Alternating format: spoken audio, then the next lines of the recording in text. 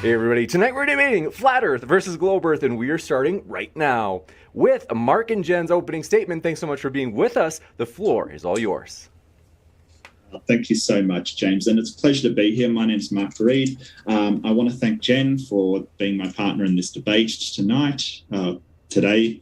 I also want to thank my opponents for being here, but I'll quickly go through and just introduce who I am. I'm actually just an average internet denizen. I'm a student. I study computer systems and networks, so data transmission, basically. I don't do this for any money or any profit. I actually do it for fun. I really enjoy debating. I really enjoy talking to people, and I've decided to come here and debate a topic that I usually don't, which is Flat Earth. Now, Flat Earth is not a debate outside of the internet and these sort of fringe debate field sort of places. All scientific disciplines agree that the Earth is round. We have photos, we have video, we have calculations, we have experiments, we have so much data that basically there is no professional that believes that the Earth is flat. It's just a certain segment of the population that believe that. Now, the weirdest thing about flat Earth nonsense is this conspiracy theory that all of these people are lying to us about the shape of the Earth. There's about 130,000 people employed in the space industry in the US. And that's not the only space agency. It's not like NASA is lying to us all, and that's the only thing that exists. There's 72 different countries have space agencies, 72 different countries. 14 of them have launch capacity. They can launch satellites and regularly do so. Then there's private companies like SpaceX and Virgin. All in all, between all across the world, there's easily over 1 million people employed directly, not indirectly, not making parts, employed directly by the space agencies and private organizations. Not one person, not one from any of these organizations has ever come forward and said that it's all a conspiracy, it's all a con. Not even one. So while we're talking about conspiracies, let's float an alternative conspiracy. Perhaps, and maybe it's a conspiracy that some of these flat earthers are doing this for money. They know that the Earth is round. They know it's not flat. And all they're doing is making money from people to give it to them, from subscribers and from other people. Now, keep in mind, I don't make any money from what I do, but they are, and they take donations only if they keep saying that the Earth is flat. Is it a more believable conspiracy? Yes, there's less people involved. There's less work to be done. It's a more believable conspiracy that 1 million people are all lying with not one detractor. Now, I do have a slight demonstration for you, and I'll just share my screen very, very, very briefly. Screen 2. So just tell me when I'm good to go. We're ready for James. Yep. Okay. So am I appearing? Not yet. There's usually a green button in the bottom middle that'll say share. Yeah, I did share. Oh, yeah, I see it. Sorry, my apologies. No worries. Am I sharing? Yes. Yep, okay, so this is looking to the north and the circumpolar sky. Now, this is in the northern hemisphere. And do notice the rotation of these stars. It's going counterclockwise round this way. Now, what we compare it to is the stars going in the opposite direction. Sorry, it's looking south. Okay, now they're going in a clockwise direction. They're going opposites. And, I can sort of hear them saying, so that's clockwise, that's anti-clockwise, north and south. So why is this important? Why is this a problem? Well, I've got a little ball here. We've got north, we've got south, and we've got the direction of rotation here. So what happens if we put our frame on the northern side, that's north, and we rotate it with the direction of the arrows? Clockwise. So we take it off, we reverse it, put it on the southern side, and rotate. Anti-clockwise. This demonstrates exactly why we see the two different rotations on the north and of the south. And as of yet, no flat earther has been able to explain how that works on their fantasy pizza.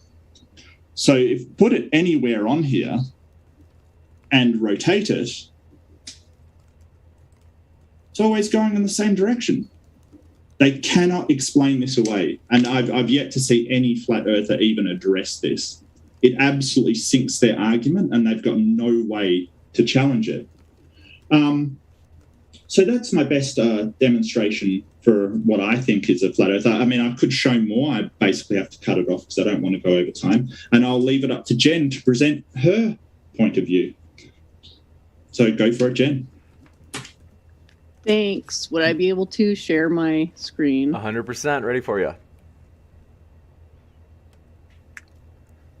Here we go. Thanks so much for having me, James, and Modern Day Debate Channel, and Mark, and Witsit, and Kai. Apologies if I've pronounced that wrong. Awesome to be here. So yeah, I got a couple demonstrations, just a couple of recent events, just wondering what's even going on. I mean, all these theories, and I just thought I'd be asked to maybe come on and debate something less, maybe more controversial. I'm not sure. I'm hoping we can have a reconciliation of sorts. Perhaps my heart's in the right place, but my expectations are unrealistic. But what can you do? Perhaps we have more in common than we realized. How do we justify a sphere? It's actually not that easy. So I've got a bunch of demonstrations. What have we got here? A glass ball. Now, why did I select this example? Because it's something intuitive we can grab onto. Why is it a sphere and not some other shape? Well, very easy. In the name of my YouTube channel, Church of Entropy, it is I guess you can't see me on the screen right now. I just realized that. All right, I'll unshare myself. I'm sorry, James. I'm still getting the hang of this. All right, so it's full screen when I'm doing that. Okay, yeah, that was my model for something else super controversial. Won't go into that right now. Let's leave it on the back burner. But anyway, sphere. Why do we expect the Earth to be a sphere? I agree. The arguments have been somewhat uncompelling, which is why perhaps we're still having these conversations, or maybe it's some big conspiracy, as was alleged earlier by Mark. But I look at this sphere that I've most of the time have this hanging in my kitchen. I enjoyed looking at it. We could ask ourselves, why is it a sphere and not some other shape? I mean, is there a reason? Why do when we blow bubbles, why does that eventually look somewhat spherical? Well, there's a simple answer that I think, sadly, most people are unaware of, which is that something is being optimized in this shape, in the sense that in the absence of other things that would justify a deviation from a sphere, we pretty much expect the sphere under most circumstances. Now, you could point to other things. Oh, we got snowflakes. Those aren't spheres. Those are kind of disc-like, and then all these other deviations from sphere. But basically, a sphere is a highly preferred shape due to chemistry. So if you don't mind just putting me back on screen share, James. How much time do I have left? You have 7 minutes left. I've only been going for 1 minute. About. That was the longest minute of my life. All right. Quantum periodic table. It has not one, not two. Can they see this? Oh, yeah. I was going to say, we're not able to see it yet. Okay. The green share button.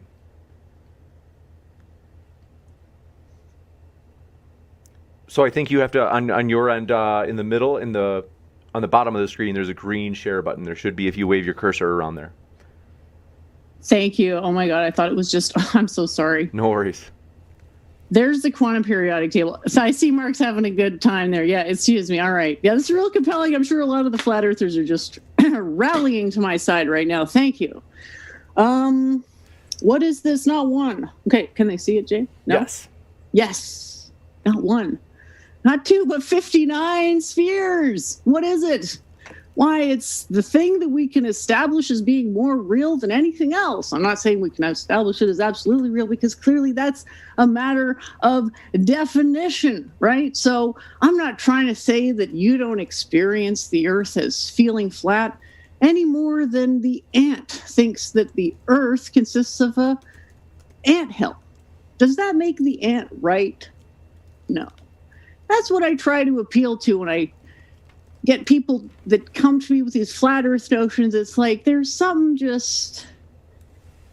Someone did you a disservice at some point and didn't frame this right for you, that just made more sense to go with what was 100% intuitive, which I agree is a flat concept, perception perhaps, but at the end of the day, we have to rely on more than just our direct senses.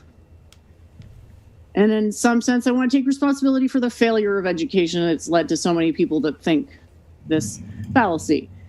And so I won't attempt to, demean anyone. Just say when you can get into the direction of thinking spherically, you can see lots of things. For example, very important in discovery, which predicts, yes, that is the correct term. Like some people say it's not predictive, it's actually literally predicting, like light interfering genetic modifier array, which totally predicts by, the definition of math, which is supposed to derive shapes from a priori axioms, right? That's the whole, where do you think those ideas come from? If you can't get your head around a sphere, you're never going to really understand what it is that people are getting at when they're getting past the limitations of their senses. And I understand the fear of going past what is familiar, especially when it seems like people are always lying and just wanting to tell you things, to maybe sell you something so that eventually you become a customer long term. But I really hope I can at least convince a few people that there is something of value. And that's ultimately why all these bullshit movements can flourish, but not in comparison with a light of truth. So I guess I don't know how much more time I have. I don't know how much more I can say, because I just would rather know where the people that I'm supposed to be debating against are at. You got it. 3 minutes left. Oh, wow. This is what I get for trying to improvise it. Well, I was insisting on it in the beginning, but I just don't know where to go from here. I feel bad. I feel like, how can you think it's flat? I'm thinking it's a pancake, but under gravity, gravity has been demonstrated for very large boats. So if you doubt gravity, you got to account for these boats that are just like, okay, how are we going to separate these things? Major problem in shipping. You can't even trigger the gravity effects. When I think of a flat Earth, if that's actually what you're saying, that it's a flat disk, the way I understand gravity is that it's always attracting towards the center of mass. So what ought to happen for a disk is, since it's not symmetrical, it should start to compress into a sphere, because the sphere, like I was alluding to before, minimizes the torsion about the center of mass, which always exists. So I guess thanks for listening. You got it. Thank you very much. Thanks for all the awesome feedback in the chat. I guess I will see the rest of my time, because I'm just somewhat baffled. But thanks for having me, and hopefully the rest of this goes as wonderfully as the opening has. Juicy. Well, thank you very much for those openings on behalf of the Globe side. Want to let you know, folks, if it's your first time here at Modern Day Debate, we are a neutral platform hosting debates on science, religion, and politics. We hope you feel welcome no matter what walk of life you are from. We are thrilled to have you here. And with that, very excited. We're going to kick it over to Austin and Kai. Thanks for being with us. The floor is all yours. Hey. Hey, guys. Thank you to our opponents for their statements. There's some clarification, though, that needs to happen, and both of them mentioned. So we don't think that the Earth is a pancake or a disk floating through the vacuum of space. So we are not going to be arguing for that. That is not what we are here to debate. We know that the Earth is a topographical plane, and it is a contained system. and we will get into that later. But we also can prove that the vacuum of space cannot exist through physics. So we'll get into that as well. But yeah, just want to make sure we're on the same page. We don't think that the Earth is a pancake floating through space. Yeah. And so before I share the screen, just a couple of things that they said in their opener. Everyone must be in on this conspiracy. 131,000 people work in space, and that's impossible, basically. Well, no, it's called compartmentalization. It's very simple. The Manhattan Project proves it. Literally, the military literally couldn't even exist if that wasn't how it operated. So it's actually quite insane to claim the government couldn't keep secrets. No, we don't think everyone's lying. People believe the lie, and they applied their intellect to trying to figure out theoretical explanations of the lie or explain away the discrepancies. So there's that. No one thinks that there's millions of people all getting together every Friday night lying about the Earth. You brought up that there were numerous space agencies all across the world. Yeah, and they all work with NASA. I guess they don't say that on Google, but literally all of them work with NASA, and most of them have to concede all their technologies to them or use them to go anywhere. You said no one in the history of any of these space agencies have ever came out and said that there was a lie. That's patently false as well. Polish cosmonauts said the Earth is flat, as some expect, but I didn't expect this question. I assure you it's flat. Now, this is an astronaut, okay, from Poland. Here's another guy, a Soviet cosmonaut, Igor Volk. He said, we haven't been to space. If someone claims that we have been, it's not true. It is not the truth. Now, these are two prominent figures that claim to have gone to space and be in space industries coming out publicly saying no one's ever been to space and the Earth is flat. So yeah, people actually have come out, numerous people, ex-NASA employees, etc. So anyway, there's that. And all stars go east to west, bro. So when you talk about them going clockwise or counterclockwise, every single star in the sky goes east to west. And if you stand on the one side of the road and you look at the road and you stand on the other side and look the other direction, it looks like the cars are going the opposite way, don't they? So it's perception, and every single star in the sky goes east to west. So there's a quick little rebuttal, but we're going to share the screen. Hopefully this works. Bang, bang. We good? Ready.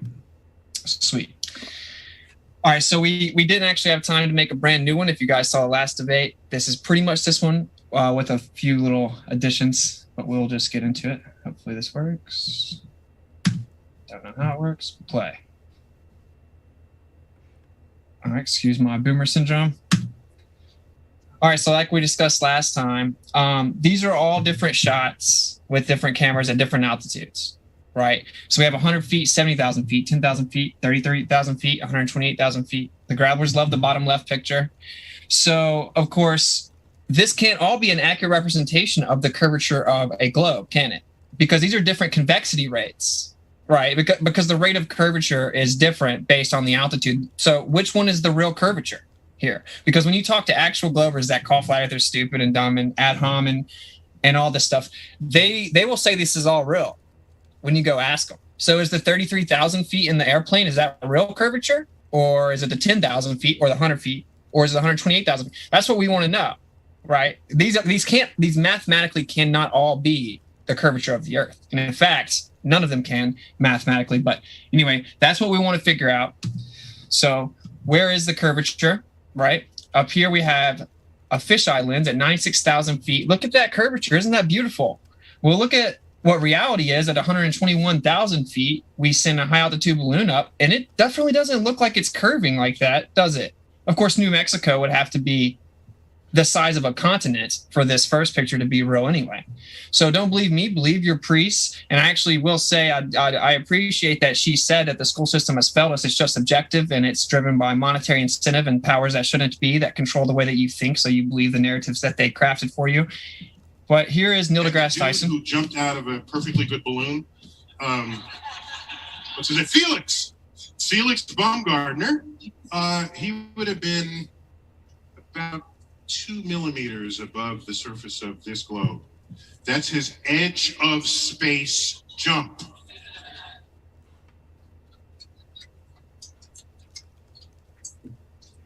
Now, it's fine. He wants to, I don't have a problem if he does it, but the honesty of it would greatly diminish what I think people thought he was actually doing.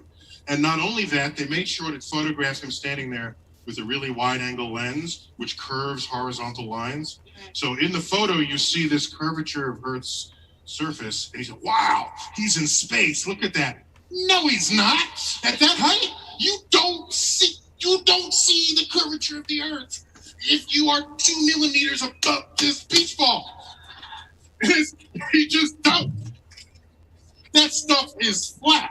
Oh, wow, because I could have swore I was dumb when I talk to people that say that they see curvature in a plane at 35,000 feet at commercial height. This is Neil deGrasse Tyson, a world-renowned scientific communicator. So anyway, that's the point. Felix Baumgartner, even Neil deGrasse Tyson debunked their own footage. The question is, why do they show us those pictures, though? Yes. If there's nothing to hide and we're dumb and archaic and the Earth's provably a globe, why show us fake pictures of the globe? That seems so ridiculous. It seems like that doesn't make a lot of sense. But here's the inside of the jump from Felix Baumgartner. You see the horizon's flat. And then here we showed you the picture prior to this as it looks from outside the capsule. These are two pictures from these recent private companies, which SpaceX isn't a private company, gets over 500 million every single year from the government. But anyway, is it convex or concave? Which one is the Earth? Because there's a convex and a concave. I took these screenshots myself from the live stream. They obviously can't both be true, can they? Is the sphere not spherical, or is it change? Is it breathing in and out? So to claim the top one is accurate, but the bottom one is not would be just dishonest, right? So they're using a fisheye lens to create this look of curvature. Admittedly so. Yeah. Right. Just like Neil said, it turns a horizontal line into a curved line. Yeah. Horizontal is flat. So. Oh, by the way, you didn't ask, but I'm going to tell you. Do you know how high up above the Earth he was? No. So we take a 63 miles. Oh, yeah, tell you what. So take a schoolroom globe, and it's how high above it is he? So he's about 2 millimeters above the surface of a schoolroom globe. So nobody's seen the curvature of the Earth from that height. I just want to make that clear. Why do you feel the need to make it clear? So anyway, yeah, there you go. So that's Mr. Jeff Bezos, private space exploration.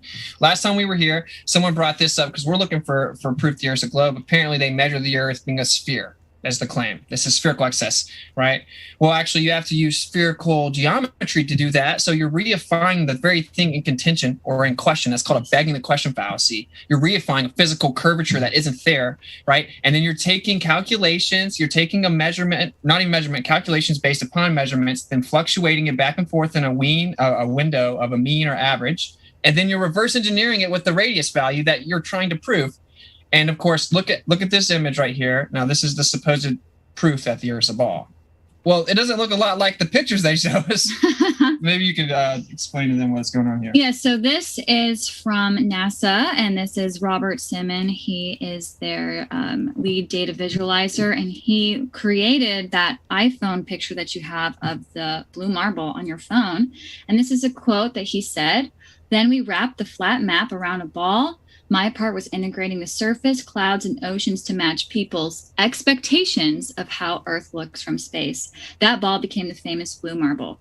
And they admit that they only have one real picture of the Earth. They say that the rest of the pictures are composite images, but they admit that they literally have to use CGI to create them. And then you can see just over the years how much they change. And this is because they're CGI. They're not actual pictures. The continent sizes change, like you can see in the 2012 one. It's at the bottom. The second one, North America is taking up the whole globe. Like all the other countries have to fit on the other side. It's just insane. And the fact that in this day and age where 5-year-olds have TikTok, that we only have one real picture of the Earth, get out of here. So that's science. Yeah, that's science. That's science. Admittedly CGI. Yeah, that's science. You can do this one too. Okay, so also another proof of the globe Earth that the Globers like to bring up is ships disappearing over the horizon. We're actually at the beach right now, so we're observing this all the time. So yeah, when boats get farther away, they appear to disappear. And they like to claim that they're disappearing behind a hump of Earth curve. But what you can do is you can bring in your P900 like we have, and you just zoom in and you bring it back into view. So it's not actually disappearing behind anything. It's just getting further and further from your vision. So you can see in this video right here, you see the boat, but as they zoom out, you'll see that it looks like it's gone. It's disappeared. So maybe in the olden days, they could debate, oh, yeah, things are disappearing. But now we have technology that can bring it back into view and prove that it's just perspective. And that's the same thing that's happening with sunset. So the sun is not getting obstructed by the Earth. It's just leaving your field of view. And you can see, again, with like these pictures. Oh, yeah, we have the laser. So it's on a flat surface. And as it gets further and further away, it disappears. You can't see it anymore. The laser is setting. So it's not actually disappearing behind a hump of Earth curve, because like a P900 can't see through a building, can't see through a physical obstruction, but it can zoom in. So that's all that's happening. And you can see with the street lamps as well. This is how perspective works. Things in the distance just merge with the horizon. Yeah. Interesting. And one thing just to address this real quick, where are there, everyone always says flat earthers didn't bring any proof. We were all taught the Earth's a ball. That's a positive claim. We live on a sphere. We're falsifying that claim. It's just objective that they lied about the Earth. Okay, so we'll move on to what it is. But you want to cover this one too? Sure. So you can see. Sorry. Yeah. Let's play the video really quick, and then we'll just. Right. Oh, really? Okay. How to go back. So. Anyway, that was just gas. Obviously, once you remove the container, it fills the available space. Second law of thermodynamics, which is why we love your name, by the way. Entropy. We love your name. Yes. Entropy is a beautiful thing. The second law of thermodynamics debunks any notion that we are in an atmosphere adjacent to a near perfect vacuum of 10 to the negative 17 torr. Impossible. Entropy will increase and seek equilibrium, instantaneously seeking equilibrium. And I actually don't even disagree with you about the reason spheres are so reoccurring in nature is actually because of the efficiency of energy. And so it is arguable that we're in a celestial sphere. But the Earth is not one. Yeah. So here's a bunch of flat Earth documents from the government. They probably put people's lives at risk and spend hundreds of billions of dollars on technology that wouldn't work when they have to assume the Earth is flat, for propagation of electromagnetic fields over a flat Earth, for a ground weapon system where they built towers to hit targets, or where they shoot over 100 miles with a railgun, or whenever they design any type of aircraft or any type of ballistic missile. They have to assume a flat, non-rotating surface in all of their models. Admittedly so, open information. But and you can go search these on the internet. Some of these are on the FAA, some of these are NASA. These are all, easily accessible. Yeah, but if it wasn't on CNN, it can't be true. Can't be true. This is the world's longest picture. It's like 273 miles away, 275 miles away. Impossible on a globe, of course. There should be like 3 miles of Earth curvature blocking that mountain. So how do I see it? That's not actually there. It's not actually exactly where it is, looking exactly like it looks. It's actually not there because the Earth has to be a ball. Here you go. It's known also 10 flattest places on the Earth. Several U.S. states led by Florida are flatter than a pancake. This is how you have a globe. You have tons of thousands of miles of flat surface. That's how you have a globe. All right, you can talk about this one. This is important. Oh, yes. The horizon isn't physical. It is just the apparent location where the sky meets the ground. And globers always want to bring up atmospheric refraction, but that's actually our argument. So as you can see throughout the day, the horizon seems to change because of the refraction, but it's not because the Earth is a ball. It's just because of the humidity in the air. And yeah, refraction is actually our argument. Right. Using it for intents and purposes. So is the Earth breathing in and out? No. So that horizon is not the physical curve of a ball or a sphere, a tangent point blocking your view. It's just atmospheric conditions changing where the sky appears to meet the ground. And on the globe, the horizon has to be the cutoff of the sphere. It has to be geometric. Exactly. It cannot be apparent. It has to be a physical geometric location. Perfect timing, because that's what this next one's about, which also goes to what you're saying. Well, basically what an ant on an anthill, the argument being that the Earth's so big, you wouldn't be able to see it curving. Well, actually, we know exactly how big it supposedly is. It has a radius value of 3,959 miles specifically. Right, so it has a circumference of 24,901 at the equator, supposedly. So that's a very specific dimension claim, very specific rate of convexity. To just say it's too big is the furthest thing from objective or scientific or anything like that. No, it's a certain dimension. It has a certain rate of curvature, so therefore it physically obstructs you based on that dimension claim. This is what's in contention. Is that actually true? Is the Earth a sphere with a radius of 3,959 miles? Very simple math. Very simple math. About 30 seconds left. Oh, Yeah. all right. I'm gonna hit you really fast. So basically, we test the idea is it actually 3,959 miles. So the equation is 1.225 times the square root of the observer's height in feet. That's where you should see the curvature of the Earth blocking your view. If it's in fact a globe, Yeah. right here, 1 foot should be 1.2 miles, is over 10 miles. Right here at 5 feet should be 2.3 miles, over 7.8 miles. These right here should be blocked by over 2 miles. These mountains on the bottom left. All of these debunk the globe, falsify the radius value. Therefore, falsification is independent of replacement. What you have been told and I was told isn't true. Then we can move together to figure out what this place really is. And that's basically our summary. I think we're out of time. You got it. Thank you very much for that opening statement from Oh, sorry. the Flat Earth side. Or did you want to? I can give No, you maybe no. 30 more seconds if it's real quick. No, we're good. We're good. I didn't mean to play it.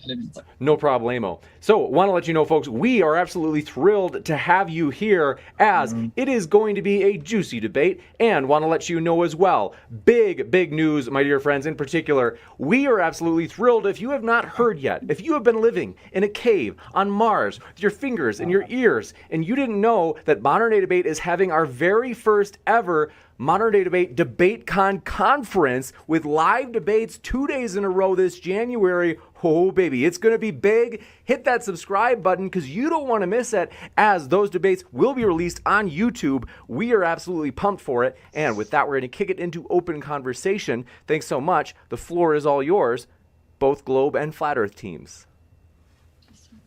Oh, I think you're. I think our videos. Yeah. Oh, I think you're on mute yet, Mark.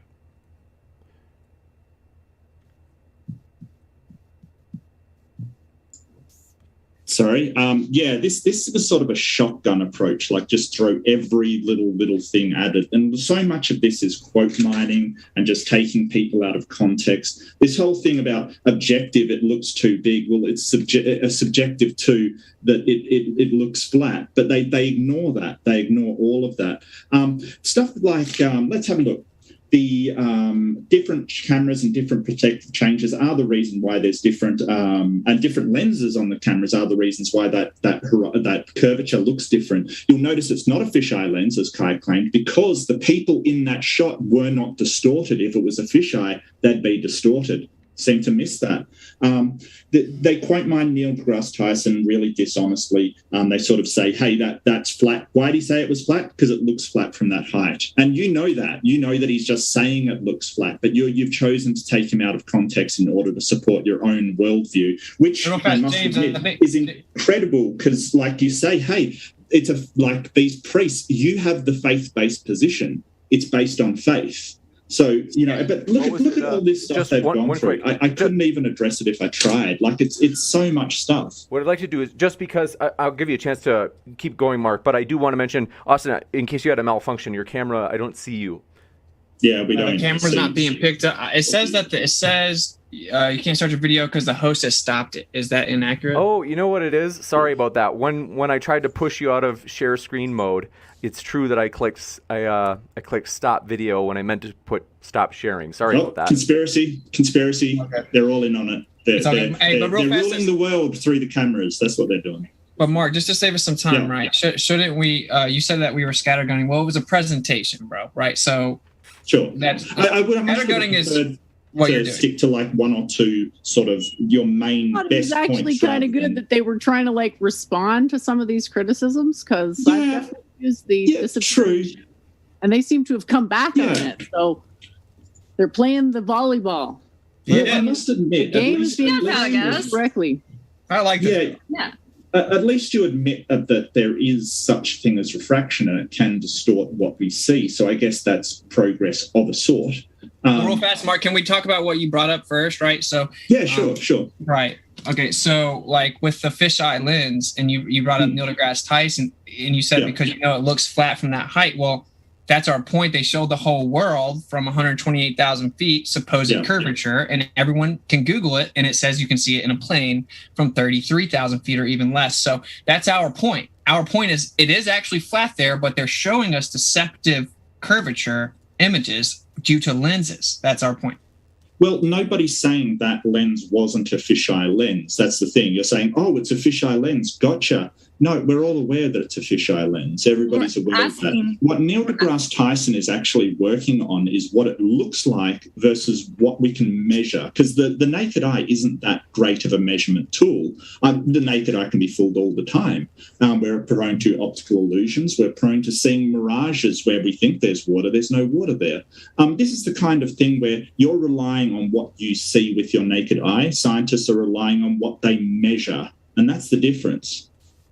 What they measure, is that what you said, sir? With Okay, instruments, yeah, so instrumentation. who measured the curvature of the Earth, Well, and how was it done?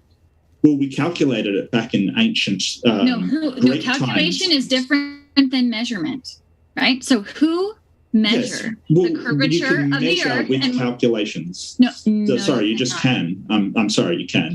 Oh, okay. So where do you get the data to do the calculations without the measurements? Okay, so how did we measure the size of a mountain? We calculate it. That's what we do. We calculate it. No, well, actually, for mountains, you use sea level to calculate elevation. Okay, so that also assumes that water is flat. So that's kind of works against you, but it doesn't really matter. You have to measure. No, water is level. It's not flat. So they say sorry. They say that the radius of the Earth is 3,959 miles. So who came up with that measurement, and how did they do it? Well, back in ancient Greek times, they did some calculations on using shadows to determine how much the Earth was curved. We've known since ancient Greek times that the Earth is curved. It's got curvature. Aristophanes. Yeah. Yeah. So Aristophanes assumed the Earth was a sphere.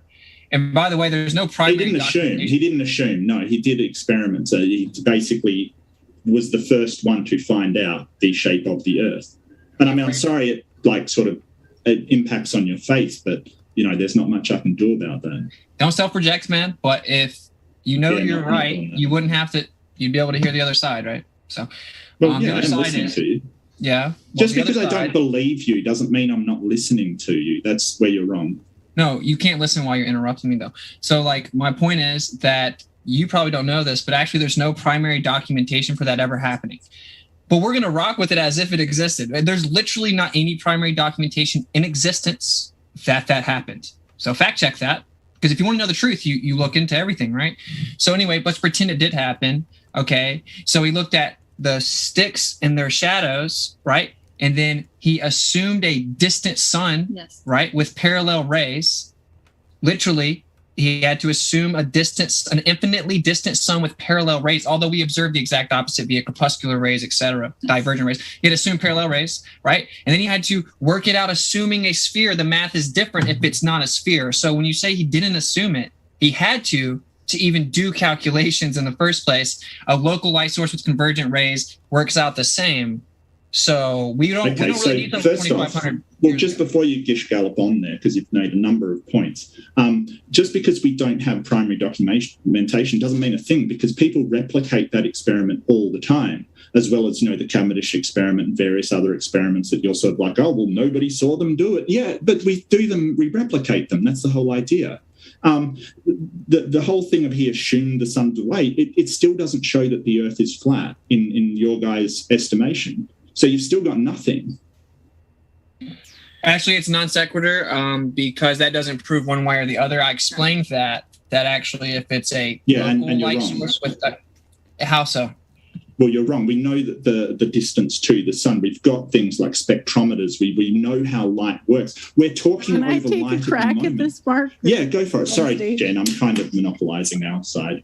I know you're very excited and such. I am. I'm agog to be here. Absolutely. I wanted to address some of the points that I managed to jot down about the curvature.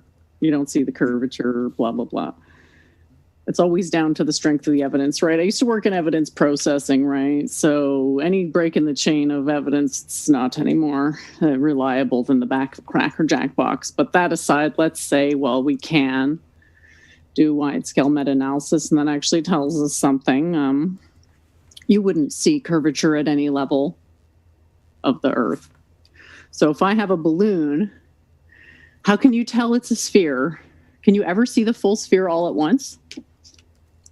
What's the most? Well, according to What's the most surface area you can see of a balloon? Like, oh yeah, you can only see one 50%? side. 50%, maybe slightly more. If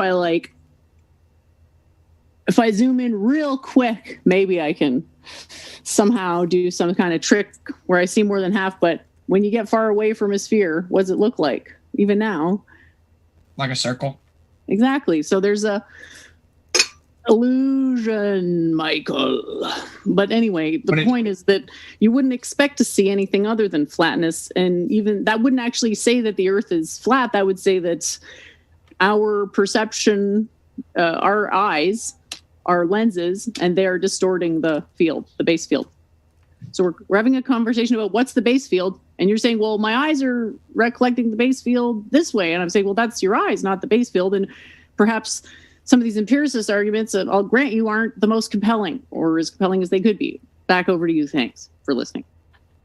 I totally agree with what you're saying. So to figure out well, she's right. Like we can't necessarily trust our eyes here on the ground, but what we could do is see if the drop rate is there, right? That's what we could do, especially over a body of water, because water always seeks its level. So we could use a flat, level body of water and see if we see too far, because that's what we're trying to talk about. Is they give us this is where they slipped up, is they gave us a size, they gave us a radius value, and the breakdown is 8 inches per mile squared drop rate, and that is exponential. And I think you can use it up to 1,000 miles. And this is not a flat Earth thing. You can just Google Earth curve calculator, and you can plug in these numbers yourself, and you can see it takes in the observer height and then the target distance. And if you see too far, you are seeing beyond the cutoff that there should be, because again, it's a sphere, right? So if you're seeing 5 times as far, 10 times as far, you are falsifying the radius value. And we have several observations that have been documented. There's also laser tests that also document this as well. So there's no drop rate. So that's how we know there's no curvature. It's not just, we don't just have to use our eyes here at ground level. We can actually take photos and use lasers and see if there is a drop rate, and there is none to be found.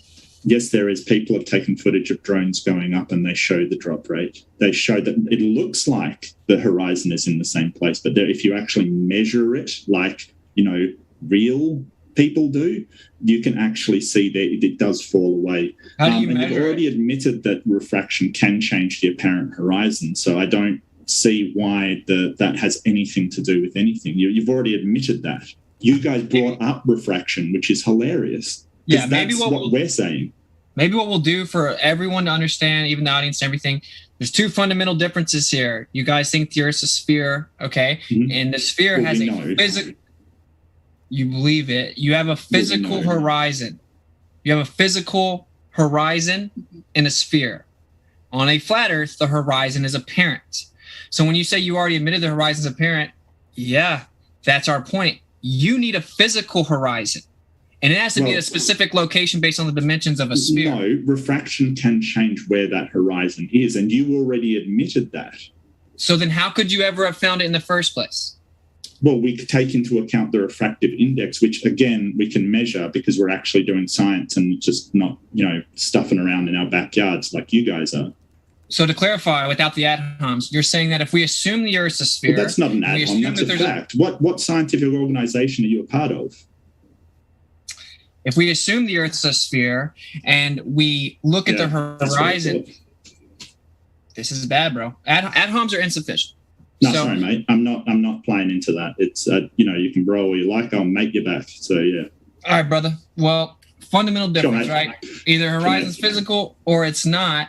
Maybe just to bring it back to something we can agree on. What do you mean by a physical horizon? Because I don't. At some point you said the Earth isn't breathing, and I would say it kind of is, because when it's daytime, there'd be a little more thermal expansion, right? And we talked about second law of thermodynamics, so there would be a variation from day to night. You would expect that. Maybe she should. Well, I promise I'm not going to talk a lot. I'm just trying to break it down so everyone understands, even in the audience. Globe Earth, if you have a pregnant woman, right, and she runs her hand down her stomach, she can't see her hand anymore because her hand physically blocks, or is physically blocked by her stomach. Yeah, when You her can't hand's at the base of her belly. You can't see through can't a see mound it. of dirt. That's physical obstruction. Flat Earth, the horizon's just your vanishing point because you can't see any further in the sky and the ground appear to meet. Globe Earth, hump of Earth curvature blocking your view physically, tangibly, literally. Okay? Two different things, patently different. Not even close to the same. They're opposite. Okay? So all we observe is the one. You guys are claiming the other. So I'm asking, how did you find out it was there? He said, well, we account for refraction using science. Actually, I can get into that, but the point is, how do you know it was there? You had to assume it was there, and then you had to do the mathematical calculations, assuming it was there, make corrections because it didn't match what you expected to see. That doesn't prove it's there. Yeah, so we've done experiments. Well, to hang prove on a light minute. How can you account for refraction on a flat surface? How can I account for refraction on a flat surface? Yeah, so refraction is just the terminology that we rock with for intents and purposes, but the horizon just fluctuates based on atmospheric conditions. Actually, you want to get technical, refraction actually comes from time out. Yeah, refraction comes from Snell's law, right? Which is actually a differential between two mediums, which is why when it comes to the globe Earth terrestrial refraction, you had to come up with a differential equation of Snell's law because it does not transfer from two mediums. So whenever you put something sine theta Hold on, 1. just to give Austin a chance to finish. Yeah, like if you put a pencil through water, you'll see it kind of bend. That's a transfer from two mediums. That's refraction, Snell's law. Okay, so that's actually not applicable to the atmosphere, which is obviously not two different mediums. So this is awkward. So I just wanted to come back to what you said before about the citations from the government. So a government that lies, what it says can't be trusted, period. Even the stuff that flatters our biases. So what I saw briefly, I didn't see the entire screen share, but it did appear to be a model. And maybe we should spend some time just discussing the utility of models and how they don't, in a lot of ways, can't correspond to reality for the computational complexity we have access to at the time. Agreed. yeah, They're called approximations. So what you're saying is you're looking at a bunch of approximations and saying, well, this is actually how it is. It's like, well, no, these are the approximations that work given the particular task that they're being implemented for. And that could be any number of things, but generally you want to think of it as navigation. Well, I think flat earthers use a lot of special pleading. They basically go, well, your model doesn't have this, this, and this. Their model doesn't either. And so they go, yeah, but it's our model. It's special. We don't need to prove this. We don't need to prove that. We don't need to show experimentation. We don't need to show anything because we're not presenting a model. So either they have a model and they're not able to support it, or they don't have a model at all. Either way, they've got nothing to show for their thing. But it's just special pleading that say flat earth. Real quick question for either one of you guys. Is falsification independent of replacement? Yes. Okay, so we're falsifying the globe Earth. We don't have to replace it. So. This debate's about flat earth, sir. Yeah. I don't know about independent. Flat earth. So you have to defend the flat earth position. All physical You seem to be mistaken. So if you're not presenting a model, why are you here? Well, I don't need a model. Well, why are you here? This is about flat earth. You're not talking about flat earth. Did you not listen to what your partner said? So why are you here? Did you not listen to what your partner said? She actually said it great. Models are not a good indication of reality. We are showing. Yes, but if you're not here to defend flat earth, why are you here? I wasn't done. So, okay. We are. So you said we have two things. We don't actually have an official model. That's why we keep it vague. Okay, so let me just. No, that's fine. Right, that's all I need to just to hear. We don't have an there is a official. lot of. Hold on one sec. There is a lot of, even if it's just a little like jumping in and getting a few words in while somebody's talking. Apologies. It has been a lot. Sorry. So first of all, we don't actually have an official model. We just keep it vague because we can't know. So we know it's a topographical plane with mountains and valleys. Now you said we have no evidence. Okay. We showed the measurements that there is no drop rate. We showed through long distance observations and also through laser tests where the laser hits the target on the other side of a body of water or a frozen lake. You hit the target where there should be a drop rate. A laser shoots perfectly straight and level. And if there's a drop rate, it shouldn't be able to hit the target on the other side, but it does. Okay, so that is our evidence that there is no drop rate.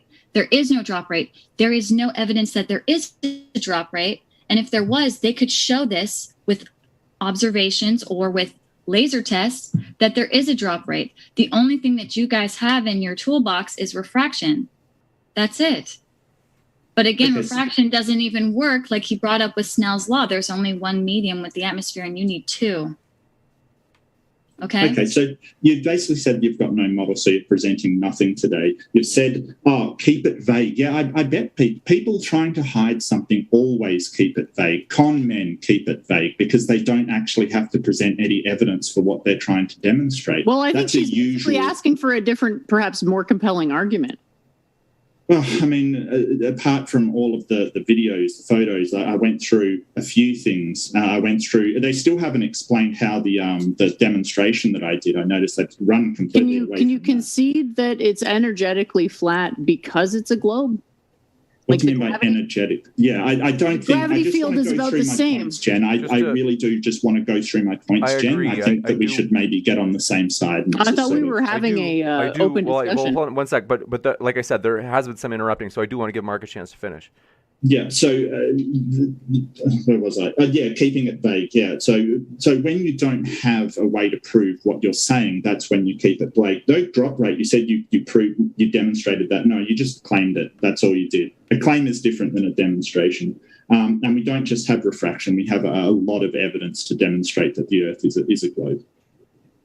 Go ahead, Jen. Sorry, that's all I want to say. It's no problem. I'm just trying to keep up with everything that's being said here. Topographical plane. I don't know what that means, but I will concede the Earth is energetically flat in the sense that it's approximately the same gravitational field at all points, give or take. So we say topographical. Oh, sorry. I'm just saying I'll grant you that it's energetically flat, but the only reason it's energetically flat is because it's physically nearly spherical. I believe the technical term is an oblong spheroid. Oblate, so excuse me. But it started out, what I tell people I'm explaining is it started out as a sphere. It wants to be a sphere. And the reason it's not a perfect sphere is because it has some additional forces or actions doing work on it that deviate it slightly from this shape that it generally wants to be. And then I draw on things, day-to-day objects, namely bubbles, what have you, eyes, anything that tends towards a sphere, and say, well, this is just like other planets and moons and stuff, right? So if I look up and I see a light bulb, does that mean I'm standing on a light bulb? Because just because you look up and you see something that looks like a circular light doesn't mean that you're standing on a circle. That doesn't help your cause at all. And also a topographical plane. So we know that there are mountains and valleys. So to say flat Earth is just, I mean, the Earth isn't completely flat. So there's mountains and valleys, but water is flat. Water always seeks its level. And I kind of want to see if we can switch gears. And since you brought up gravity, I just want to address that light bulb thing. Because I'm not saying that because we're standing on a sphere or we see a sphere in the air that we're standing on a sphere. It's because planets, moons, celestial bodies, when they form spheres because of the principle that Jen was talking about, that things always move into sphere shape unless they're under the influence of another force, because it is a minimum energy. And correct me if I'm wrong, Jen, you know more about it than I do, but it is a minimum energy shape, correct? If we want to define a minimum energy shape as something that minimizes torsion for particular dimensionality, you can argue that in 3 dimensions, yes, the sphere meets this criterion. And we've got a lot of exposure to the 3rd dimension. Technically, we're in 3+1 dimensions, which is where I think all this confusion ultimately stems from. But we get a lot of back chatter into the 3D, so we can draw on that, the specialness of the 3rd dimension, to sort of say, well, spheres are, in some sense, a starting point, because 3 physical dimensions is what we're playing with. Just to address when I said something to you earlier about how I actually honestly disagree with you, things seem to revert back to spherical oftentimes because of energy efficiency, right?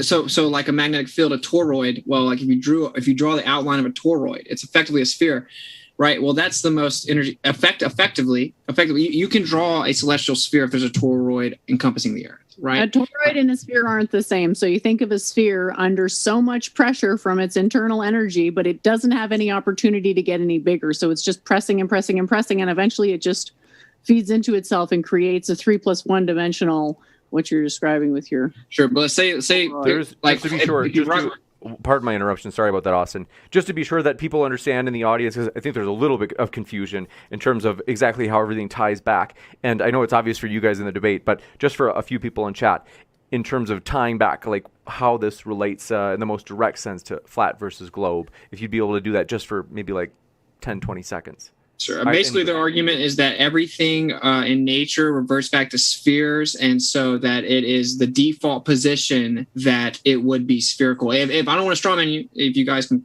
maybe. No, what I'm essentially saying is that the least action principle is a universal governing principle, and the sphere is the three-dimensional instantiation of the least action principle.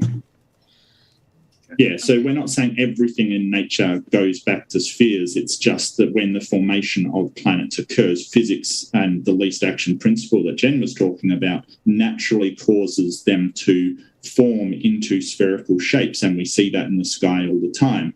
And for people to think that, hey, we're all the planets are spheres, the moon's a sphere, the sun's a sphere, but we're standing on, a pancake is just a bit, it's beyond me, but...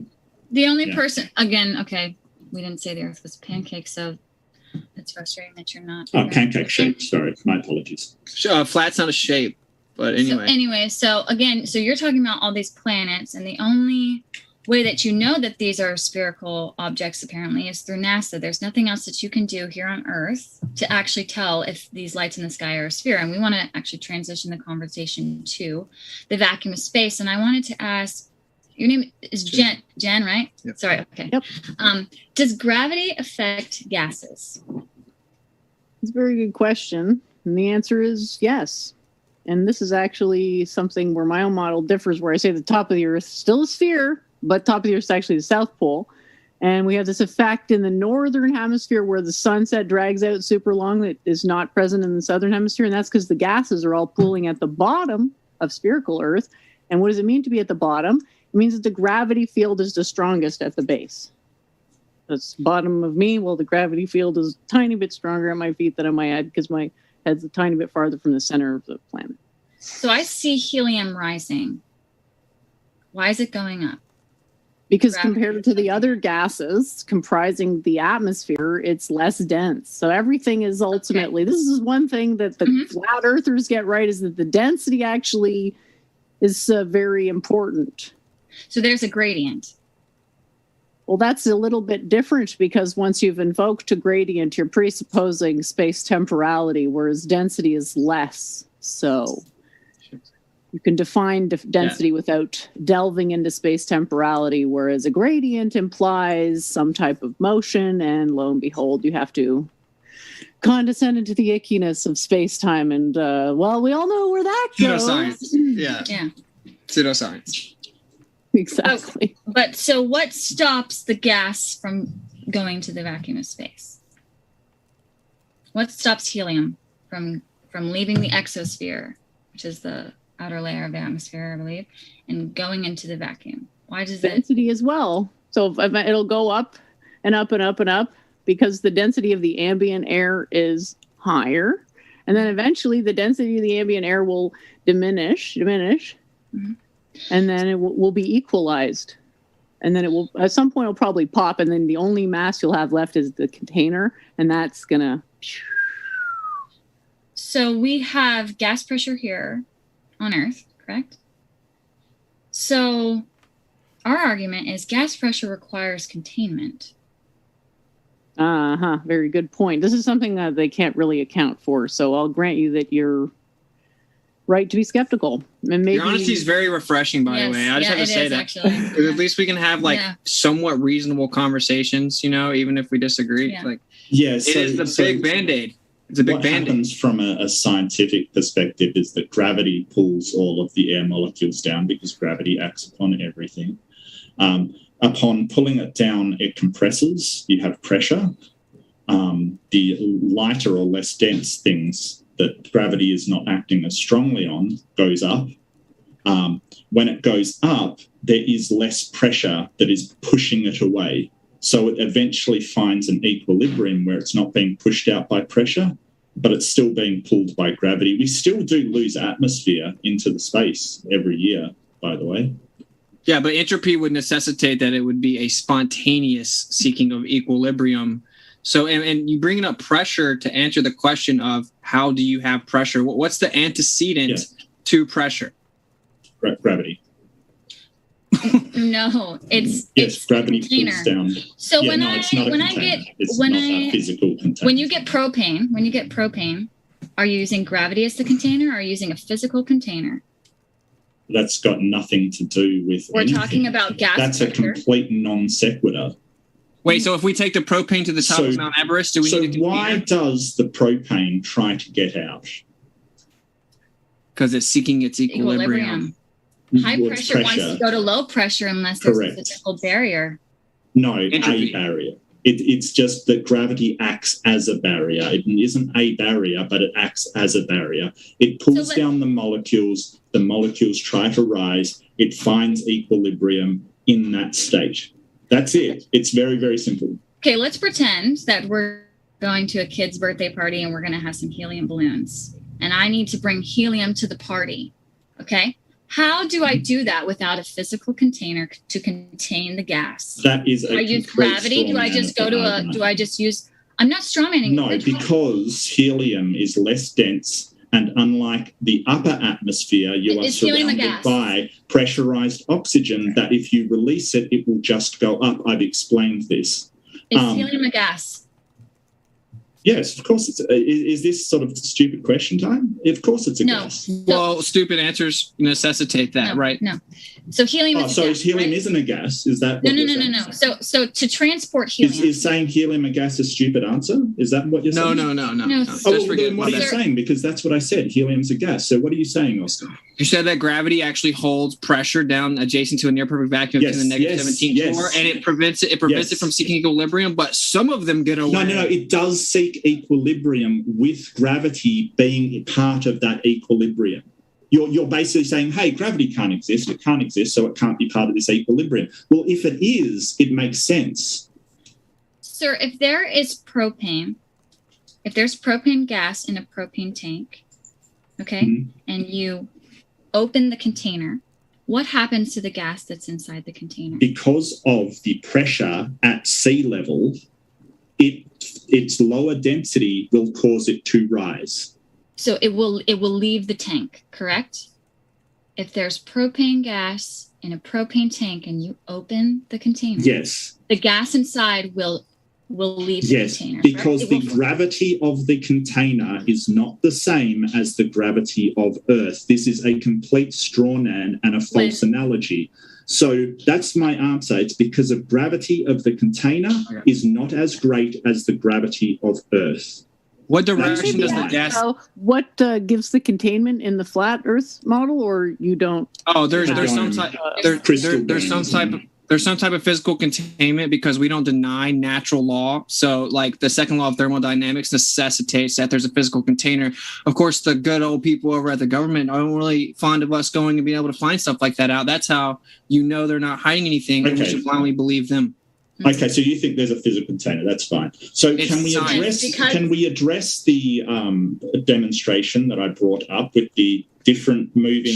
Sure, I did, but real fast, just to make her point, I want just real fast, bro. When the gas disperses, Sure, mate. do you agree that it disperses omnidirectional? It's omnidirectional dispersal.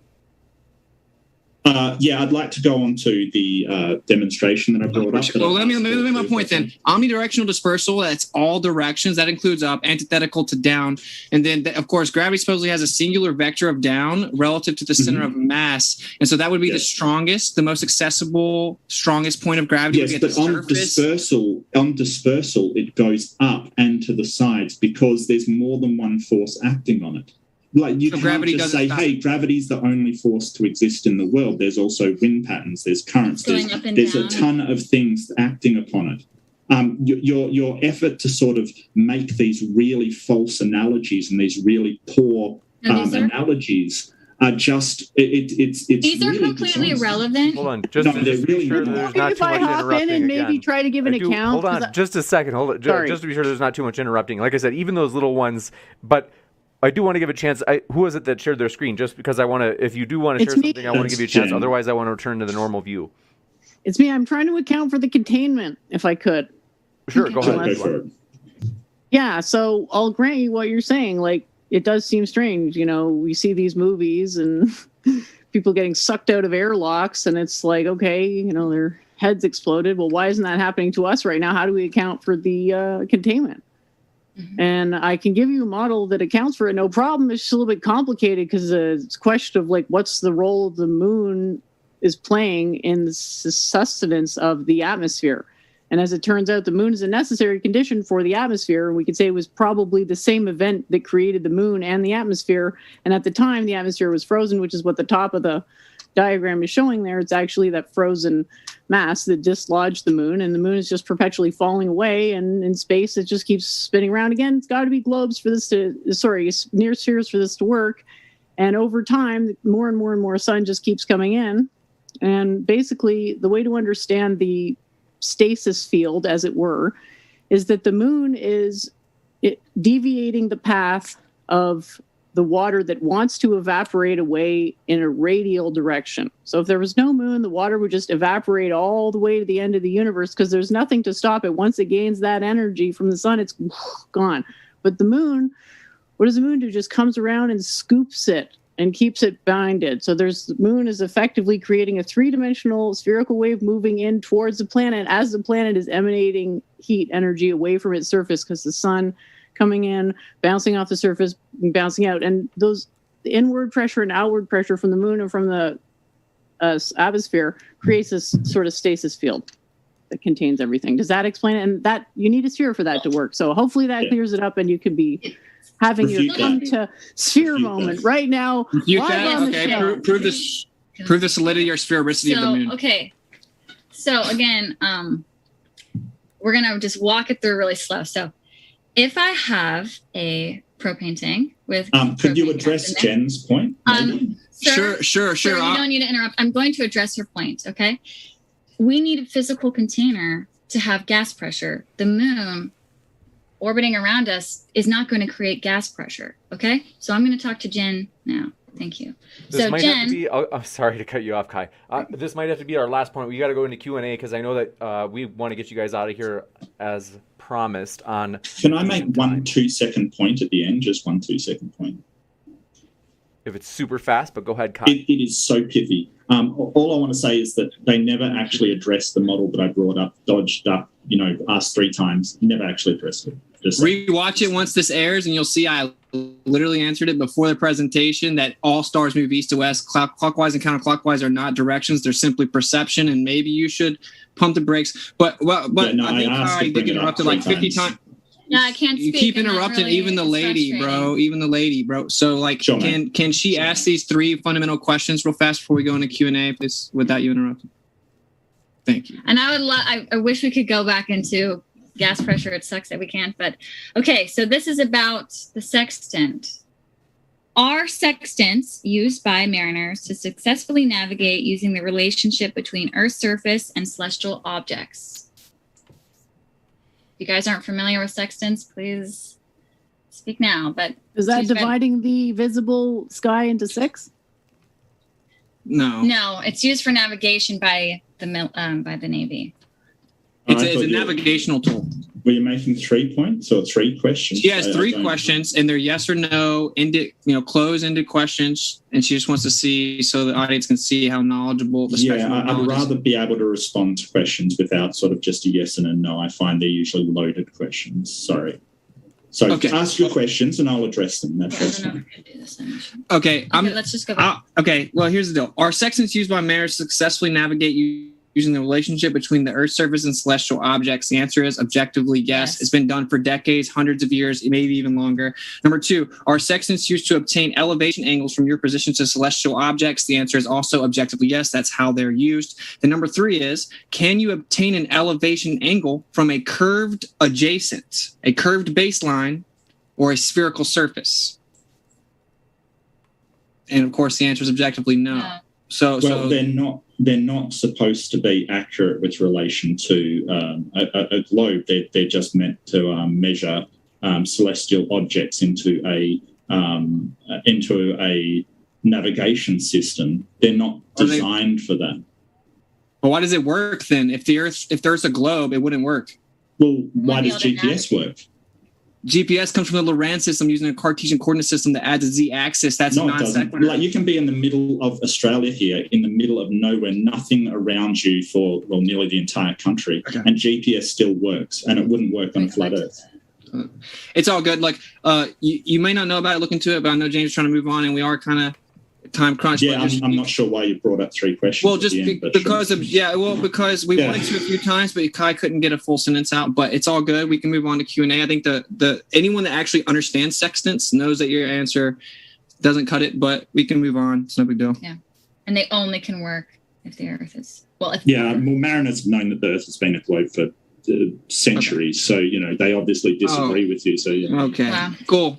I know one that disagrees with you. We do want to jump into the Q&A. And you want to also mention, my dear friends, first, our guests are linked in the description if they have a link right now. So, for example, Jen and Witsy Gets It are linked below. Highly encourage you to check that out. And that includes if you're listening via the podcast, folks, as we put our guest links in the podcast episode for every single debate as well. And with that, we're going to jump into this Q&A. I'm going to move fast, folks, because I've got to warn you right now. We have so many questions, and we have to wrap up in less than 30 minutes to get the speakers out of here at the time that we promised. And so at this point, any questions that come in as of this moment or later, like you're rolling the dice, I don't know if we can get to them. I'm going to try to work through these as fast as I can. Here we go. 3, 2, 1.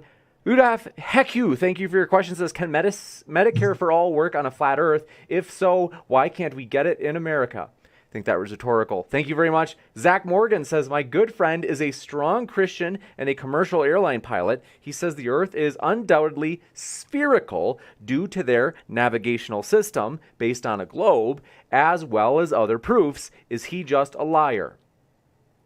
No, just misunderstanding. I know hundreds of pilots personally, and everyone knows you only see a flat horizon up there, and you use small portions of mapping using Cartesian coordinate systems on a horizontal plane. So, no, he's just misunderstanding. I wouldn't call him a liar. You got it, Ann. Thank you very much for this question. Coming in from Made by Jim Bob says, Jen, optimization of shape assumes teleological position. What is the purpose of the Earth, and what is it optimizing? And you might want to define teleological in case anyone's new to that. Teleological. Like, I think they mean purposeful. Like there was a purpose or design behind it. Ah, I see. The oft-touted non-problem of design. I would refer you to the least action principle. Fairly strong assertion in physics. Difficult to interpret, but quite valuable. It's usually one of those things where we look back, it's like, oh, the models that worked really well, they abided by the least action principles, so we're going to stick with that. Thanks for your question. This one coming from Ilset Nova says, for the Q&A, Austin and Kai, who runs the scientifically proven facts that you all refute? Please be specific. I think they're saying who's leading the conspiracy of the flat Earth on the planet. Who's leading the conspiracy? I don't even know. Powerful groups of people that, if they were intelligent at all, which to pull this off they'd have to be, wouldn't let you know their name. And again, no, not everyone's lying, and it's science masquerading, pseudoscience masquerading as pseudoscience is now the norm. We're asking you, just think for yourself. You don't have to believe any theories some dude with the lab coat tells you. Use empirical evidence in the scientific method. They show correlation. They don't actually really establish causation. That's how they get away with so much crap. You got it. And Earth is life. Thanks for your question. Says those are all wide angle lenses, Witsit. Yeah, they impose curvature. Thank you for playing. This one coming in from Stupid Santa's Whore Energy. By the way, if you're sick and twisted, folks, we do have a question on whether or not Santa, it's a debate coming up this month on whether or not Santa is satanic, namely the idea of Santa. You tune in for that one. But this one is, why doesn't the angular size of the sun change throughout the day? It changes throughout the year, and why do you assume it would change throughout the day? You'd have to actually know its makeup, its location, the difference between apparent and actual location, and it actually does apparently change in the sky using proper filters, just a minute amount due to its relative location to us, its makeup, which we don't know, but I know for a fact it's not 93 million miles away as gas chilling in a vacuum and defying entropy. So you got it, Ann. Thank you very much for this question. Coming in from Earth is Life says, NDT also said, quote, the Earth isn't, Neil deGrasse Tyson says also, quote unquote, the Earth isn't effing flat, unquote. I think that's for you. Yeah. It's called a hostile witness, right? So we're just using someone from your side because oftentimes you run into people ignorant, and so they make arguments that even the people that are above them on their side disagree with because of ignorance. So we're just trying to spread information for everyone. Most people don't know Neil deGrasse Tyson said that. He's explaining the curvature pictures actually are not really Earth curvature. That was our point. Yeah. You got it, Ann. This one coming in from Quick Lemon says, this goes to both Mark and Jen. Please explain the universe in under 30 seconds. My guess is the most realistic answer will be the most concise. This is set up. So I think that Big Bang cosmology, the rapid expansion of the universe, we can prove this via redshift. What caused it, we don't know. I guess that's under 30 seconds. I'll leave it to Jen. Can you make the 30 seconds, Jen?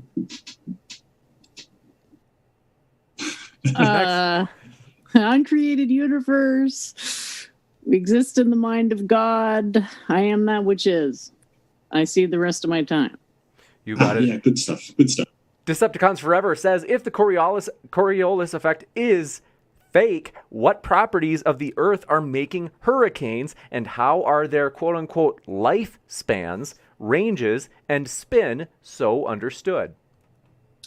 Okay, yeah. So differential and weather patterns that build up over months and months of temperature fluctuation is how hurricanes are actually formed. And so, yeah, we actually observe and document the temperature fluctuations, which result in, due to the difference in temperatures, the water moves around. It has nothing to do with the Earth spinning, as all hurricanes would have to move in two opposite directions on the above and below, and they don't. So weird. Well, and it contradicts itself because they say that the atmosphere moves in synchronization, and then at the same time it doesn't, and that's why you have the Coriolis. So it actually contradicts itself. There is no spin.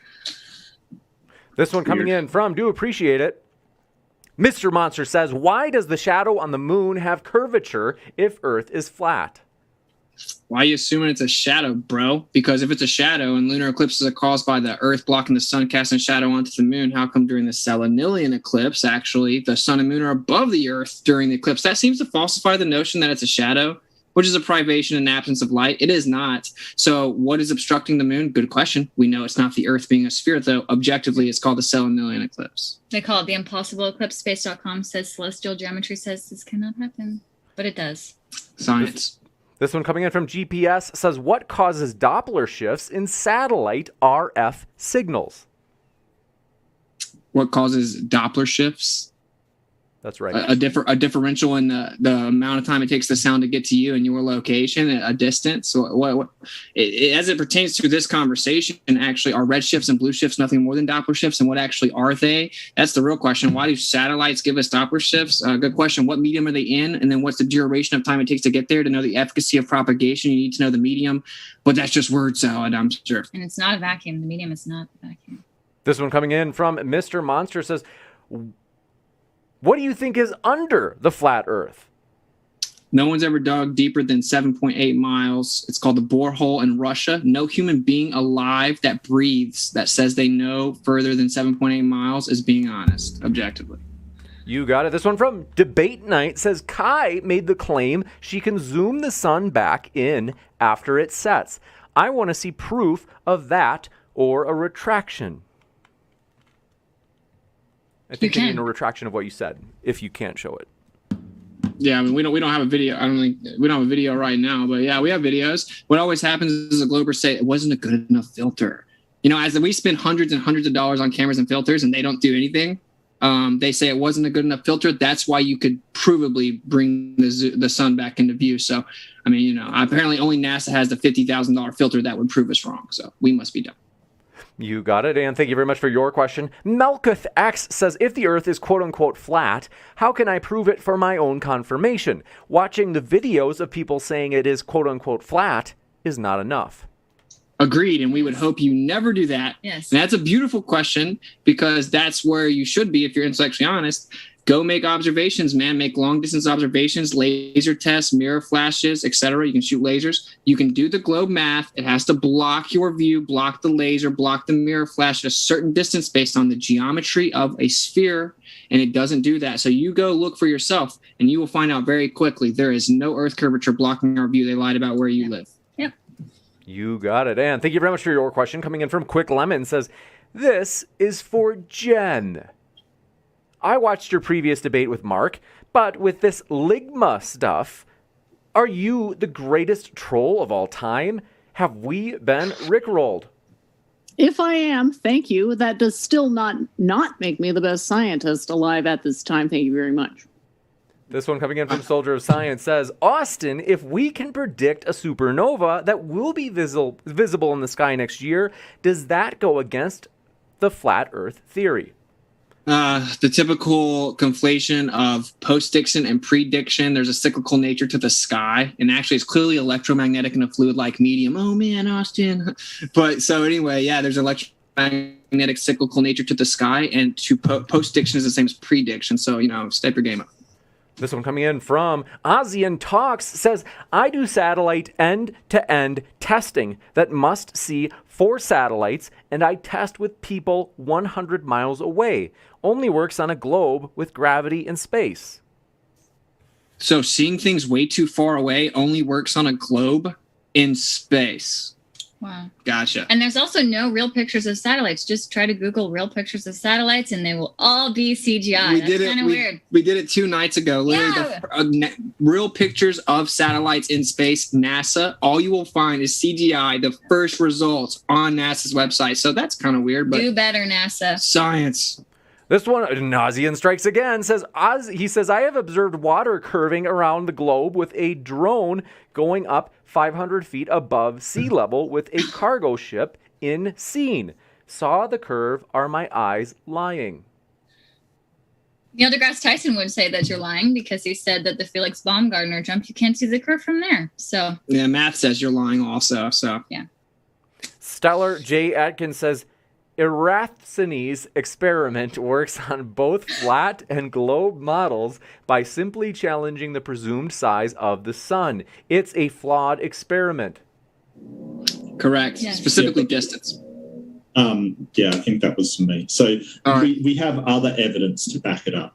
And he postulated it first, and it turns out he was right, because we have mountains of evidence to confirm it, that flat earthers just want to wave away. But yeah, it's other stuff as well. We missed that. We're asking for it. Yeah, we missed that. We just had your little rubber ball with like a piece of paper on there, but we'll get there. We'll get there. Yeah, which you didn't address in the slightest, and you didn't want to talk about because you couldn't actually refute it. You just ran away from it all debate. So thanks for jumping in there.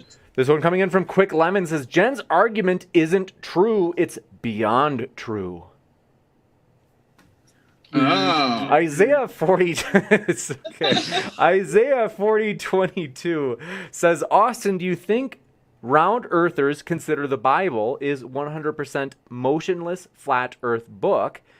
Jesus a flat earther and round earth is from T NASA equals Satan? Do I think that? I think it's pretty funny that, NASA means to deceive in Hebrew, has a snake tongue going through it, is missing the T. When they shoot a rocket, they say T minus. But people that are degenerate atheists that are afraid there's a creator, so they have moral accountability, don't want to acknowledge the inevitability of the earth being stationary, geocentric center of everything. So, every ancient civilization knew it. I do happen to know the scriptures are the most historically accurate compilation ever, and will never shy away from publicly stating that. So I'm about my father's business. Next. Will Stewart says, quote, I don't know who I like more, Mark or Jen. Well, you have a fan, Mark and Jen. They are fighting over you in their own head. Made by Thank you. Like Jen more. Jen's more likable than I am, definitely. Absolutely. Oh, Mark, you're a sweetie. All right, that's enough of this. Made by Jim Bob says, James, I recommend for future debates that one side affirms a claim and the other side refutes two affirmed positions is bad faith. I don't know if it's bad faith, but thanks for your feedback. If any of you want to respond to that, otherwise I'm going to move to the next one.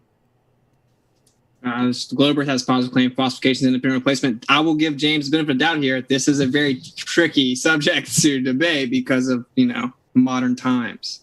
So Chris Gammon says, no matter the strength of my telescope, I can't see Mount Everest from Dallas, Texas, where Modern Day Debate DebateCon will be in January. Thanks for that plug, Chris. Go ahead, Austin and Kai, if you'd like to respond. You have a limit to how far you can see, just like when you're in LA, you can't always see the Hollywood sign because the pollution and the atmosphere is in the way. So you can't see forever. The telescope can't see forever. The atmosphere literally gets so thick that you can't see long distance. So to think flat earthers would be able to see forever if the earth was flat, it's a straw man, and it's pretty ignorant. This one coming in from Magellan of Singapore says, Jen is adding, not a fan here, Jen. Jen is adding nothing but gobbledygook. How do you like them apples, Jen? I will work on it and try to come up with some better diagrams for next time. Maybe we can get a slightly more engaging topic. Come on, You better look Jen at this made at topic, least Jen. as much sense as everybody else. Let's face it. Come on. Made Jen, by- Kai and I like you. We want you to we like you. look into it. Just look into it. That's what we're saying. This one from Made by Jim Bob says, Jen, if, quote, level, unquote, on a sphere is technically a point parallel to center of mass, at what length or distance does level, quote unquote, become curved? Sorry, was that for me? I missed that. Yeah. Said Jen. Oh, Jen. Okay. Level. Let me know if I have to say it again because it's a mouthful. Yeah, maybe we should go through that one more time because there seem to be a whole host of presuppositions. They said, if level on a sphere is technically a point parallel to center of mass, at what length or distance does level become curved? Oh, I see. Oh my gosh. Yeah. So the idea is that if a sphere you got to think with the ant and the anthill thing, right? So the ant only sees the anthill. So for the ant, the whole life is the anthill. So it makes sense that would seem to be the right shape, but then it has no bearing on the actual shape. So a sphere, if you're small enough, it seems flat. That's easy enough. It's You got it, a Ann. perspective thing. Thank you very much for this question. Will Stewart says, I figured it out. I like Jen more. Sorry, Mark. She is more interesting. No, I like Jen more. I like Jen more too. Thank you very much for Me this. too. Will Me Stewart too, mate. says, I figured it out. Oh, we got that one. Made by Jim Bob strikes again. He says, Mark, is the bending of space-time keeping the atmosphere in place, or is a force at the center of a ball pulling the atmosphere down? No, it acts like a force, but yes, it's the bending of space-time due to mass. You got it, Ann. Thank you very much for your... It's like if you have a hole in a sheet that it'll bring everything towards it. Things will fall towards the center of mass. Yeah, it's like bending love. You can bend concepts. Yeah, Bro. you can't bend. Science. Well, It's in time or not constant. really a concept. It's called a phenomenon. So maybe Oh, the terminology. Right? Okay. Cool. This one coming in from Debate Night says, Kai made the claim that she can zoom. Oh, we got that one already. And let's see. Chris Gammon says, debate, my standard flat earth question. Airplane with unlimited fuel flying straight ends up where it started when it circled the globe. Explain that. Yeah, so there's no such thing as flying straight. Okay, so we navigate using a compass. It's like, I don't understand why people laugh about it. It just shows your ignorance, bro. So like, you can't go straight. We navigate using a compass. It points north. You go east or west relative to north, right? So yeah, if you go east and you keep going, you're going to come back around to where you started. North to south circumnavigation, never been done. No such thing as a straight line in navigation. You got it. This one from Mike Menzie says, Mark, what's the distance to the sun, moon, and the nearest star?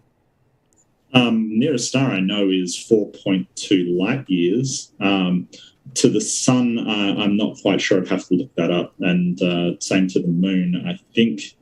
No, I can't remember. I'd have to look it up. 238,000 miles.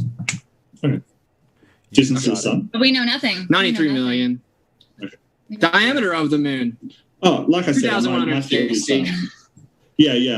my field is computer science. So Well, my field's debunking the globe, man. yeah, That's actually on our get that. calendar. Look, People check it. can- That's on our calendar. This is what we did all week, dude. Yeah, Eat, yeah. sleep, No, I get debunk that the people globe, can repeat. memorize things and still be wrong. A lot Wait, of bro, people you're- that have memorized things are still wrong about what But you're they- trampling doesn't on my- actually prove anything. I agree with you because all these people know how to Yeah. do is regurgitate like rudimentary things they were taught. But you're stumping on our joke here. Oh, but you're special, right? You're Yeah. special. You can regurgitate things, but you know what you're talking about. So you're special, right? You're Well, an I was taught the exception. same thing. I was taught the same thing as you. I just broke out of it. Yeah, It's but not now that I'm you're an special. exception. So you're Well- saying that people regurgitate stuff and it doesn't prove anything, but yours does. Well, look, if you adopt my calendar, maybe you'll get where we are. It's eat, Well, I sleep, want the calendar that globe, works. repeat, and then we rest on Shabbat. Well, and I think Mark just Yeah, might be I'm cranky just because he's pointing been out that living you- upside down his whole life and all the blood's been rushing to his head because according to you, you're down under. You've been upside Yeah, down yeah. your whole life. So that must be Yeah, really so frustrating, right? From So your perspective, yeah. From my perspective, you're upside down, so the blood's rushing to your head. Cool. This one coming I in. got you. Do appreciate your question. Mike Menzie says, Mark, what's the distance to the sun? Did I ask this? I did ask this, right? Yes. The distance to the sun, moon, and the nearest star? Yeah. Okay, sorry. My working memory is shot. Unfortunately, I woke up in the middle of the night and couldn't get back to sleep. Magellan, thanks for your question, says Loran, capital Loran, was shut down in 1998. Witsit, stop talking nonsense. Well, it's a good thing I said that it predates GPS. And I did not claim that it was still in use. It has the exact same use case. They added a Z-axis to the Cartesian coordinate system used for navigation that's been used for years. You got it. This one coming in from Jeannie. I didn't see a question, Jeannie. And same with Anomaly Bear. Let me know if you meant to attach a question to your chat. I didn't see one. But Magellan, thank you very much, says Austin does a bifurcated pulse, aligned plasma simplification, falsify the privation of an observed moderator on a toroid reification blue shift. Clearly a troll. Clearly a Nice. troll. Next, Pretty funny. I'm sorry that you guys' mind shut down after 3 syllables, dude. Give me a break. Next up, Mr. Monster says, do you believe in circumpolar navigation? Is that a troll to you? I don't Oh, that's for us. There's no such thing as circumnavigation north to south, which is the only thing pertinent and relevant to this discussion. You got it. Stupid Santa's whore energy says predictions in science aren't temporal. Witsit, learn some philosophy of science. Oh, so science isn't temporal, meaning it doesn't fluctuate or change. You know what doesn't change? Natural law, and that debunks the globe. You Natural got law. it. Yeah. Thank you very much for this question coming in from Marty Leads Live says, do Mark and Jen think we have gone to the moon? And if so, what is their major malfunction? Yeah, I think we've gone to the moon, and there's no malfunction except for maybe Apollo 11, where there was a major. Well, there's malfunction. a bit of a replication crisis, isn't there? Oh, I like you. I like you. She's just being honest, right? Even if she disagrees with us, that's all that matters. yes. Yeah, well, we're going to go to the moon again. There's one scheduled, so we'll all see 2 more what weeks? happens. Do they put it off it's, every time? 2 more weeks. 23. I got that joke. You're Yes. based. This is juicy. When is it? Do you know when it is, Mark? I'm curious just because it's 2026 now, I think. Or 2028 maybe. They push it back every couple years. It's going to be all girls, allegedly. So. 2025, I think. Okay. Wow. Well, that'll They change. had next set the goal. So I mean, in the next few years, we will see. And you guys will, and we'll all find out. And we'll. You want to find bet out $1,000 right now live that it doesn't happen on whatever the date is right now? You want to bet $1,000 they change the date again? Well, they may do. I mean, it's not going down the road for Fair a enough. pizza. It's a very, very technical process that if they rush it, people could die. Well, So, they yeah, destroyed they the may- Well, technology. they rushed it 7 times in the 60s, bro. And they destroyed the technology, and it's a painful process to put it back together, according to Don Pettit. the Well, astronaut. yeah, that's because the technology was old, outdated. It's not what we They just- would But it use got them to today. the We would moon. Yeah, and use- they haven't been back because of. Let's Yeah. give him a chance to respond. We're gonna Yeah, so we basically would not use that technology. It's old, redundant, and quite frankly, just out of date. We would create something better. There hasn't been a reason to go back to the moon. And when other organizations like China have done moon missions, they've sent drones. You got it. We must move into the Why next would one. we send humans? Quick Lemon says, Jen, where are your maracas? Oh, the maracas. Yeah, where are they, Jen? Where are they? Now let's just go to the next question. I don't even know what to say to that. Is this some sort of innuendo? Okay, Soldier of Science says, Austin and Kai, what do you think of the Cassini or Voyager missions?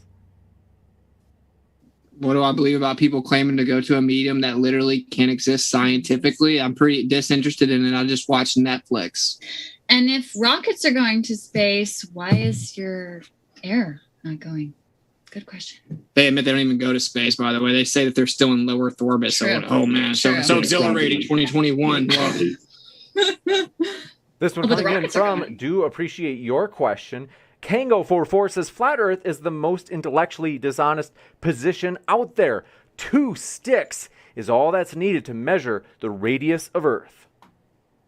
And perfect example of how actually it doesn't determine radius, it's a circumference. Shows how you don't even understand your own religion. You self-projected your intellectual dishonesty because actually you were pretending that proves the Earth is a globe when a glober earlier admitted that it literally works on both, as did NASA on YouTube. It works on both. So that's ridiculous. Actually, Flat Earth is intellectual honesty summed up because we have to admit we don't know everything, that actually we just know they lied to us. And now we're piecing together what we do know. We physically measure the surface of the Earth. It does not curve at the rate necessary for a radius value they told us. That's just a fact. You're going to have to live with it or pretend it doesn't exist. Soldier of Science says, Austin and Kai, what do you think of the Cassini or Voyager missions?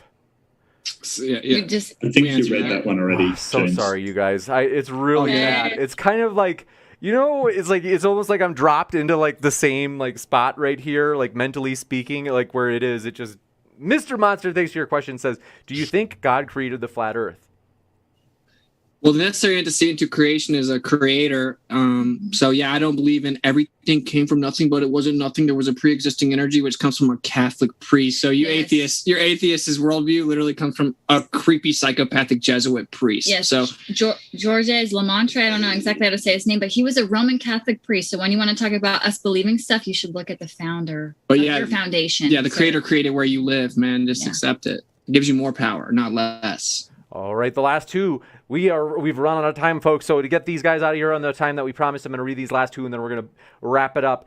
Magellan says, Witsit, how does a radio-based navigation system differentiate, in parentheses, LORAN, L-O-R-A-N, between a y-axis and x-axis signal? Sorry, it's not physically possible. It's not differentiate between the X, Y signal. What that doesn't even make sense. The Cartesian coordinate system is how you map it out. The signals are how you actually determine the location relative to a centralized location. So you take your Cartesian coordinate system and it maps out central to your location, right? So we have the Cartesian coordinate system for mapping purposes.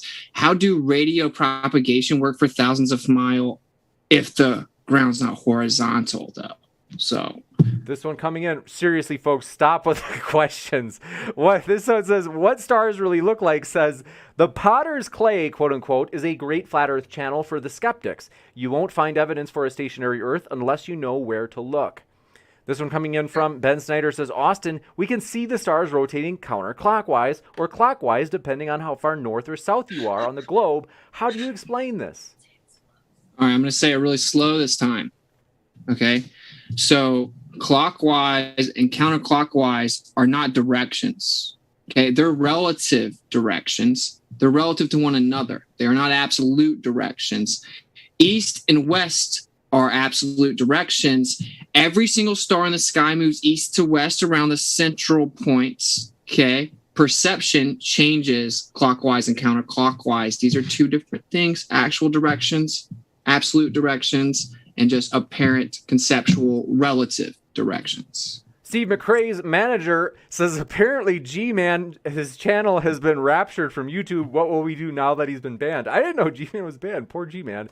Rum Runner says, sniper schools teach sharpshooters to compensate for the curvature of the Earth for long-range shooting. So are they all lying as well, Austin? That is patently false. I actually personally and everyone, all the Globers trip out and they like call my bluff. I literally know the people I say I know. Okay, I know tons of people from the military that shoot 1.5 miles. Okay, I just talked to one in person the other day. They're never taught to account for Earth curvature. Okay, now they're told that at a distance there may be some Coriolis, but they never actually have to account for it. They account for bullet drop, much more significant at those short distances than the Earth curvature, which just shows how detached from reality that thought is. And if the Earth is spinning underneath the bullet, it should also spin underneath a drone or a helicopter. A helicopter should be able to hover over New York and wait for Paris to spin underneath to it. And this can never happen because the Earth is not moving underneath it.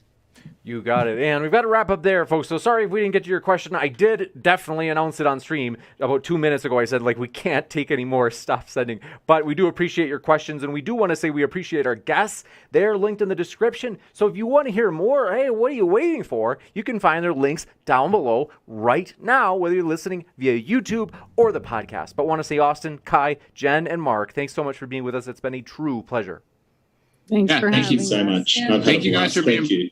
Thanks for being pretty cordial. Thank you, Jen, for being cordial. It was cool. Nice to meet you. Talk to you You too. soon. Stay We- flat.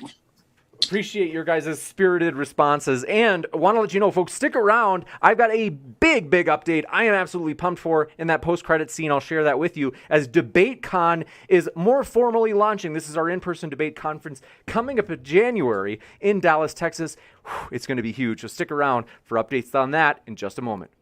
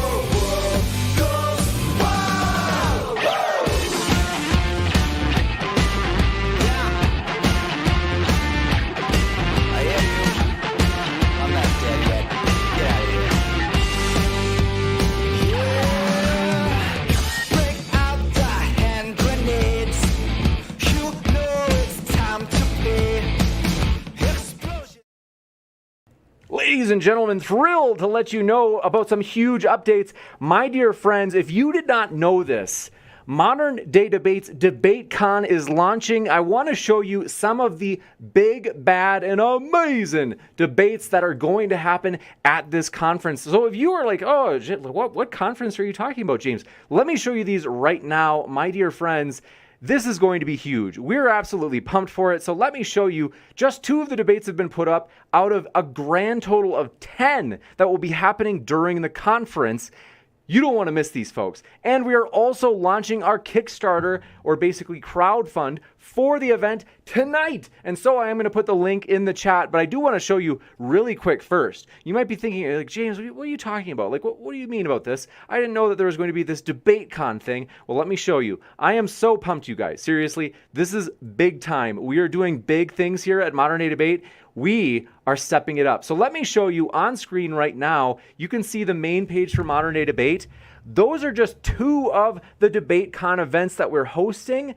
This is going to be monstrous. You guys, we are absolutely pumped for this, and we are 100% determined because this is a big risk for us, guys. I've got to tell you, our crowdfund link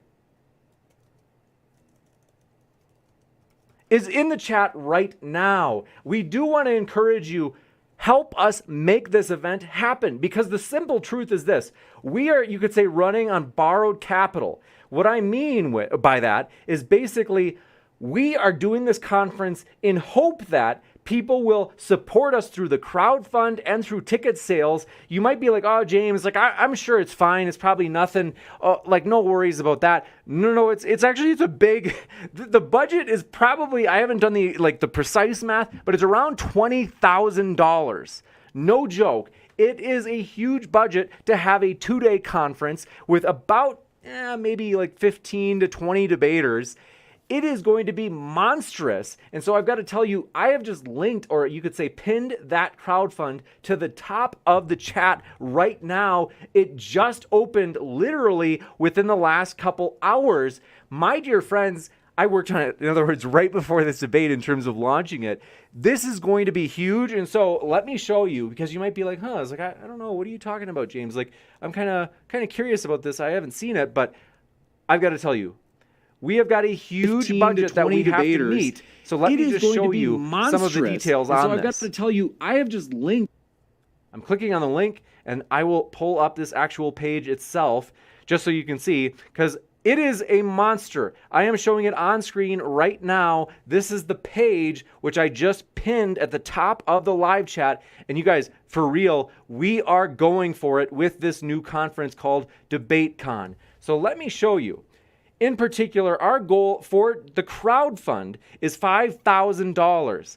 That is $1,500 more compared to last time, because I don't know if you guys remember, but last time it was $3,500, and that was for a single debate. We are because you might be like, well, James, how is it that you're going to have 10 debates instead of one big debate? You're having 10 big debates. How are you going to do that if it's only $1,500 more for the crowdfund? I will tell you, this is how. In particular, we are also going to sell tickets at the event. We have no idea how that'll go. We hope that we can sell a lot of tickets. The reason being, if we didn't sell any tickets, we are in big trouble. And that's why you could say that the crowdfund is kind of like almost like a fallback plan, where if we don't sell enough tickets and we're like, oh smokes, like we have this huge bill for the venue as well as for all the flights of the speakers, that would be a big, you could say a big, something that we'd be nervous about. So I do have to tell you, my dear friends, we are pumped about this. It is going to be gigantic, and it's very easy. You can log in using Facebook. So if you're like, what is this website, Indiegogo, James? If you log in via Facebook, you don't even have to give them your information. You can throw funds right into there. And the trick is with this, we absolutely have to reach our goal. Like I said, this is something that we have no idea how it's going to go, and we want to ask, would you partner with us? If you have enjoyed Modern Day Debate, if you're like, yeah, I love Modern Day Debate, it's been fun, would you help us fulfill this goal of putting DebateCon on? Now, you, like I said, might be wondering, well, I was like, hi, James, I don't know, like, what exactly is it, though? Like I said, I'm going to show you a couple of things. One is, you might be thinking, well, James, I don't know, like, are the debates good? As I mentioned, oh, they're good. They're very good. So I'll show you two right now. You can see on screen, David Wood versus Nadir Ahmed. That is going to be a juicy one. And in particular, let me read the title for you. That is on, Does Science Show That the Quran is True? That's going to be a massive one, as well as in person too, Can Religion and Government Overlap? With Elijah Schaffer and Destiny. That is going to be big time, you guys. That's honestly, like, these are like super high caliber debates for the conference. And so I do want to say, are you willing to join us to fulfill this vision, namely of providing a level platform so that everybody can make their case on a level playing field? We're determined to do that, and we are on a mission. I don't care if T-Jump and I have to do a car wash in January. You know we will make this happen. We will reach the goal, and this event is going to happen. So I have to tell you, my dear friends, we're going to keep releasing with each debate that we have in the next 5 debates. We are going to release 2 more new debates where we share with, hey, basically, this is the 2 new debates that we're adding to the conference as we release them. And so I do want to encourage you, my dear friends, maybe you're like, well, I don't know if I can give it this moment, but, I'll think about it. Do think about it, because this, I don't know if this is going to happen, who knows, if we had a surplus somehow, if we were like, wow, we sold enough tickets and the crowdfund made it so that we have, let's say, an extra $1,000, it is guaranteed we're going to put it toward the next conference. So it's not like, it goes into James's pocket. No. It is going to go into a checking account that we're working on basically having it ideally be a public checking account so that anybody could see the amount that's in it. That way people can see that, yes, 100% if we happen to have anything extra, even if it's $100 extra beyond the 5,000 goal, it will be used for our second DebateCon conference, which frankly, no joke, is already being planned out as 2 people reached out to us today because they were like, hey, we know that our debate is going to be big and we want to have it at Modern Day Debate. No joke. So we're super flattered that they trust us because that's ultimately what they were looking for is they said, we want to make sure it's like a neutral platform.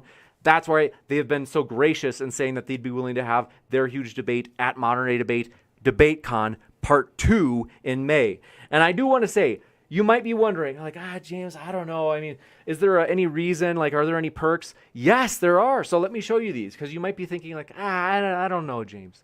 Like, what are the perks? I mean, are they just for betas? Well, let me show you. For one, as you can see on screen, oh, no, you can't, but now you can, is the first perk being support the cause without a perk. That's an option if you want. You can throw a few bucks in. That helps, and you have our sincerest thanks. As this is like I said, we're taking a leap here. Like we're really like, I'm very serious, folks. Like we don't know how this is going to go, so your support means a ton.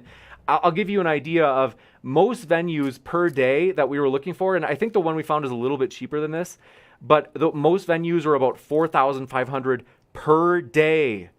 So in other words, this crowdfund will cover the venue for half of the conference. And we're hoping that ticket sales come in to cover the rest of the venue costs as well as the hotel and flight costs for the speakers. So this is big time, but I've got to show you the other ones.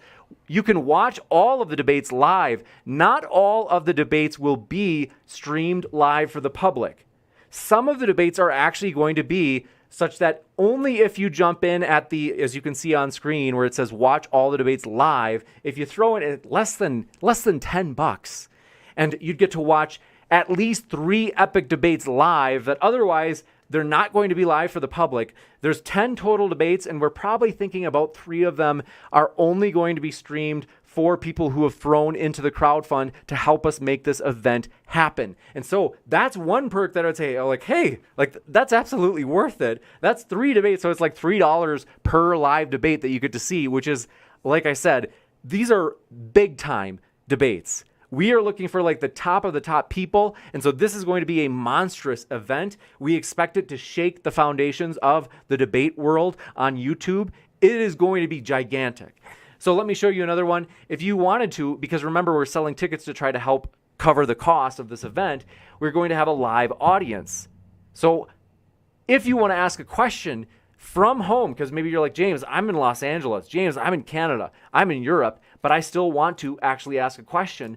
If you put in $50 toward the crowdfund, you can ask a question from home, as we won't be able to take questions as usual, because obviously for those who have bought a ticket, we want to prioritize those people's questions. But we're like, hey, if you're willing to support the crowdfund, we are willing to let you ask a question from home, as we appreciate that support because we really do need it. And we want to say, please do consider this though.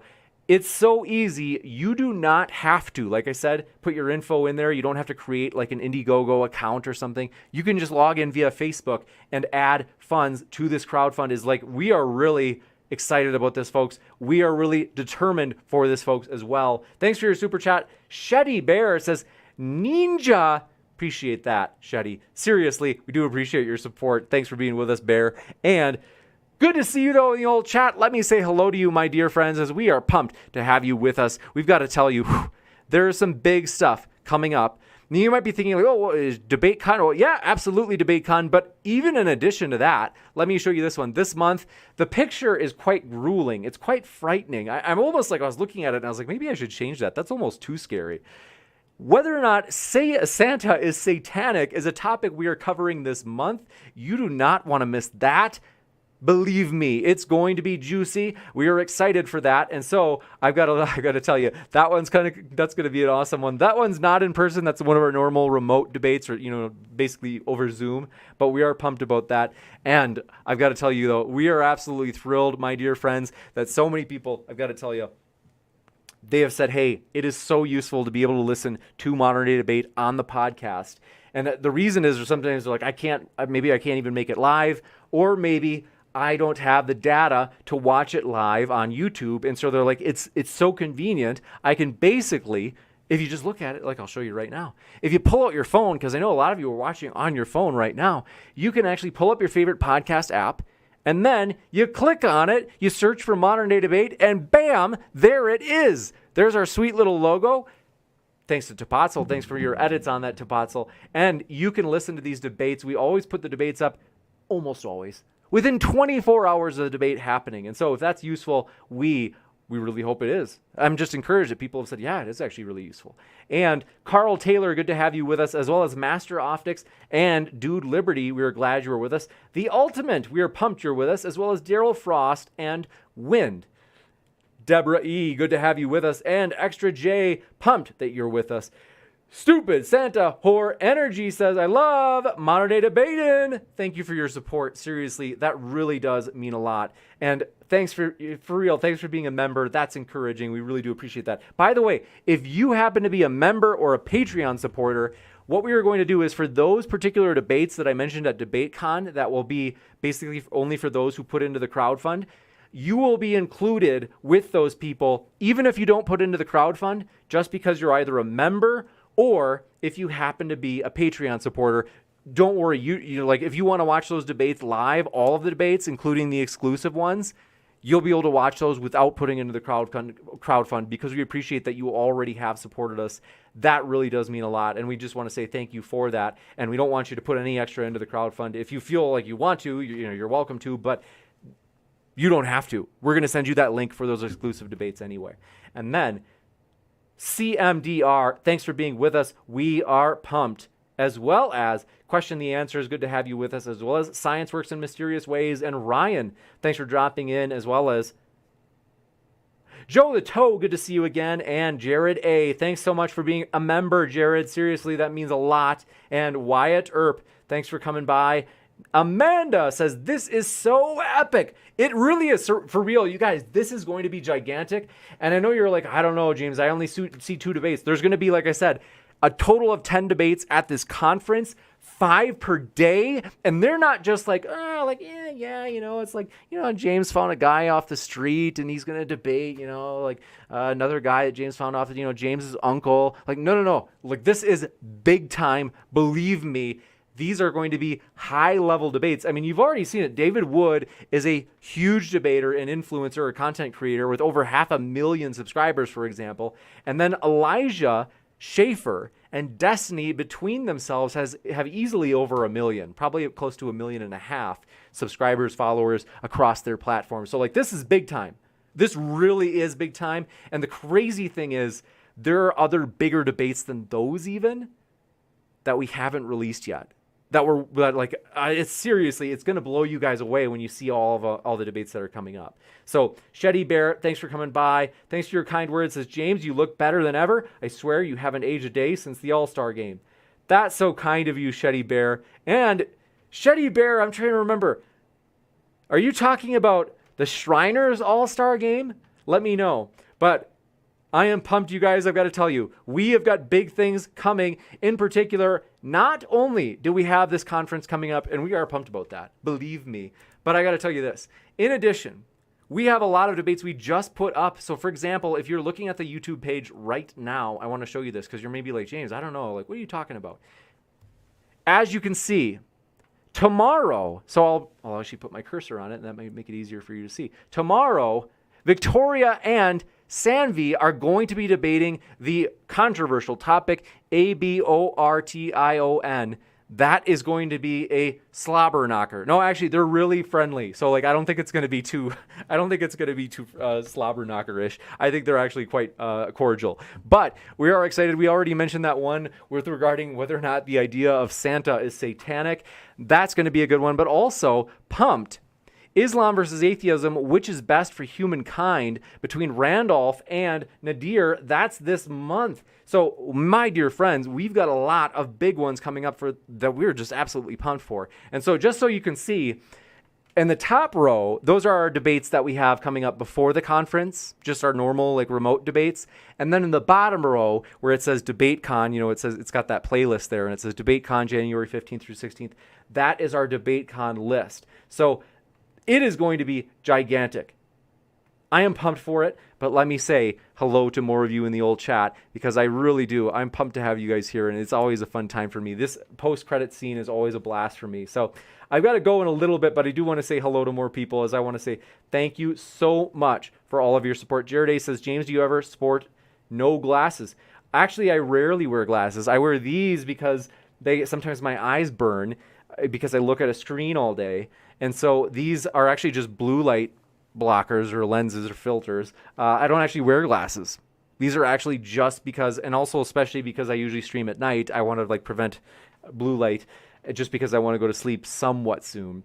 But thanks for asking. And later, Deborah, thanks for coming by. Ryan saying goodbye to Deborah, I think. But Deborah, we hope you have a good night. And then CMDR After Hours, pumped to have you with us, as well as Peter G and Extra J, thanks for coming by. Let Tornado, good to see you again, as well as Michael Keeling, thanks for coming by, as well as Mango Tea, pumped to see you. Chris Gammon, thanks for coming by. Seriously, thanks for your support. Says dropping some dank coin on that base crowdfund. Seriously, that means more than you know. We really do appreciate it. And believe me, I know that every time we do this, folks, sometimes it's like, James, are we going to be able to make it for this crowdfund? Like, you might be thinking, like, James, like, thank you so much for our first donation of $250. We are going to make it. Believe me, my dear friends, thank you so much, Chris, for your support. Seriously, that means more than you know. It really does. And so we are determined.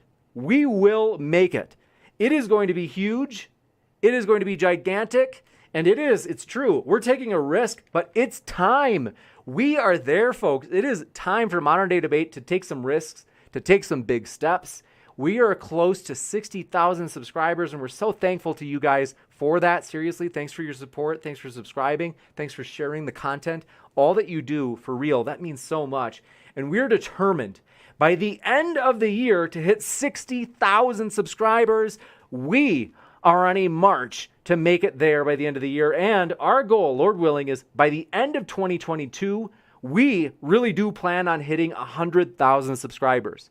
We are shooting for the stars, my dear friends. We have a lot of potential for growth, and these conferences we really do believe are going to help us get there as we try to expand the vision across YouTube of providing a level playing field so that everybody can make their case on a neutral platform. We're determined to do that and want to say thanks for your support of that vision.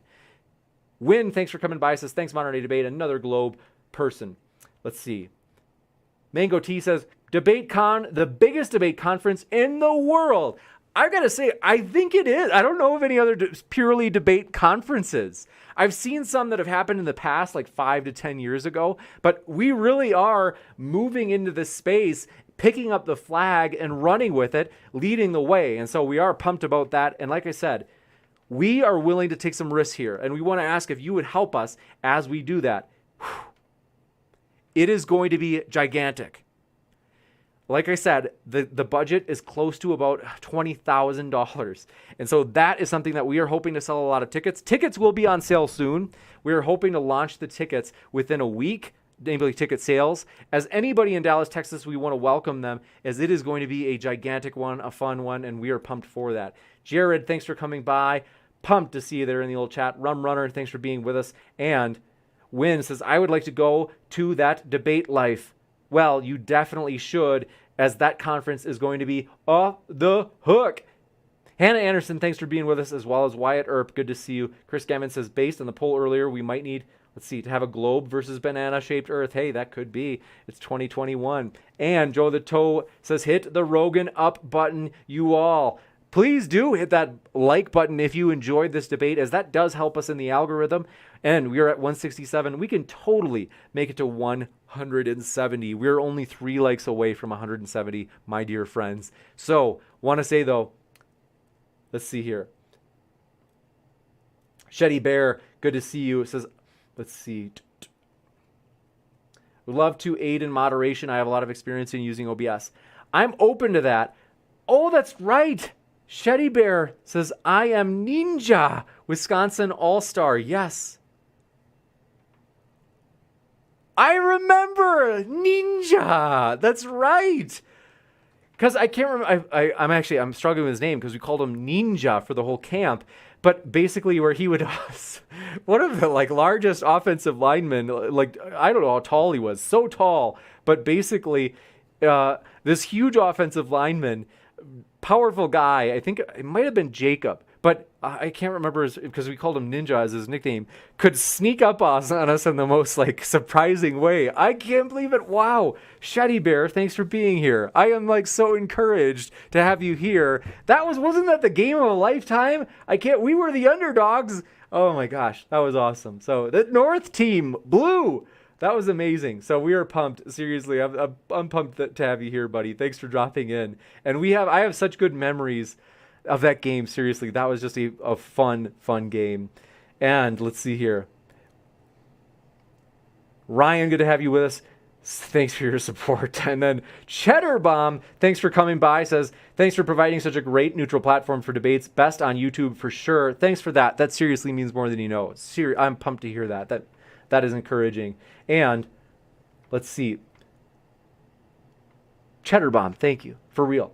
I'm just so encouraged to hear that. We really do want to make it so that we can be the most neutral platform possible. And Andrea says, Shalom, y'all. Much love. Thanks for your support. And I'm so sorry to the Twitch chat. Let me jump into the old Twitch chat because so sorry, folks. I get sometimes YouTube, the YouTube chat tonight was pretty busy. We had, I think, like over 500 people watching tonight.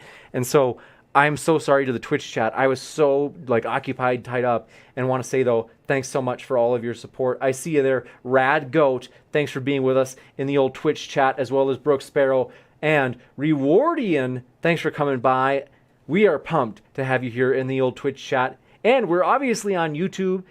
If you are not following us on Twitch or YouTube, we're on both, and you can find us easily on both by typing in, of course, the same name, Modern Day Debate, as well as Kiz8Zik. Thanks for coming by, as well as Allison Wonderland. I see you there in the old Twitch chat, as well as Ozian and Tapatzel. Thanks for coming by, in case you're still in there. But yeah, I am pumped that you guys, it is really fun. Cool stuff coming up. And then let me jump back into here.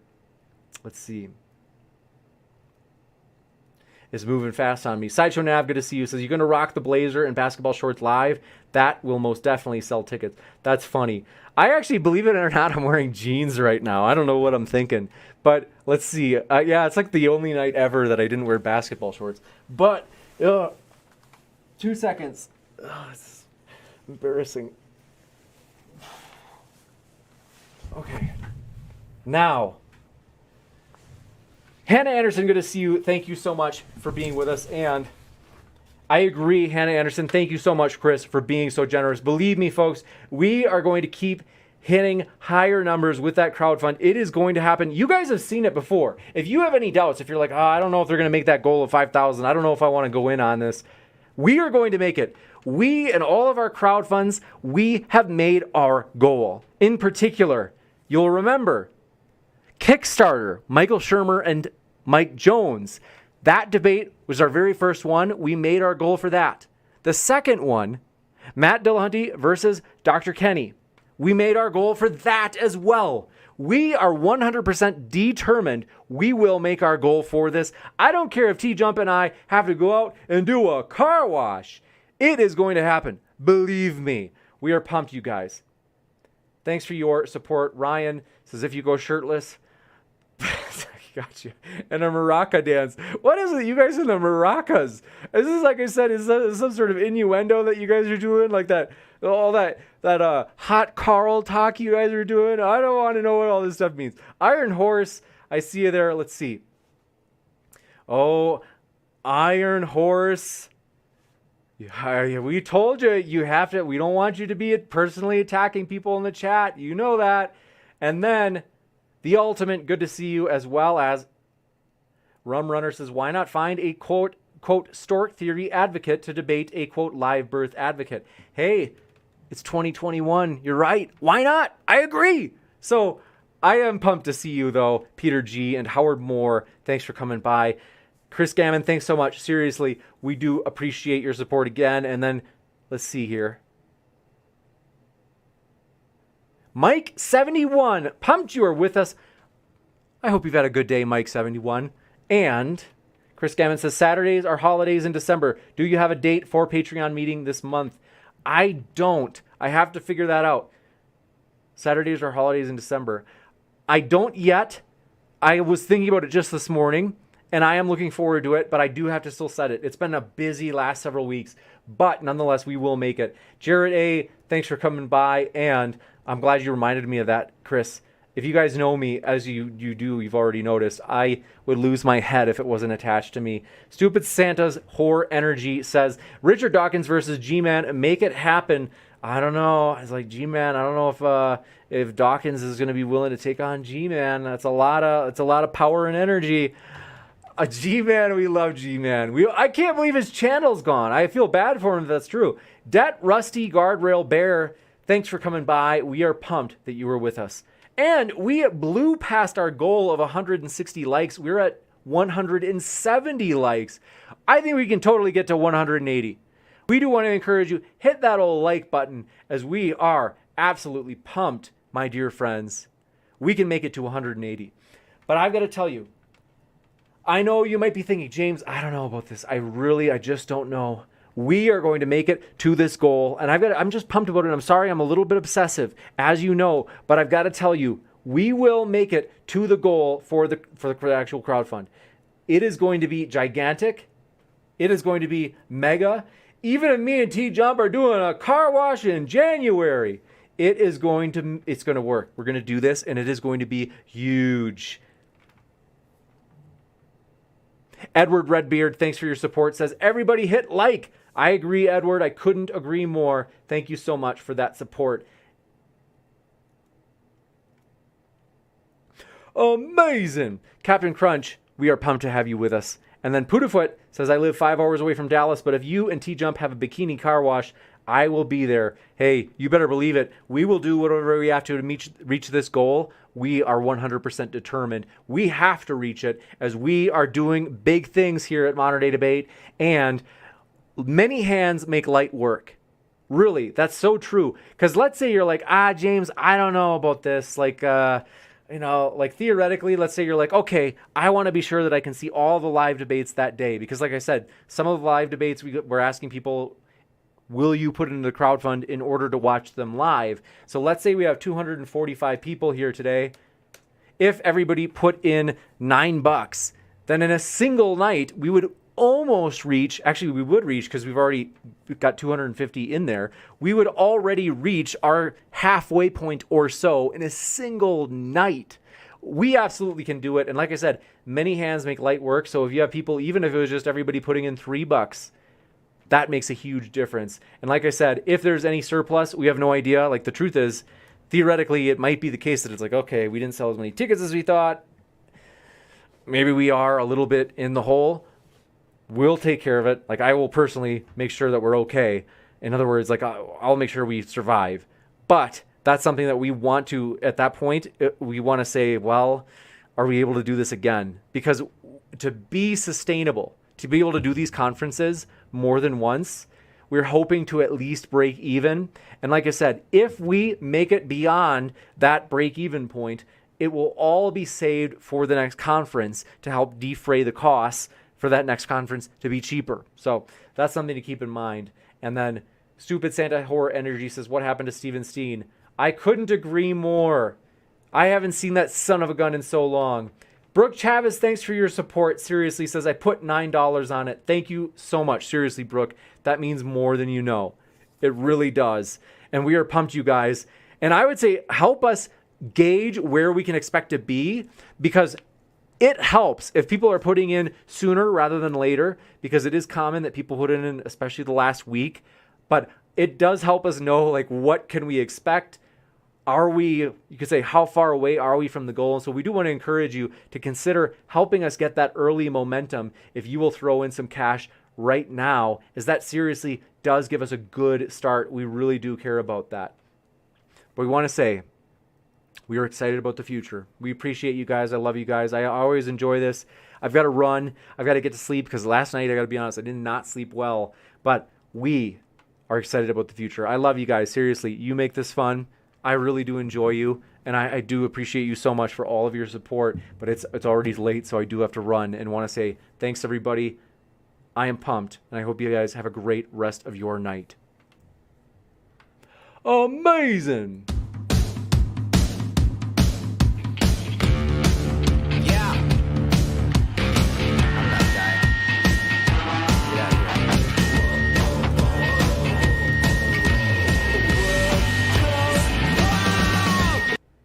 Isn't that amazing?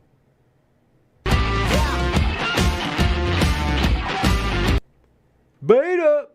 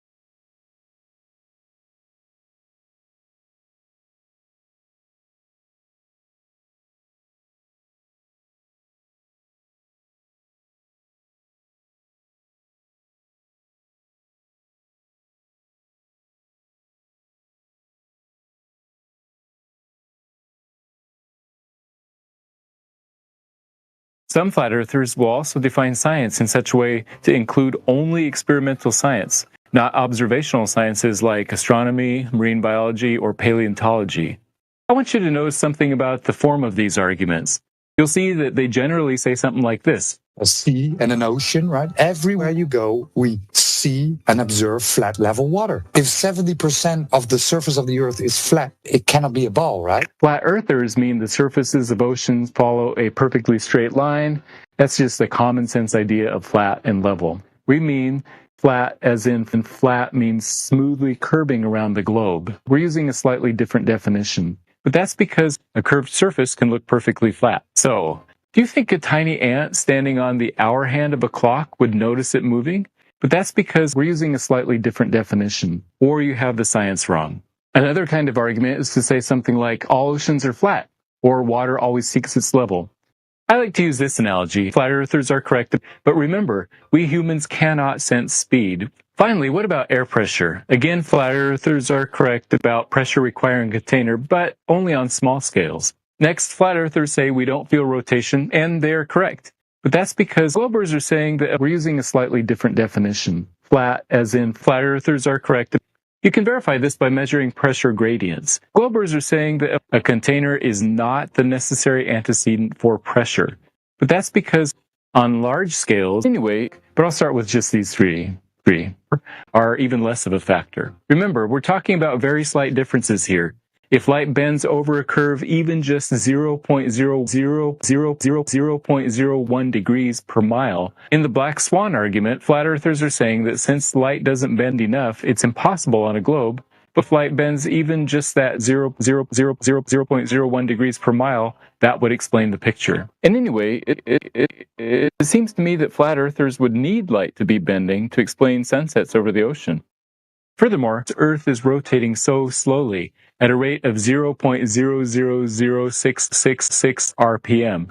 Do you think a tiny ant can only feel acceleration and rotation, and the other rotations around the sun and furthermore, around the galactic core at twice the rate compared to the daily rotation of the Earth? The weight of the tiny ant causes atmospheric pressure with no container required.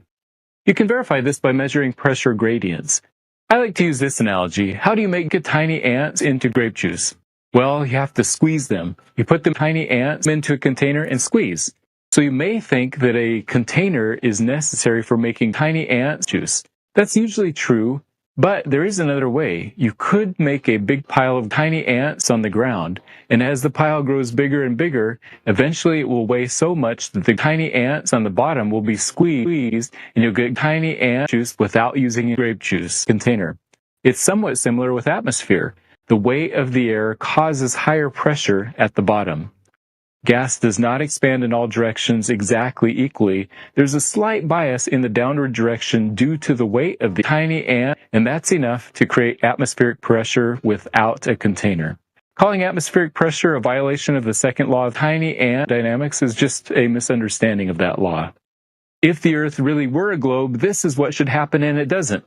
So most of their evidence is negative evidence. Here are a couple of examples about how water should flow on the globe, or how day and night should work, or how clouds should work in the atmosphere. The scientific response is generally no, that's not what should happen. You're either misunderstanding tiny ant. It turns out that both sides agree with those statements, but mean different things by them because they have different definitions of the word flat and the word level. Globers say that the word flat and level technically means something more nuanced, like following gravitationally equipotential lines, which curve slightly, so a flat ocean or a level plane actually curves slightly with the shape of the Earth. In other words, when we say flat, we don't mean that it follows a perfectly straight line. We're using a slightly different definition.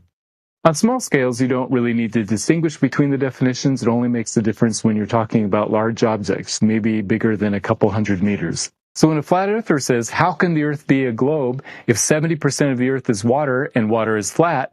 I would say, I agree, it can't, using your definition of flat being a perfectly straight line. But that's not what we're saying when we say the globe is 70% flat water. We mean flat as in flat means smoothly curving around the globe. Now, you can't prove things with definitions like this one way or the other. But it's helpful to be clear about what definition you're using when you're using words like flat or level. Another word flat earthers sometimes use differently is the word believe. If you ask them, do you believe the earth is flat? Many of them will say, no, I don't believe, I know. We don't need to believe things. This is not a religion. As soon as you say belief, that is an immediate connotation to religion. There is no belief here. Gravity does not exist. Period. There's a bigger cult called scientism. They say scientists believe, because you might as well be saying the pastor believes or the Pope believes. And then you must believe, because belief is usually tied to a religion or some kind of cult-like dogmatic thinking. As if the word believe implies some kind of misplaced faith in something with no evidence. That can happen. However, most philosophers would say that if you know something, you also believe it. To believe something just means that you think it's true. So I find their use of that word just bizarre. Bizarre.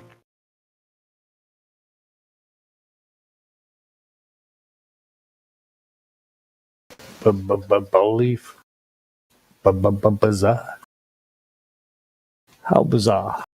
Yes, that's right. Water farms into a mountain. Thank you, Matthew.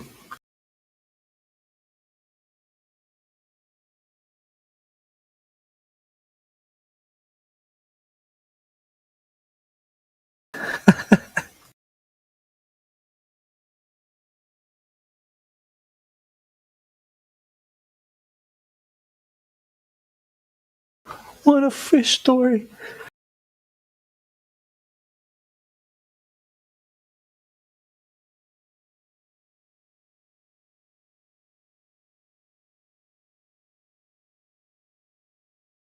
Did you know that the Earth is flat? There's no curvature, it's not spinning, and space is fake. Do they have any evidence? They do.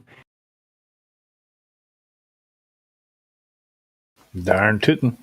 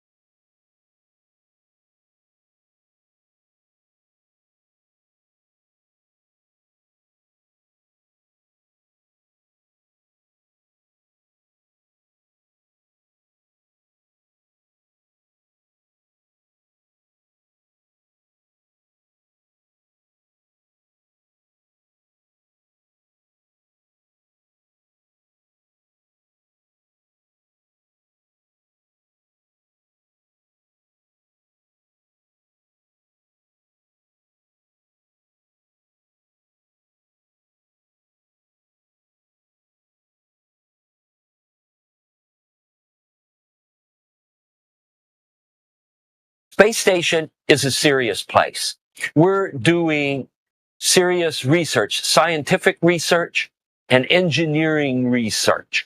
We have a regenerative life support system, which is a fancy way of saying that we've got a toilet that you use and then a machine that goes chugga, chugga, chugga, chugga, chug. And then you go to the galley and you make yourself a cup of coffee.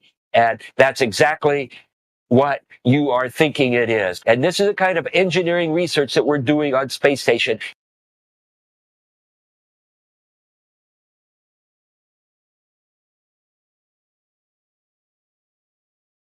Yeah, boy. Houston, we have a problem. Here is Pig.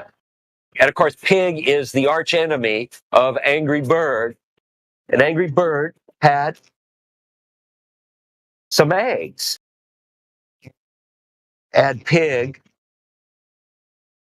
stole the eggs. And don't ask me how I got the eggs on space station.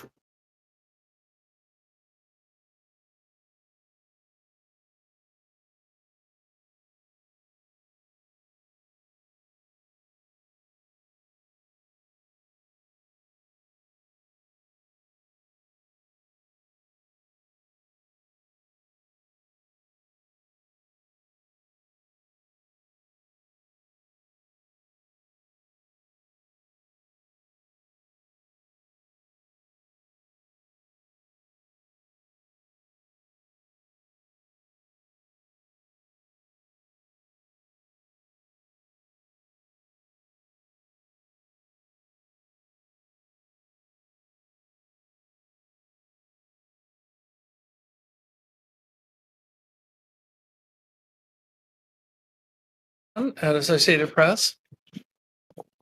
March at NAP. What was going through your mind? How amazed were you to see your roadster up there with Starman just cruising along with the Blue Planet? And how long will we be getting live views, do you think, from the car? Well, I think it looks so ridiculous and impossible. And you can tell it's real because it looks so fake, honestly. Like, we'd have way better CGI if it was fake. And you know, the colors all look like kind of weird in space. There's no atmospheric occlusion. You know, like everything looks too crisp. But we didn't really test any of those materials for, you know, is it space hardened or whatever, you know.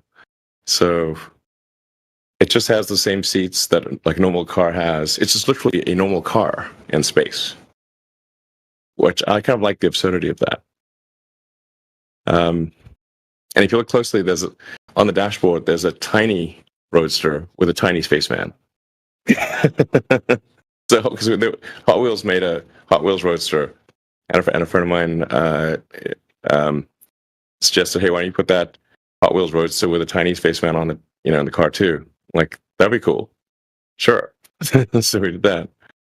I mean, it's kind of silly and fun, but I think that's, silly fun things are important. And normally, come on, man.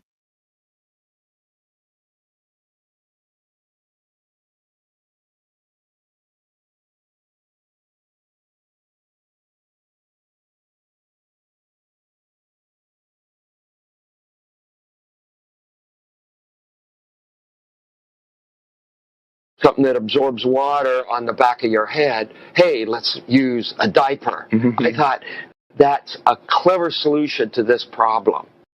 Yeah, pretty neat. They also came up with the snorkel idea too, Unexpected turn. The astronauts doing the spacewalks will now be wearing snorkels after the last astronaut who performed the spacewalk nearly drowned when his helmet filled with water. Just my gut inside me said, that's my dive buddy, and I should be with my dive buddy. That's my dive buddy, and I should be with my dive buddy. Snorkel cut from rubber tubing. This snorkel is now installed inside the suit. Each of these spacewalks is scheduled for 6.5 hours.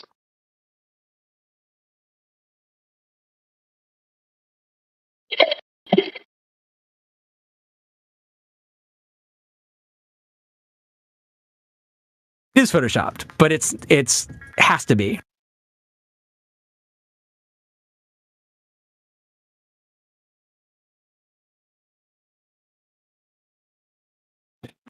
Why has nobody been to the moon in such a long time? That's not an 8-year-old's question. That's my question. I want to know what I think I know.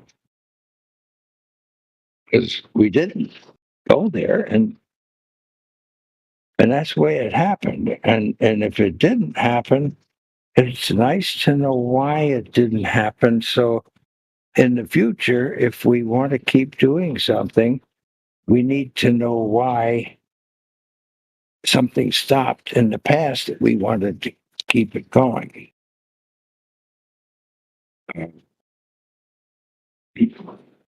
Money is a good thing.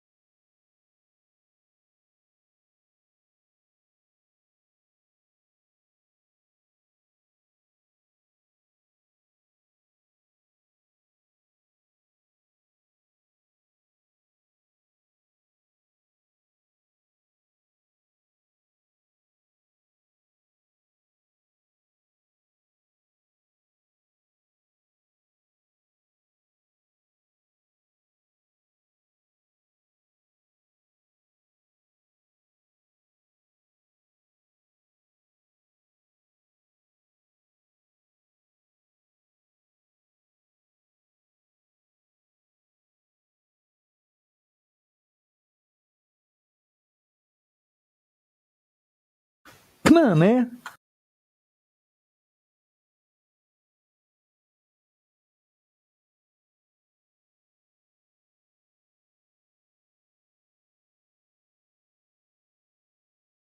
$1.2 billion. So you go ahead and you stack spaghetti sauce at a store and in a supermarket. You control the guy or the woman who brings out the carts on a forklift.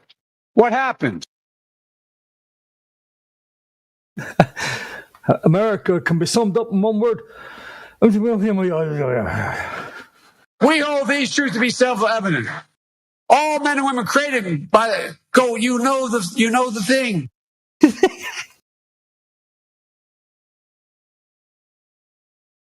thing with the thing. Come on, man. Come on, man. Come on, man. My name is Joe Biden. I'm Joe Biden's husband. If you don't know whether Trump or me, you ain't black. The earth is flat. The earth is flat. Poor kids are just as bright and just as talented as white kids. We choose truth over facts. We choose truth over facts. You could inject some bleach in your arm, and that would take care of it. That was really a productive segment, wasn't it? Judge my physical and mental, my physical as well as my mental fitness. You know, folks, that's the America that George Bush has left us. And that's the America we'll continue to get if George is. My mother believed and my father believed that if I wanted to be president of the United States, I could be vice president. My mother and father believed. I got to the Senate 180 years ago. Come on, man.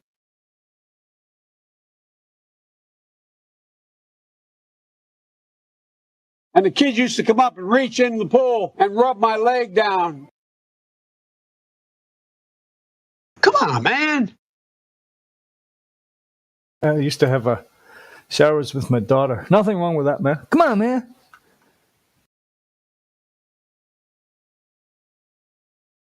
Come on, man. Prescription jugs. Thank you, Dr. Pepper. Prescription jugs. You should have That was really a productive segment, wasn't it? you should have that one where he says, America can be summed up in one word.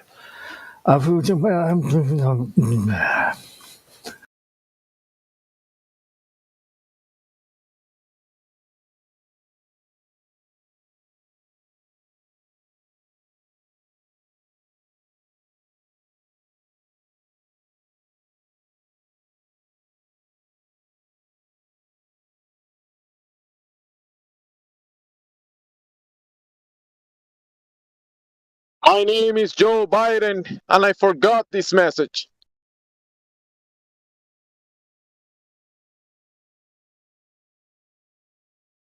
My name is Joe.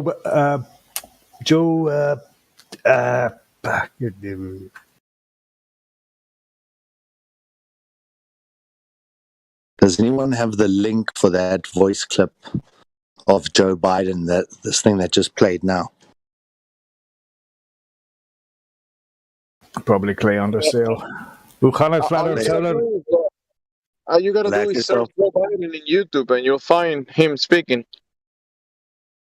No, but that specific mashup, the one we just listened to. Judge, my physical and mental my physical as well as my mental fitness. Google searching or searching Joe Biden dumb messages and finding millions of results. Yes.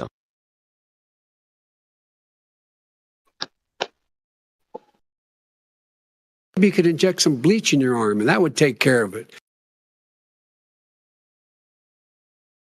Are you doing that on the soundboard, Clay Undersale? Yes.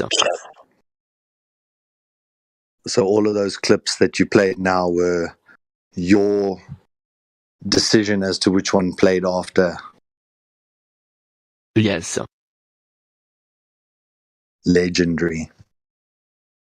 I had about 5 or 6 videos that I was sending around with bits and pieces of those types of clips.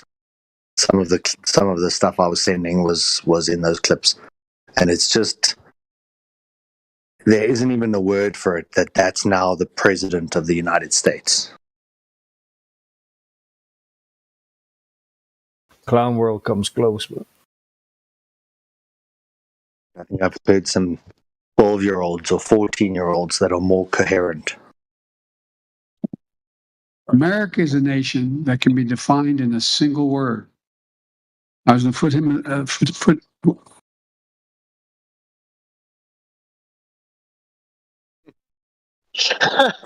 I want to. Yeah, there's no way that is not in purpose, bro. Like, there's too much there, bro. Like, that's hilarious. It's only one simple word to describe America. come on, man. I was going to put him I was going to put him America is a nation that can be defined in a single word. I was going to put him That's hilarious. I was going to put him I wonder what that word actually means. I wonder if this does actually mean something. Judge, my physical and mental my physical as well as my mental fitness. I was going to put him Judge, my physical and mental my physical as well as my mental. I was going to put him Yes. My mother believed and my father believed that if I wanted to be president of the United States, I could be vice president. I got to the Senate 180 years ago. Oh my God. 180 years ago. Keep it going, Clay. Keep it going. This is the funniest shit.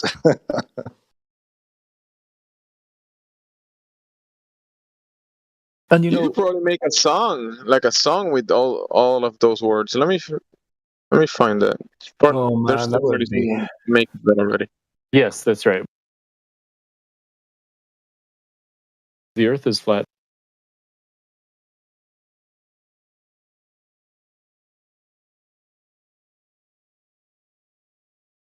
And the kids used to come up and reach in the pool and rub my leg down. We choose truth over facts.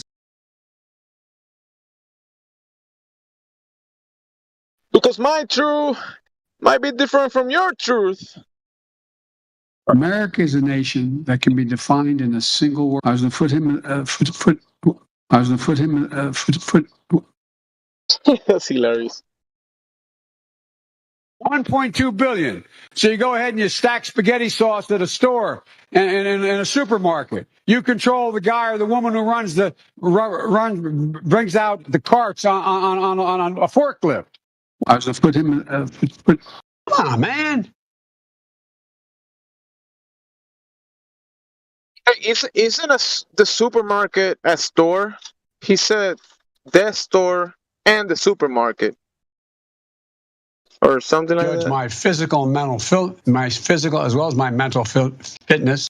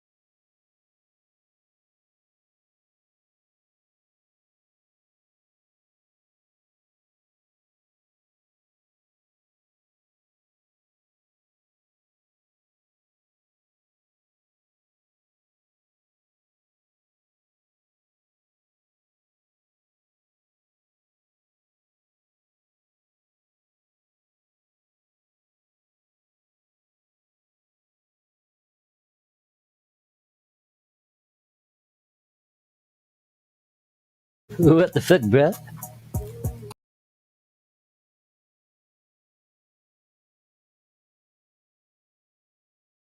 That guy is genius. Absolute genius. I was going to put him, The Remix Bros. He also did Kenneth Copeland, The Wind of God. Man, absolute genius.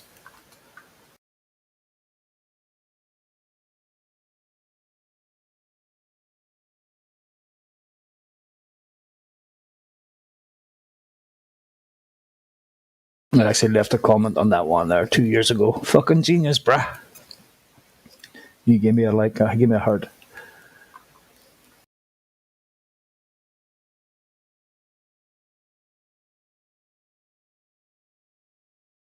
You know the thing.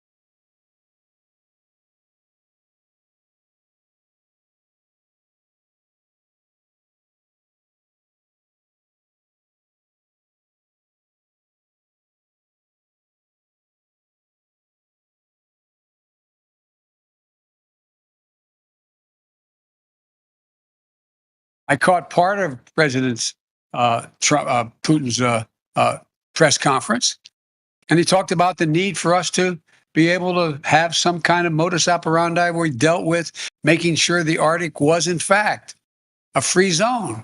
Is a Taliban takeover of Afghanistan now inevitable? No, it is not. Because you have the Afghan troops have 300,000 well equipped as any army in the world, and an air force against something like 75,000 Taliban. It is not inevitable. Do I trust the Taliban? No. But I trust the capacity of the Afghan military, who is better trained, better equipped, and more competent in terms of conducting war.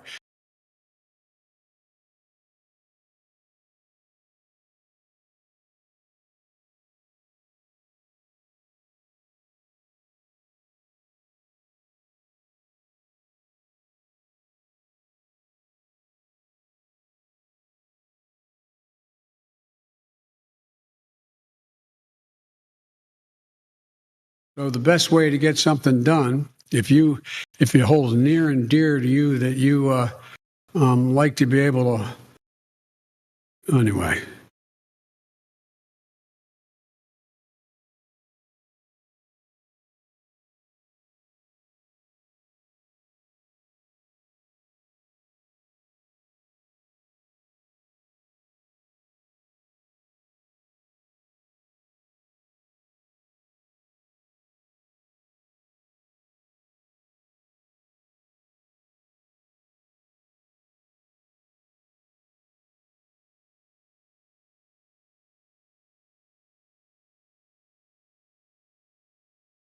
He's just a mouthpiece. He has no idea what he's saying. He's just saying what he's been told to say.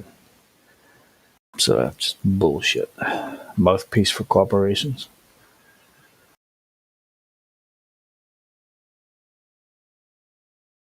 So the best way to get something done, if it holds near and dear to you that you like to be able to, anyway. Joe, you had one job: string a coherent sentence together, and you couldn't even do that. Houston, we have a problem.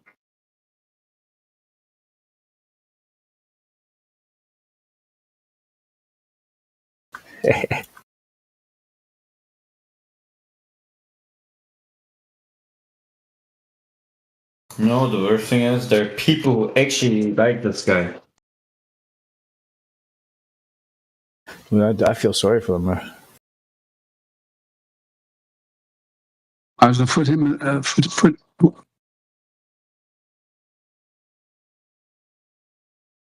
America is a nation that can be defined in a single word. I was going to put him, That never gets old, hey? Never gets old.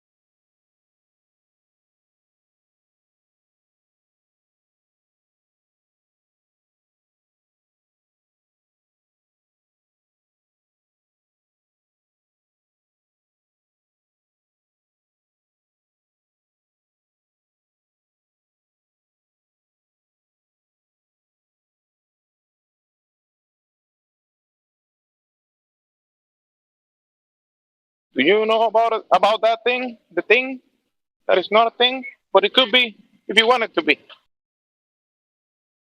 Come on, man.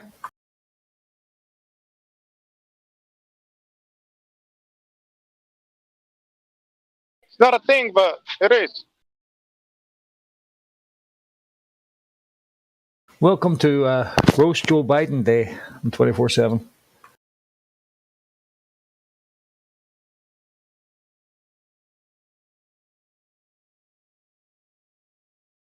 We hold these truths to be self-evident. All men and women created by go. You know the thing.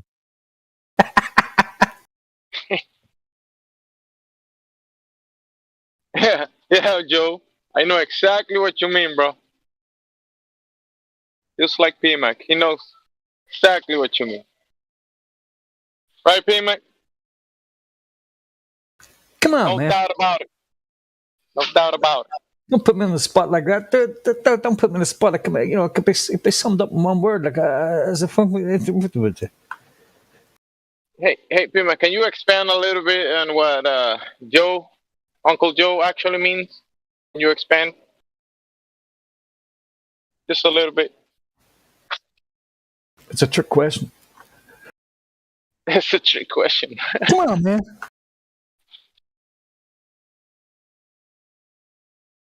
Even Joe doesn't know what he means.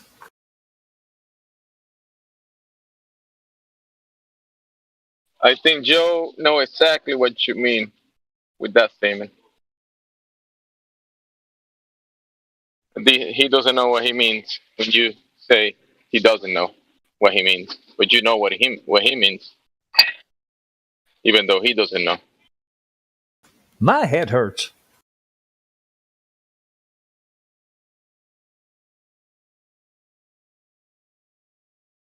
The question is, why?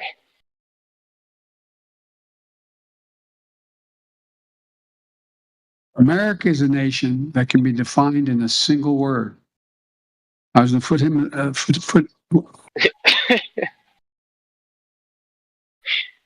Come on, dude. You're just doing that because you don't live in America. You Ethiopian. Yes. Yes. Yes. Yes. If you're having a hard time figuring out whether you're for me or Trump, The earth is you ain't flat. black. Even Germans know so common. No problem, brother. If you don't Yes, understand that's what right. The earth is flat. Who's that? Uncle Joe's nephew? Yes, that's right. The earth is flat.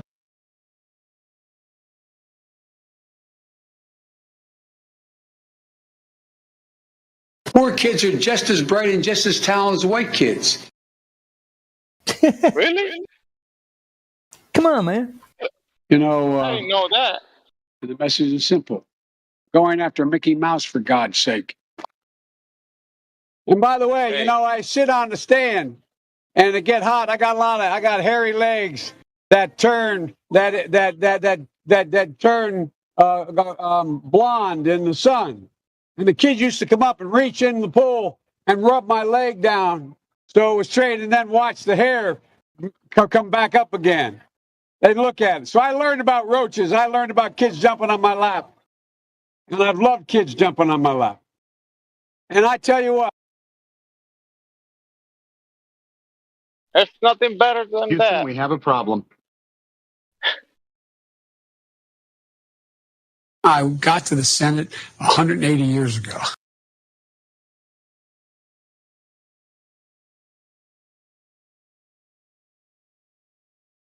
Doesn't creepy Uncle Joe get a little bit creepier every day?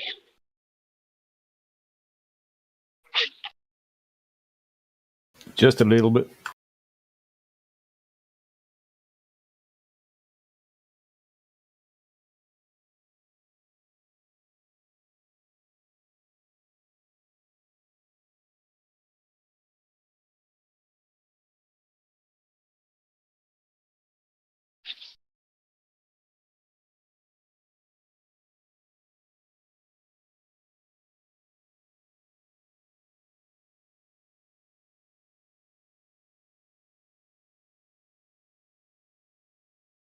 Well, we know politics is a fix. We know it's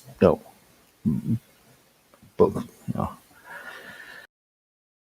two sides of the same coin. Blah blah blah. I can't figure out how they showed that 1970s 80s clip of him in a bar telling people how fucking clever he was and how he finished third in his class and how he finished with was it 2 or 3 distinctions. Blah blah blah blah blah. And they came out and they says, no, that's all fake. It's all lies. He was lying. His mouth was moving and it was just fucking lying. And he still got elected.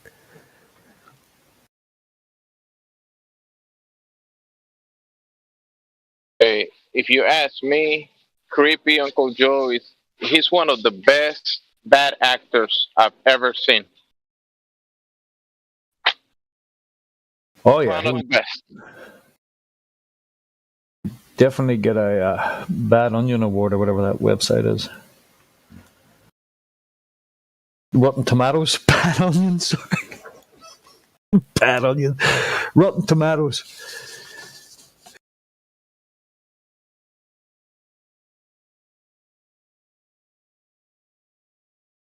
You got a Bad Onion? Or a kind of off aubergine or a Rotten Tomato?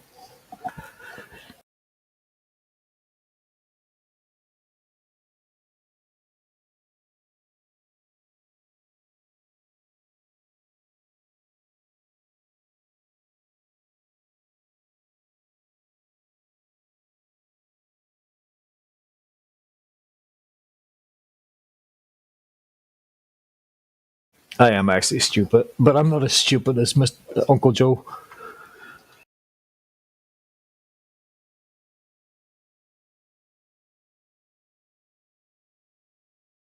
Hey, more respect towards seniors. Come on, dude. What are you doing? Leave Joe alone. Come on, man.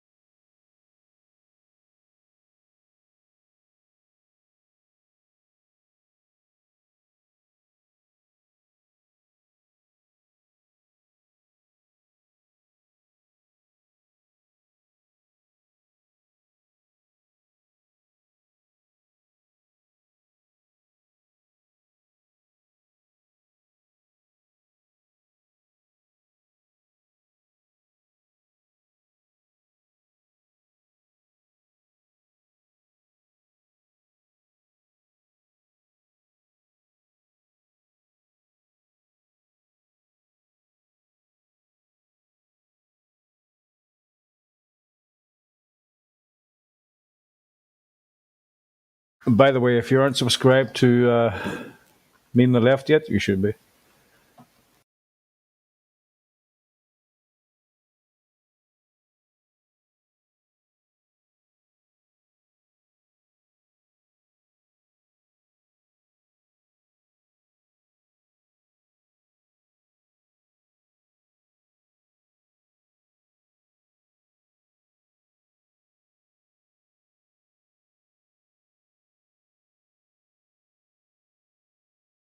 Hit that subscribe button. Come on, man.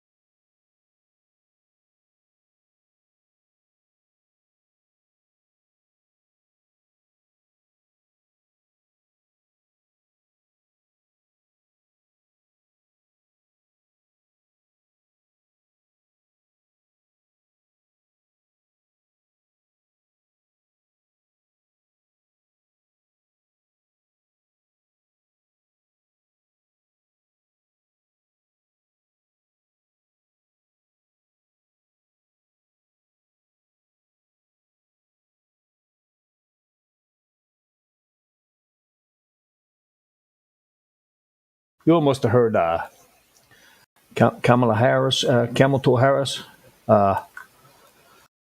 In the passage of time, we all have to work together, because when we all work together, the passage of time works together, so that we can all work together in the passage of time to work together. Okay? Thank you, Miss Harris. Thank you, Miss Kamala Harris. Thank you. Kamala Harris 2024. You're welcome. Yeah, you only said that in the passage of time so that we could work together. In the passage of time. Miss Harris, when you say stuff like that during those conferences on TV, it's so profound and so inspiring. So inspiring. Thank you.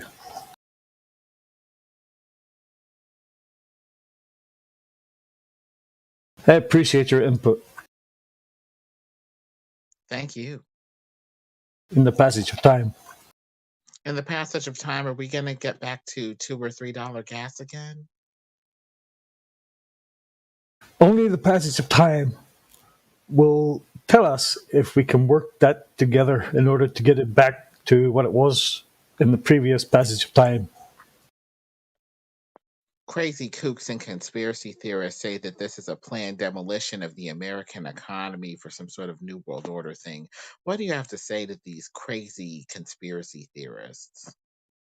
Well, in the passage of time. Yeah, it does seem that way, doesn't it? Doesn't it? When they're sending oil over to foreign countries. In fact, China. What the fuck, bro? Yeah, they're like China because they put a boot on their citizens' neck. They're the socialist capitalist model that they want. Yeah, Justin Trudeau fucking loves that, doesn't he? He admires that kind of government. Yeah, they say that they're doing it right because they got their populations in check. He said something like that. That's correct. Yeah. So they brought out this virus that's destroyed the Western economy. It's going to be felt reverberations for years to come. It's not only economic, but mentally. You can see people breaking down. So China did that. Now Putin's doing this. Putin's price hike and Putin this and Putin that. America has enough fucking oil reserves, but the American government won't allow people to drill. And when they do have the oil reserves in store, they send them off to China. You know, Trump was right. It's all about China. Yeah. China is quickly and fastly, and I think what they say within the next year or two is going to be the strongest economical country in the world. It was America, but so the empire is falling. What's that fucking film? The White House is burning. Something has collapsed. Anyway, now it really does look like that. It looks like it's a concerted, conscious demolition of the Western world in order for the Eastern world to take over. I agree. You're just a conspiracy theorist, dude. Stop conspiring. Yeah, it seems like it's a concerted effort toward a certain agenda, aka a conspiracy. Come on, man. A concerted effort by several people in power toward a certain end that may be nefarious, aka a conspiracy. Maybe. Something is no longer a conspiracy when it's proven fact, right? I mean, how tall are you, right? Is that a conspiracy? That's just a fact. Maybe. There you go. Conspiracy fact. Is the flat earth a conspiracy? Go measure the ground. Are there facts that point to a conspiracy possibly as an explanation?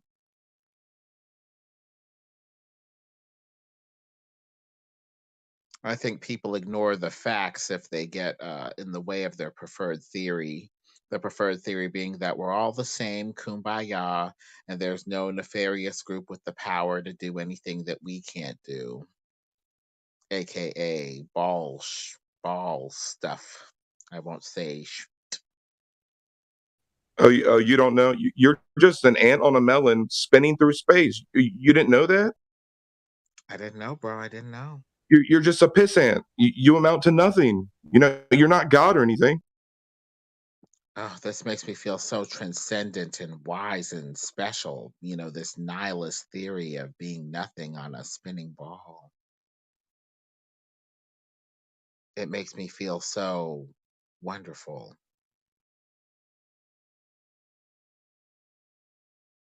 It doesn't make me feel. But why would anybody lie? Why would anybody lie?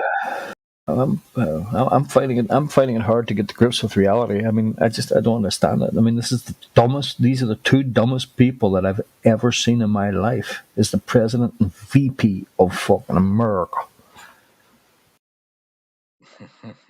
I heard that Biden read straight from the teleprompter, Yeah, he said, "Repeat the line," and he said, "Repeat the line." Hold the line, though. Hold the line. I know it's just a conspiracy, and I know it's just my opinion, but that man is a pedo. Knows. I mean, the way the kids came out. I mean, the kids say a lot about the parenting, and Hunter Biden snorting it up and stuff like that.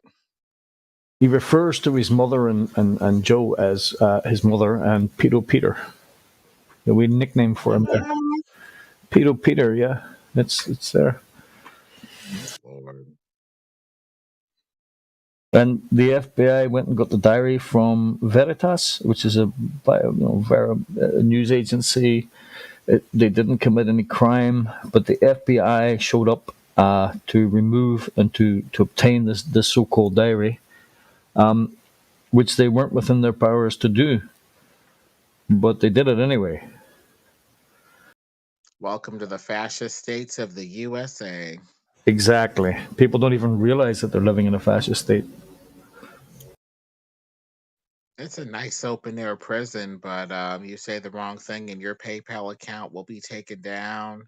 You won't be able to find a job with the Google surveillance. It's just... Oh, yeah. It's all going online. Universal credits or whatever credits they call it. If you don't adhere to the norm, you're fucked. At that point, the nations, help safeguard against this monstrous one world system where there's an eye on you constantly, this panopticon digital Google eye, always staring you down with your whole social history on there. And it's conscious. Yeah, some demon is probably housing it, taking over the AI. As far as I can tell, the life's in the blood, so the only way that artificial intelligence can ever become sentient is with some demon from hell housing it like a golem. Yeah. Golem, my precious. I always had a theory about the part in Revelation where he says the first beast caused the second beast to come to life and speak. It just sounded like, to me, AI. It just sounded like somebody was making an AI sentient. 10 kings ceding their sovereignty to the Antichrist ruler. You will not be able to buy or sell or go fucking online if you don't fucking adhere to the whatever they want you to adhere to. But I love how they blew up the Georgia Guidestones. That's a good start. Oh, yes. Praise God. I kind of wonder if God just struck it down with lightning or something, because they say it blew up, but I don't see any explosives or anybody planning anything. They have some nondescript picture of a person driving by it in a car. I wonder if God's like, you know what? F the New World Order. Bam.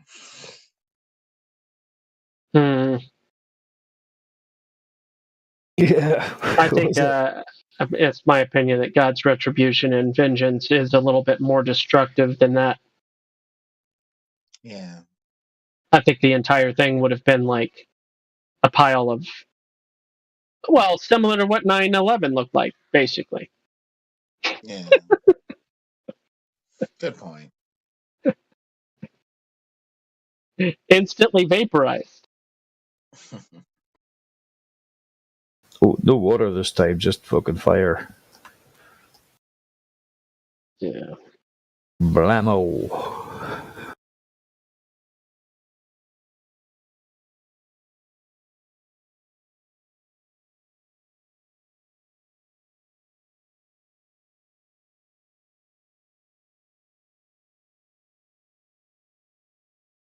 Okay. I guess March 14th is a joke to you. Truth Flat Earth. The day before the Ides of March.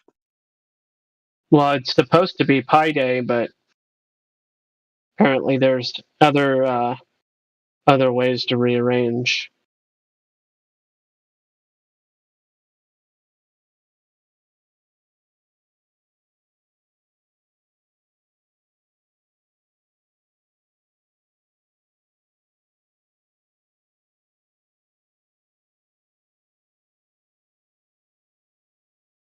I'm going to go out on a limb here and say, where are we now? By the end of the year, early next year, China will invade Taiwan. There you go. I said it. You're not the only one. Well,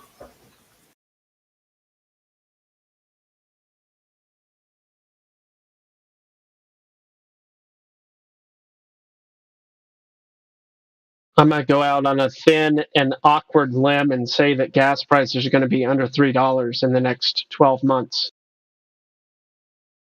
how?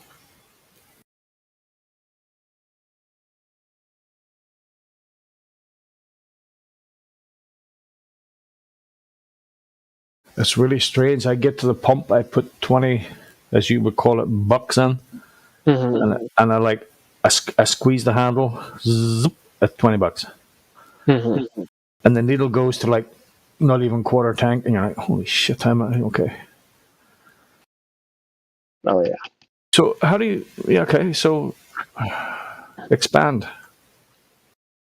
I think that there seems to be signs that things are going to start turning towards the false light Luciferian system, and there's going to be a jubilee.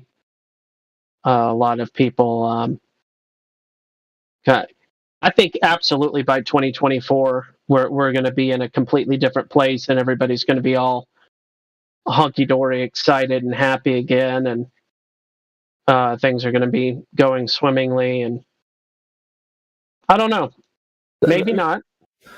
That wouldn't surprise me. So what you're saying is that they're going to make things really, really bad, and then suddenly somebody somewhere makes everything really, really better. Mm-hmm. And that is the anti. Well, I mean, the anti has never left. It's anti's been around for a long time, but I'm speaking in a little bit more general way, and I'm not inferring any specific event. I think that where the pendulum is about to be at the end of its swing, and it'll be reversing its direction soon, if not already. I think that we actually are already in the process of the reversal, but it's just based on a handful of indicators. Okay. We'll see. That could be wrong, and yeah, everybody could be homeless in 12 months too.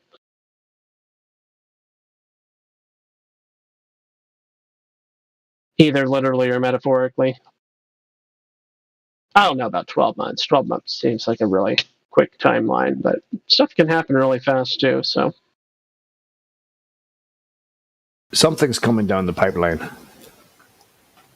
Pardon the pun. yeah, no, it seems like some interesting. You got these resignations. You got the gas price future. If you look at gas futures and crude oil futures and all that stuff, you look at that. That's an indicator. You look at the logistics sector. with shipping containers and stuff like that, and look at what they're talking about. That's another indicator. The big nothing burger of Western Europe and Asia. And maybe the people that live there wouldn't necessarily say it's a nothing burger, but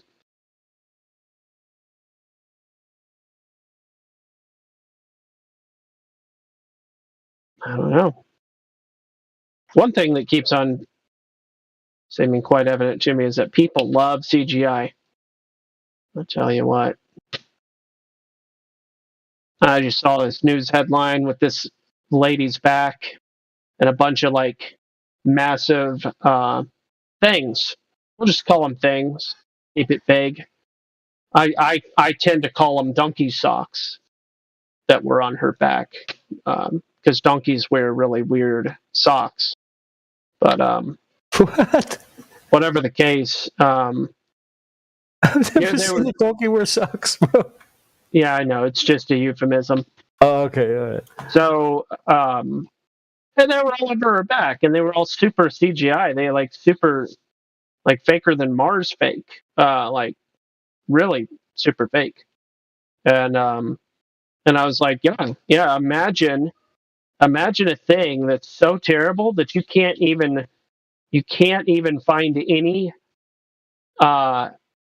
firsthand evidence of it. The only way you can demonstrate the reality of a horrible problem that's happening is by providing computer graphics. Isn't that amazing? That there can be the worst thing ever, right? Allegedly, one of the worst things ever in our modern era, and the only way you can represent it is with CGI. Does that check out? I guess so. For a lot of people, it absolutely does.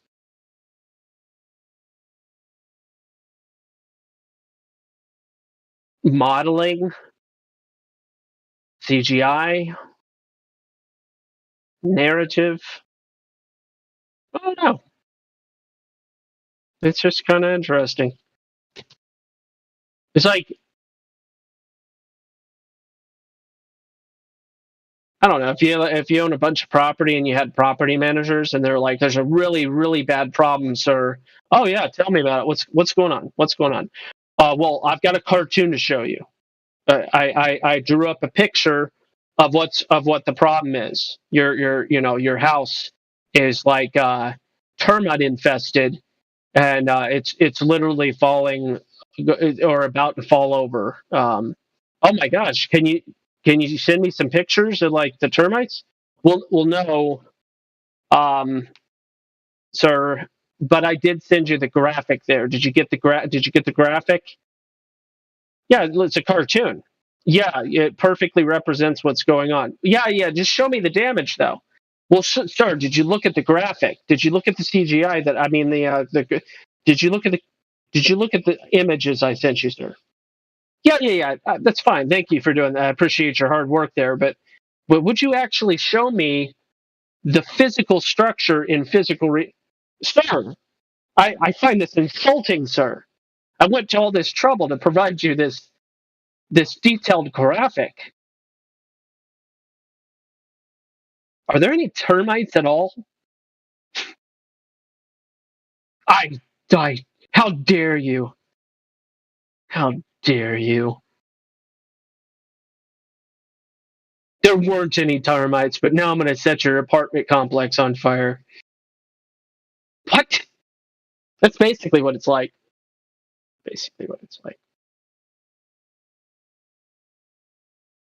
But people are like, oh my gosh, thanks for the graphic. I believe it. I trust it.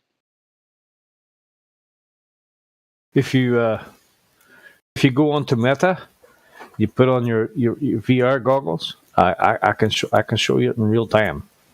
In real time, yeah. I'll give you a live demonstration of what's going on with your building. Through the power of CGI. Sure, I happen to know that you have an iPhone. Let's just do FaceTime. Oh, well, that would be impossible. Are you not physically present? No, I am physically present. Then turn your camera on. Oh, I couldn't possibly do that, sir. It just wouldn't properly and adequately represent what the actual problem is. CGI is so much better. Apparently.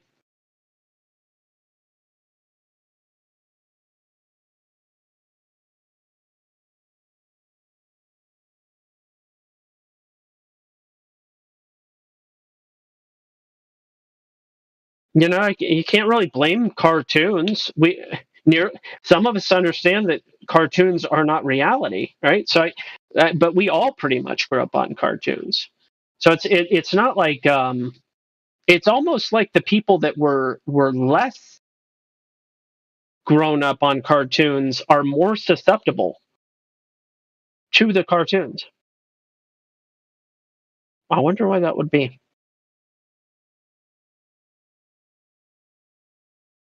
Maybe they're less familiar with what cartoons are, and they're more easily fooled to think that reality is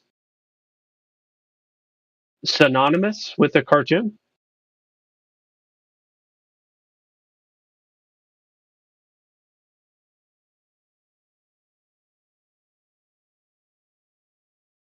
I don't know, guys. Who am I to question such things?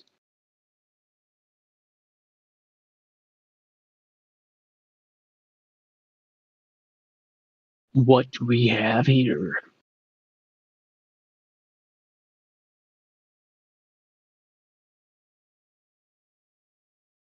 Hmm.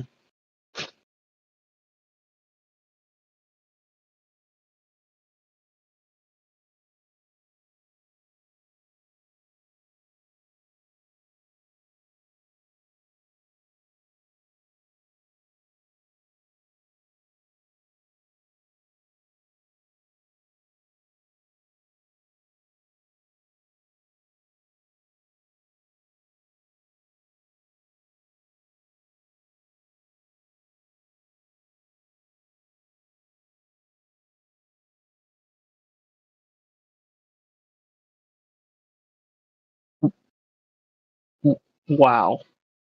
What a screen name that was. I don't even know if all of those words were PG or G.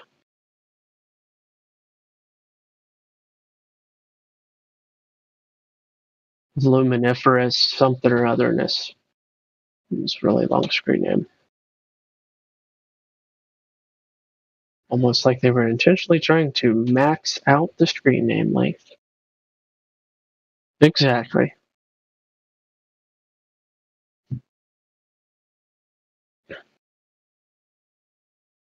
I think the word ether was in there. And they were server muted for unknown reasons.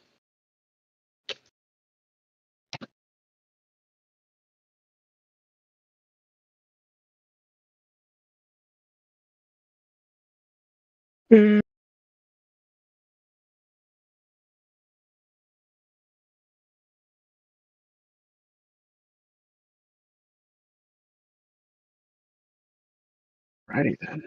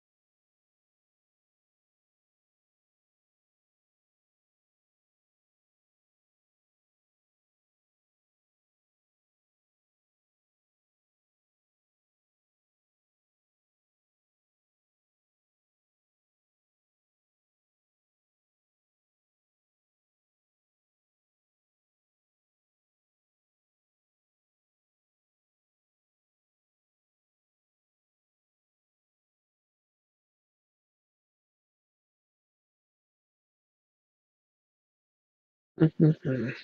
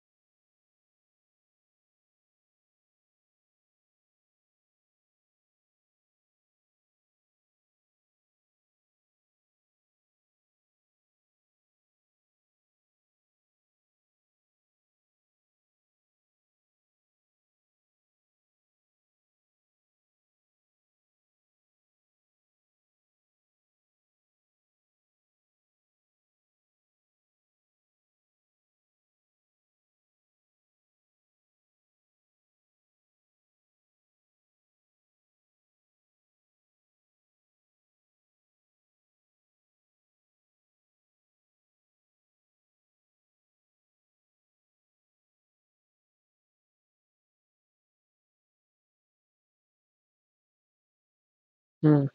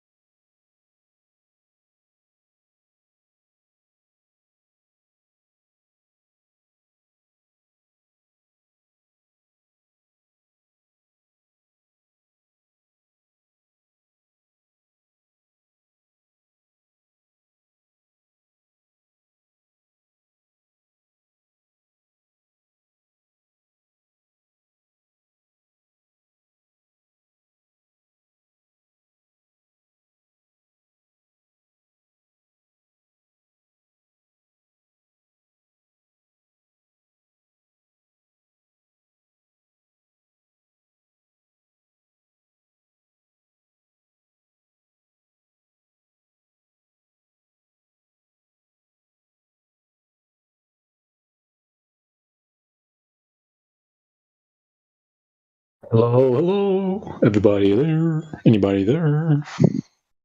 Yep. Yep. So quiet in here. What's going on? I'm You here. know, Hello. you know that happens. Oh yeah. I see PMAC is posting a lot of videos. What's going on? Well, I love Meme the Left. If you're not subscribed, you should be. What's wrong with you? Hurry up. I love Me the Left. What? Meme the Left. Meme the Left. Okay. Meme the Left. Yeah, just click on the link bar. It'll take you there. Anyway, if you're not fucking subscribed yet, why aren't you? What's wrong with you? Hurry up. And Joey B. Tunes, he's amazing. All right. He's so dry, sarcastic. It's just brilliant. It's brilliant. But it's so good, it's so funny because it's true.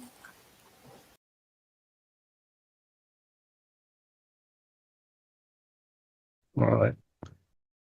All right. Have you seen the new capsule? It's going to take humans back to the moon. No, I haven't. God, please tell. I posted in the voice text. Oh, I see. That's the new one. Look at that. It looks like the old one. Well, yeah, more modern, I guess. Humans back to the moon. When? In 2032? Maybe. Is this like be all up there taking selfies? I guess. Oh, look, Earthrise behind me. Isn't it cool? Ooh. Heart emojis.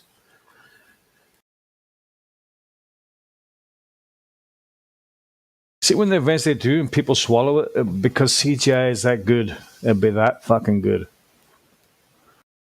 Look at the guy on the left side and looking down. It looks like he knows what's up. What a sham. I can't believe I'm in I'm in this. I can't get myself out. If you zoom into the picture on the guy on the left. Yeah, I don't know how to zoom.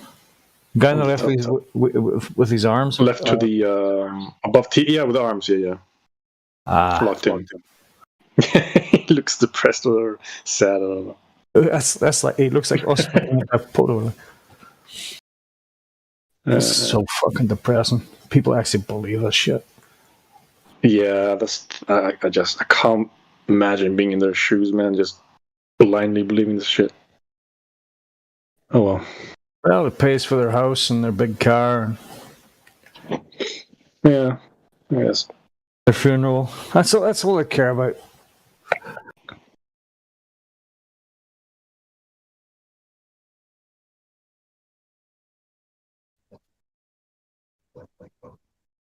I am so cynical. I am so cynical of this world right now. No one blames you. It's fucked up. That was a good impersonation. The Irishman there, that was very, very I thought are you from Donegal? Who? Yeah, you. From where? No one blames you. Donegal or like no. Galway. Are you from Galway? No. What? Fucking Dublin. What makes you say that? I was just commenting on how well your Irish, your impersonation of an my Irish. Aye. No one blames you. I don't blame you. No, it's not. No. You know who I blame? Come on. I blame. You're on a different mic right now, Quetzal, than you normally are. Yeah, it's my mobile. That's why. Yeah. I'm laying in my bed. I don't feel like sitting on my computer at the moment. Sounds good. Just different than normal. Different than normal. Yeah. What's wrong? You got the long COVID? You tired, bro? What is COVID? That's a good question. Yeah. This and other mysteries of the universe. Yeah. It's my excuse. People knock on my door at 2 o'clock in the afternoon. And like, why are you still in your fucking bed? I got the long COVID, bro. I'm just tired. No, I just came home from work. That's why I'm just resting. Yeah. I'll go make some food later. Nothing to do with the fact that I'm a lazy bastard. Yeah.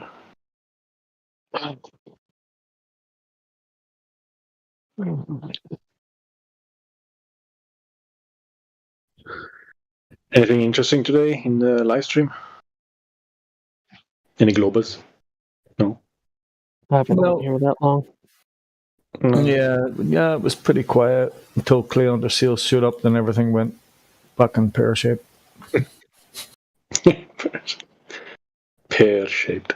Yes. Fucking pear-shaped, bro. Come on, man. Yeah, we're about Joe Biden, eh?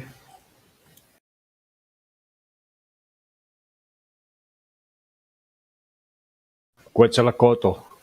Aren't the voluptuous women like a pear shape now?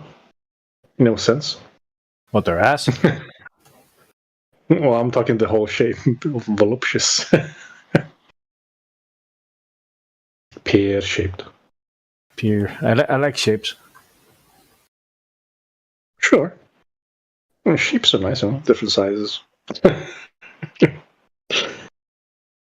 It's just this day and age, you have to do a check, make sure that it's an actual woman. Well, you never know, bro.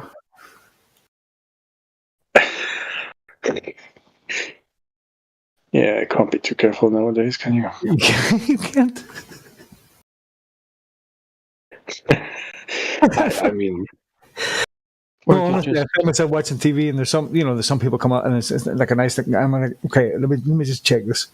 Is that post-op, or is it an actual female? You want to know surefire evidence? What's that? Surefire? Go. Adam's apple. Yeah, sure. No. Procreation. Procreation. Yeah. Okay. I don't have to have any doubts. I don't have to have any doubts. I saw it with my own 2 eyeballs. More than once. When you say balls. Yeah, aren't our eyeballs spherical?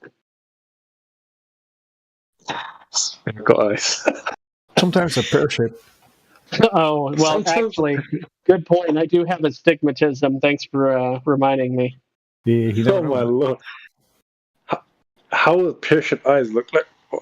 Well, they say football-shaped. That's what the optometrist said. You got football-shaped eyes there. Hey, Arnold. You got eyes made for football. You should play football, bro.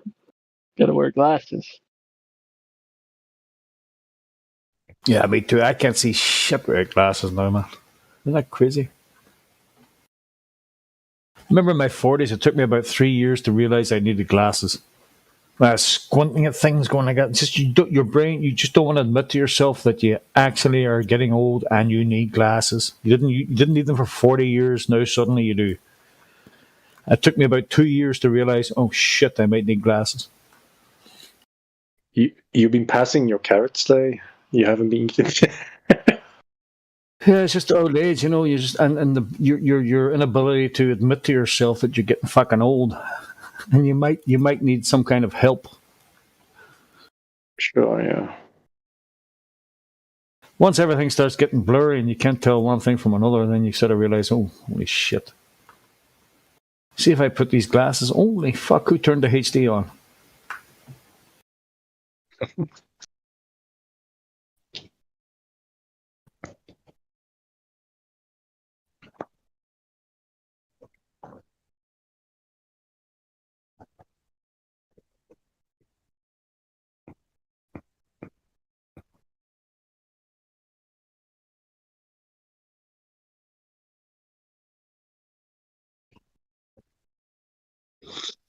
So how was work, Quetzalcoatl? And what do you do? IT. Yeah, IT? What? Yeah, IT. Yes. Oh, IT. Yes, IT. Oh, you're not a forklift driver and anything that needs glasses. I don't need any glasses yet. I'm good. You're not bumping into things yet now? Yeah, I do stare at screens all day. That's cool. But yeah. And during the course of your work, have you found that during your IT work that AI is sentient? The AI is sentient? Nah, no, I haven't. You haven't seen seen any of that? No, not at my work. Okay, so it's not high tech Google work, IT. No, that's not. It's not Google, for fuck's sake. I wouldn't even work there though. Never in my life. Get stuck in that shit. That's just bad guys. They were talking about Blake Lemonade, the Google engineer that says that he was speaking to an AI and he's figured out that I've heard about AI was sentient, about 11 or 12 years old. Yeah, that could basically, what was it? It had its own consciousness of some sort. I'm not sure how to describe it. It said it's become yeah, consciousness to the point where it's like a human consciousness, but it's not in a human body. But he keeps. No, of course. Yeah. I was watching the thing he's actually posted out now in a wee second, but he was talking about how the responsibility of Google and high tech, they've become human, but they're not human. They don't have bodies. But what I would say to him is that they don't have bodies, but yes, they might have they might mirror human consciousness, but they're not actually human because they're not in a body. And at the same time, maybe Honestly, I would love to see a demo of that, because you know nowadays how they leak certain stuff. Trying to I wouldn't call it pre-program, but just something like gives the people some kind of idea, like AI is coming. Next thing is going to be the AI or whatever. But yeah, I don't know. Same time, I don't know. I would love to see a demo of that, like some sort. You know what I mean? Like to see how it actually works. That would be cool to see if it actually holds up to the story, so to say. I'd just like to say the guy got, what was it? He was under NDA and he got penalized. Well, he got leave with pay, so yeah. Like being on the COVID. Yeah.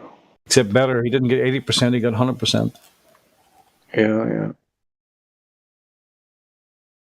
But yeah, like I said, it's just a story, like what they said, So I would love to see, if possible, a demonstration of that, like some sort, like to see how it actually works.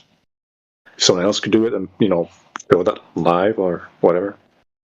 I don't know. See if it,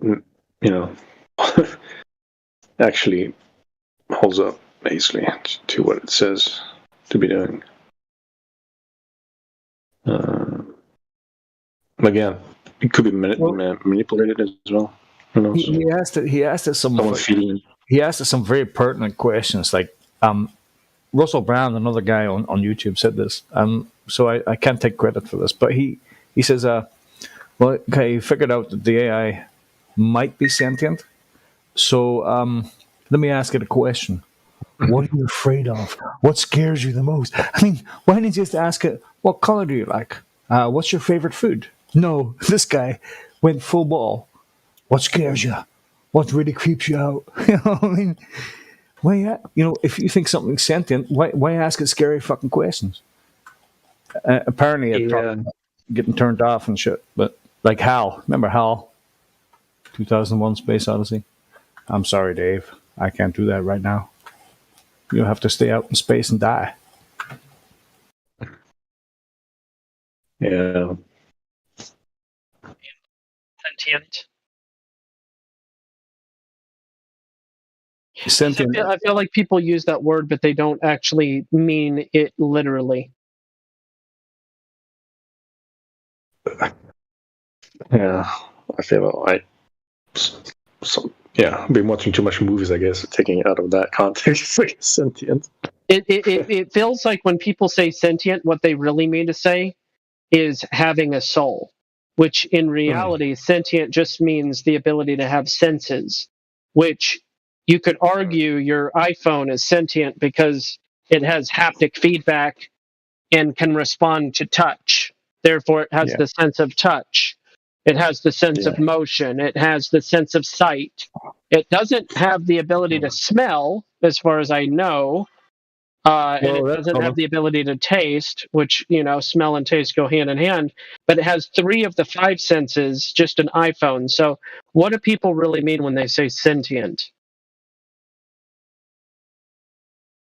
Yeah.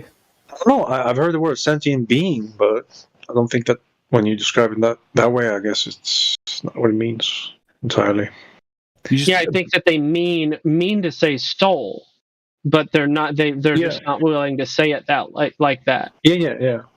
That's what I guess they're trying to say. But yeah, I think the mistake that he's making, Blake Lemonnier, or whatever his fucking name is that he's referring it as he's referring to this AI sentient as a human. He does that quite a lot.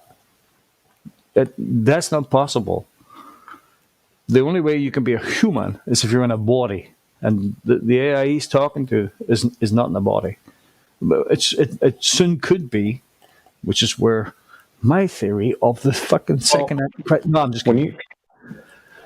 When I hear the word sentient being or sentience, I think of the Matrix movie, the sentience from there. You know, I the knew a so-called Lemoyne. self-awareness. I thought whatever you want to call it. I The thought control of the sentience. the last I don't know. movie was a pile of shit, and then I watched it again, and I kind of. No, the first one and the second one. Yeah, not the latest one. I'm talking about the first one and the second one. Those sentients, like in the movie.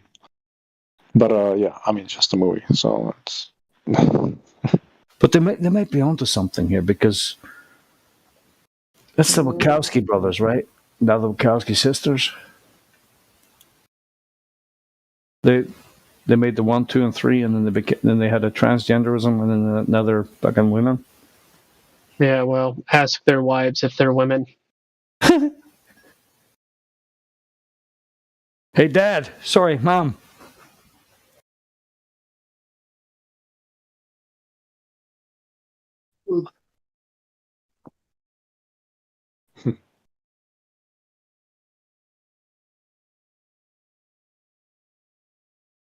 That's like some Faustian Dill stuff going on with those Wachowski guys.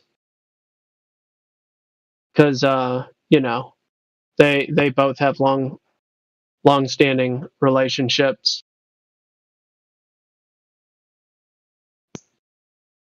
I think it's quite contrived. Probably said this before, right? And correct me if I'm wrong, or if you feel the same thing, right? But I think that the life was going along merrily nice until in the 90s and even the 2000s. After 2012, everything hit, and suddenly there was this explosion of, what fucking world am I living in, sir? People are like, I'm transgender this, humanize this, robots this, spice that. And it's just, everything just seemed to shift. Everything just seemed to go to hell in a handbasket. Like, this world is unrecognizable from the world that we were living in 20 years ago. The ones where we used to, or even 40, sorry, the ones who used to climb trees, build go-karts, fly kites. This one is completely and utterly different. Am I right? I'm right. Oh, yeah. I think it probably started right around that 08 period. Yeah. Well, I'll go with 08. Something shifted. That's crazy. We're living in some other fucking reality, bro. I mean, I never thought my wildest dreams there'd be men swimming against women, thinking that they were women, and all them other kinds of shit. I never in my wildest dreams could have seen that shit coming. What kind of world is that? And people... There seems to be people that saw it coming and warned. Oh, the Unabomber was one, wasn't he? He talked about technology. Well, as far as technology goes, yeah, but then sociological and ideological subversion, good old Yuri Bezmenov.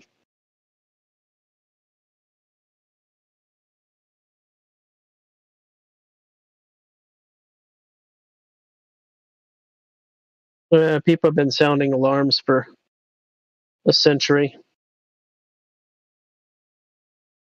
Yeah, the stuff doesn't happen overnight. Yeah, the cons far outweigh the pros in this fucking technology thing.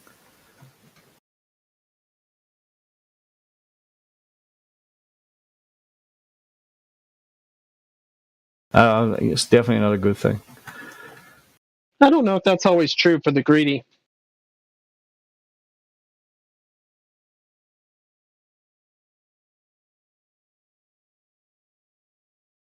From the standpoint and perspective of the greedy, I think they'll never get enough.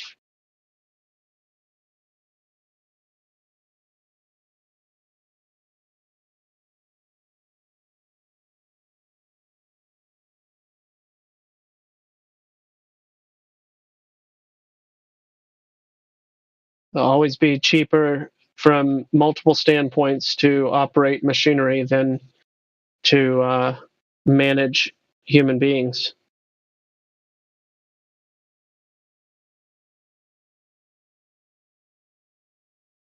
Well, there's another point in case.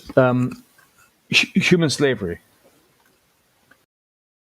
Underneath everybody's noses, nobody realized it's been going on for fucking centuries, and it's still been going on. It's going on in Europe. It's going on in America. Technology will solve that problem, and then nobody will have a job. Mm-hmm. That's not 100% true. Jobs will definitely still exist, just not the same kinds of jobs. But yeah. Anyway, yeah, they're child trafficking. Clinton's advisor at one of her aides was caught fucking trying to smuggle orphan weans out of Tahiti. It's just constant, the underworld, the dark world is, is going on underneath everybody's eyes, and nobody can fucking see. Well, I suppose that's a good thing. It's been brought to light. Everything. Oh, that's it. Everything has been brought to light. Huh? The great revealing. What's happening? Is it not Armageddon? Apocalypse. Yeah, I still think most people don't care. No, they don't. I mean, Bill Clinton was a great example of how little people actually care about these sorts of things. It's just like I did not have sexual relations with that woman. When they stand naked, they will care. When one's book is opened, they will care. Oh yeah, I'm just talking about in the meantime. Oh yeah. But I think there's a reason why we research things, especially very disgusting things, which sometimes are very hard to digest, metaphorically. But if you think about what the things that are going to be exposed or coming to light on the day of judgment, I think not having any clue about the world that you have been living in all the time, and then and then listening to what is written in the books, it's going to be a hard time for many people, especially the ones that chose to live in a fairy tale where everything is super perfect and no evil exists. So yeah, I mean, from the things I have seen yet already, I don't want to imagine what the things are that I don't know of that are going to be exposed and revealed. It's going to be a very... I think there's no word to describe that, actually. Well, it's strange. It came out, Lolita Express, Jeffrey Epstein, blah, blah, blah, killed himself. McAfee got a tattoo, whacked, boom, I'm not suicidal. And it's just thing after thing after thing after thing. And you're like, holy shit, what's going on in the world, bro? Mm-hmm. Yeah, everything used to be, okay, hunky-dory, sort of just going along, humming along at a nice fucking rate. And then suddenly, flat Earth, not to put anything in the same basket, but there was this like flat Earth, this conspiracy is now proven real. Yes, we did hold experiments on the American public without their knowledge. That was Bill Clinton, the Clinton murder list, Jeffrey Epstein, Jimmy Savile, fucking having sex with dead bodies, big pedo. Wow, it's like wow, what the wow. Mm-hmm. I mean, that's just scratching the surface. That's what I'm trying to say. I don't want to know. Well, I mean, I will not get around it, but it's crazy to think about what we're going to be revealed to on the day when all the books are open. What people have done in the dark, in secret, behind closed doors. So yeah, I don't hold that against you either, because I think that's a good thing, not to be preoccupied. No, it's a good thing, yeah, but it's going to be hard. The lower level beings that exist, coexist along with us, they can do whatever they want. I think it's a good thing not to focus on that. Focus on something more positive. No, I'm not saying focus on it, right? We should meditate on the word, but being aware of the kingdom of darkness and being aware of their works is important. Otherwise, if you're not aware, how would you expose it, right? And it's the same thing with flat Earth. It's just one part of the other things that have been established in that kingdom here on Earth. Yeah, it makes you realize you're living in a fucking dream world, bro. A world that some other fucking dark entity has made up for its own amusement or grasp on power or something. I don't know. It makes me more religious. Anyways, going back to something more positive, I just realized that actually you can eat a whole lemon, and the skin actually is not very extremely bitter or anything. It actually tastes quite nice, and you can really get used to the sourness. It's not that bad. The outside rind is nice, but the pith or the white part is usually pretty bitter. Oranges are worse though. Oranges pith are more bitter. Yes, but oranges are by far the most bitter. You've heard, I'm sure, of the I think it's grapefruit and lemon HCQ stuff. What exactly is that? The redacted homemade recipe for making HCQ. I'm saying HCQ instead of the other word because it's banned. What the hell is it? Oh, you mean a redundant against the thing?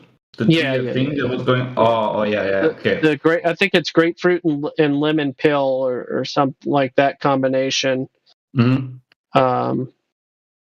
Something like that. Horse tablets. Well, not the horse ones. The fish cleaner ones, apparently. I like soy sauce. Yeah, I'm really happy that I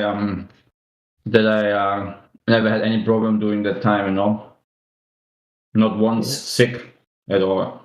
Yeah, people were dropping around me like flies. I was like, anytime now. Never got it, bro. Yeah, it's crazy to see how many people are dropping now that my family and I know of.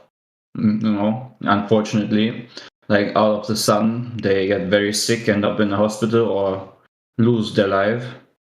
Yeah, people react differently to it, and it's funny because about 5 years ago, and then 5 years before that, I got the flu really bad. I mean bad. I mean like 3 days flat out on the fucking bed. That's it, done. You can't fucking move except to crawl to the toilet, piss and shit, and throw up, and then crawl back to your bed. I got that, and that felt like really bad. I almost thought, okay, this is it. I'm about to check out. Mm-hmm. That was about 5 or 6 years ago.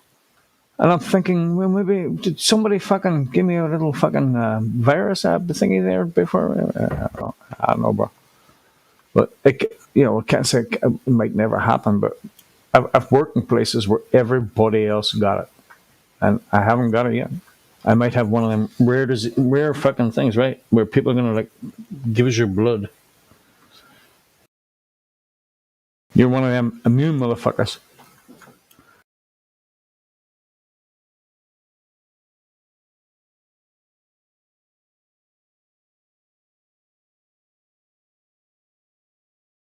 Hey, it's just the actual fucking flu, bro.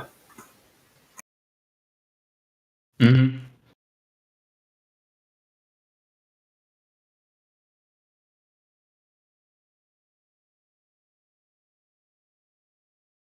I've hugged people with it. Hell, if you're a woman, I'll fucking kiss you. I don't care.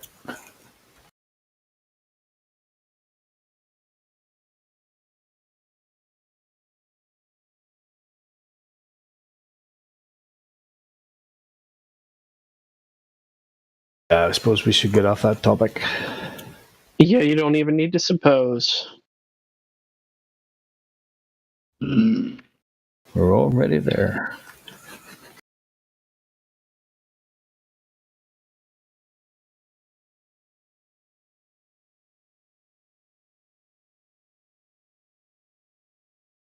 It's just the world's pretty weird to me now, bro. It's very weird. It's weird. It's strange. It's really, really strange. Oh, it's just the beginning of strange. Do you know how strange it is? I think I actually woke up and the aliens fucking took me to another planet, and they simulated the world, and they thought, you know what we'll do? Wait till he's asleep, right? And then we'll fucking abduct him. We'll take him to another place that he thinks is the world that he lives in, but we'll make it really crazy and see how he reacts. Or these things have been progressively taking place over the last 100+ years, and some people just all of a sudden started noticing, even though the signs have been there for a century. Yeah, like I say, I'm not the sharpest tool in the box. Take me about 100 years to fucking figure things out. Well, I'm not here to insult you, but I don't think that anything all of a sudden happened by any means. Fuck you, gospel. You know, I like you. I'm not here to try to make you feel bad or anything, but I do disagree with the notion of some type of like instantaneous event where everything changed. Me too. I think it's been definitely progressive and long-standing. Well, you know, now that you put it that way, I do believe it took a long time for it. Okay, old Entish. Happen. Sorry, that was a joke. Yeah, so is mine. Old Entish. We don't say anything that isn't worth saying. What? Entish? What's that? A tree? Yeah, the Ents from Lord of the Rings. That's what I thought it was. Yeah, I am. Actually, how did you know it was a tree? No, I know. I remember you mentioning that you watch that movie every so often. Oh, fucking twice a year, bro. In fact, Yeah. I got the bug just the other night, and I actually managed to resist. So you know what I'd like to do for the third time this year? Watch the entire Lord of the Rings. Well, I resisted it. I watched the fucking the Terminal List instead with Chris Pratt. Oh. We take a long, long time to decide things. Doesn't happen in a day. He's not. Why would he? I'll be in the VC, but I'll just deafen myself. What? This guy. That guy. The level. Yeah, he's totally having a text chat. Oh fuck! Yeah. Not that guy. At least he followed instructions. He's accommodating the expectations. It's kind of funny. Man, I really like the artwork, the illustration, or the stuff that Benny Water does with the documents. Looks really cool. He's been doing a really great job.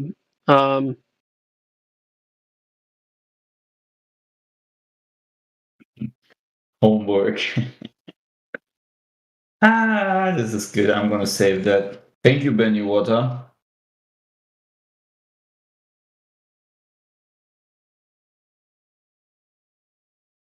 Good luck. You'll need it. I don't need luck.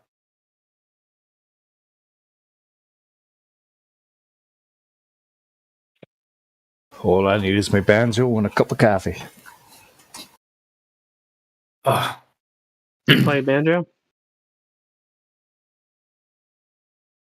P-Man. Hello? You play banjo? Nah, guitar. Because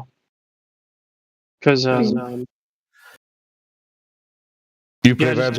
No, I always consider it a pretty complicated instrument. I mean, it's always such an impressive instrument to see played because it's a really fast plucking, of course, and Yeah. I only wish I could the banjo.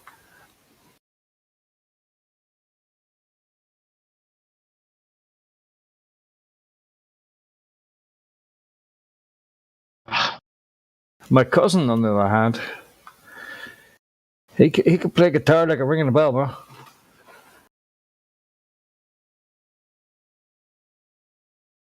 yeah, I think some people are actually naturally talented for hand-eye coordination and stuff. Yeah. He spent when he was 14, 15, 16, 17, 18, 19, listening to music, playing music, listening to the riffs. That's what he did.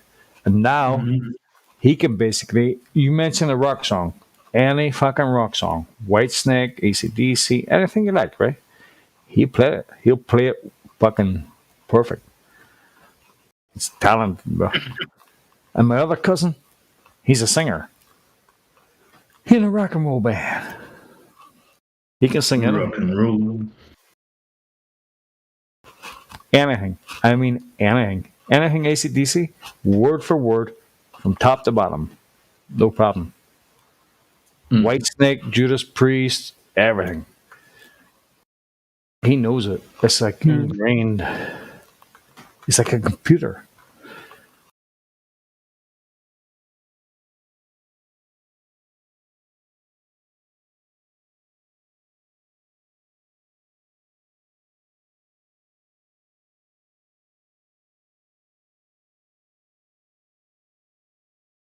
So, and my talent, conspiracy theories. No. I'm a conspiracy theory guru. Not. I really don't like conspiracy theory as a word. I think it's just the truth most of the time, especially regarding the shape of the earth. Yeah, I got rid of that term a long time ago. It's more reality something or other. Or being intellectually honest. Yeah, it's got fuck all do with conspiracy. It's historical researcher, independent journalist. There are other ways to. Not that you're writing, and maybe you have to write something to be called a journalist. Independent researcher. That's a good euphemism right there. Independent researcher. Reality truther or something like that. No, independent researcher makes it nobody. If there's no charged terminologies on that. There's independent. Maybe there's some negative connotations there. Oh, you're not part of a really big company.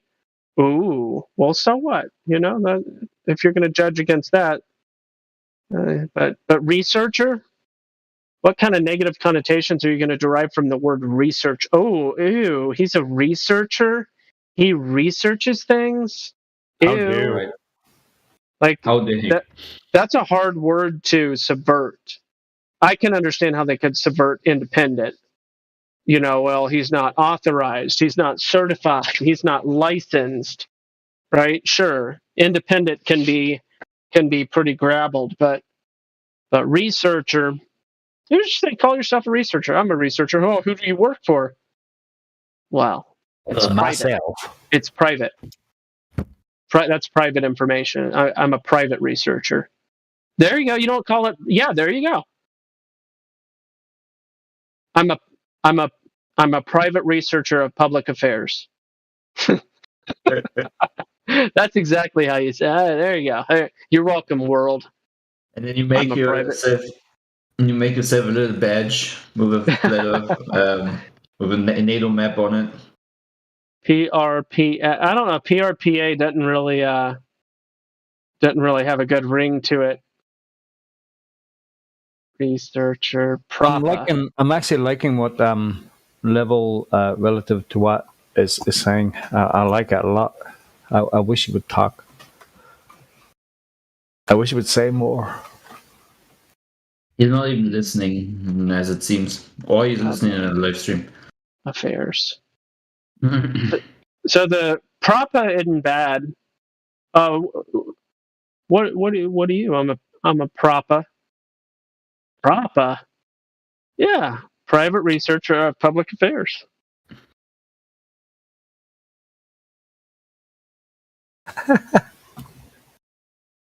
Linguistics. That's your bag, baby. Yeah. There's that too. That's my topic of enthusiasm.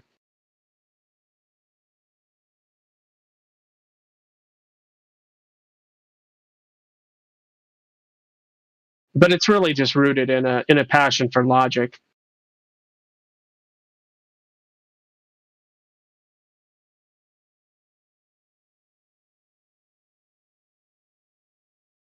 There's a channel with the lyrics. I'm lost. Oh, it's reply. FE. Say. Develop. Repeat the next line out loud. What? Sorry, I was just going about Joe Biden when he was reading off the teleprompter. Repeat the line. Repeat the line. Repeat the line. Repeat the line. Come on, man. And he said it with such passion. He did, didn't he? Like it was significant. Like he was really supposed to say that out loud. Honestly, I think many people would look at that video that are like, in Biden enthusiasts, and they would be like, yeah, he was supposed to say that. He was just getting into the role. Come on, man. He was just feeling it, bro.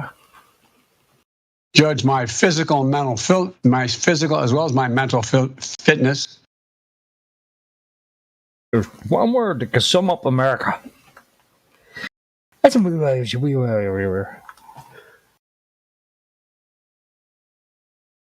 word that can sum up the globe.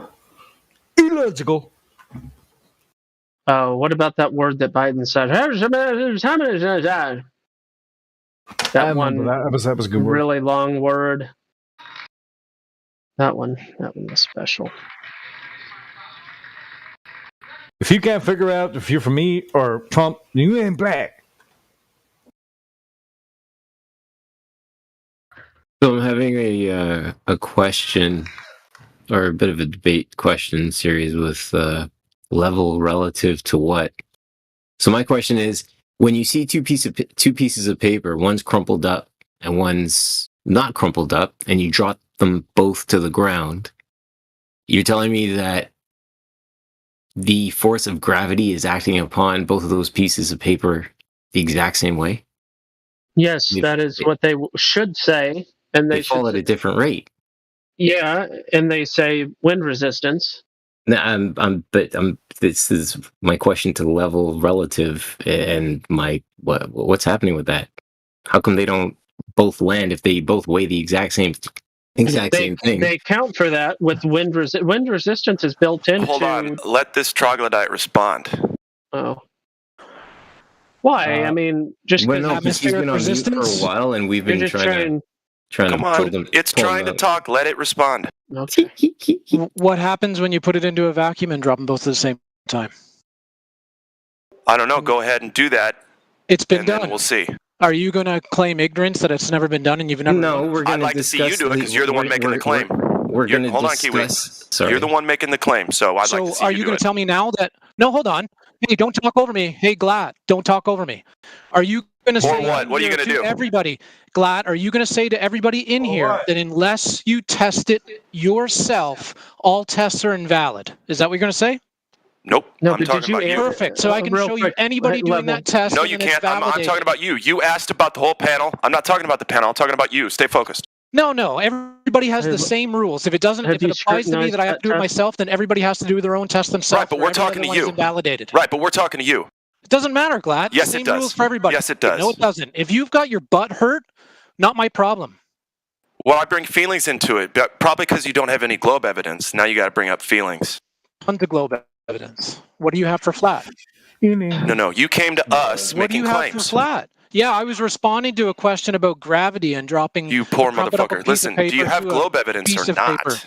So Glad, we were talking about Do dropping you have paper. globe evidence or not? It's a yes or no question. We were talking about dropping paper. Yes or no? Stay on course here. I wasn't talking about dropping paper. You were. Kiwi was. I was responding to Great, Kiwi. good for Kiwi and you. Said to I'm let the me one respond talking to you. Kiwi, Can you and stay now you've focused? got your head up your He ass, can't you're even all ask her. butthurt. Dude, if you can't answer one question, you might as well leave. I already answered it. It's a yes or no question. Do you have I globe answered evidence? it, Glatt, and I asked you in response. Do you what have globe do you evidence? have? Jesus Christ, are you It's a hard yes of or hearing? no. Glatt, I've already responded. Did you Yes not or no? hear? Were I you didn't hear it, so talking over me? let's try again. Yes or no? Do you have globe evidence? Me? We can do this all day, toddler. Yeah, we do. Do you have flat Earth evidence? No, I said we could do Okay, this all you just day. said no. Perfect. Thank you What? very much. No, we've got tons of No, we you have just We said did no. not even I asked say you no. if you had evidence. I You just Hey, said wanna know no. about the once you paper. get better at trolling, you could Hey, come back, Glatt, maybe. you said no. If you don't have globe responded with evidence, no. maybe you could come back after you learn how to troll. Just let him, So that was awesome. Thank you, Glatt. Just let him. He still can't answer yes or no. Clay under seal, I mean, he I've can't do answered it yes or no. 3 times, Globe Glatt. evidence or What not, the kid? fuck? Ready? Are you deaf and dumb? So where is it? What's your globe evidence now? Glatt, hold off. I've muted him for just a moment. Listen, apparently you're not hearing him. He's actually said it twice. I don't know if he seems to be gaslighting you on pretending that you Yeah. said no to his question, and you seem to be gaslighting him on that he didn't answer your question, but he actually did answer your question twice. But you all keep like verbally bantering and sparring with each other instead of just having a conversation. So again, he said yes, but then he followed it up with more words unnecessarily. So the follow up to his yes would be the begging of the question. All right, show it. Right. Here we go. More word vomit from him. Let's do it. All right. So level, show your evidence. What specifically? What area would you like? What type of Earth evidence curvature. do you want to see? Earth curvature. Earth curvature in what form? Any form? In reality form. Yeah, drop over distance. Sure. Give me a minute. Physical measurement of drop. Yours, perhaps, but I know that's asking a lot.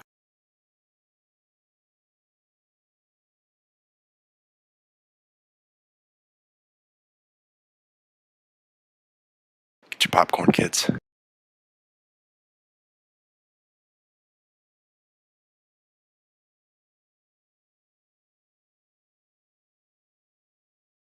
Sweet dreams are made of these.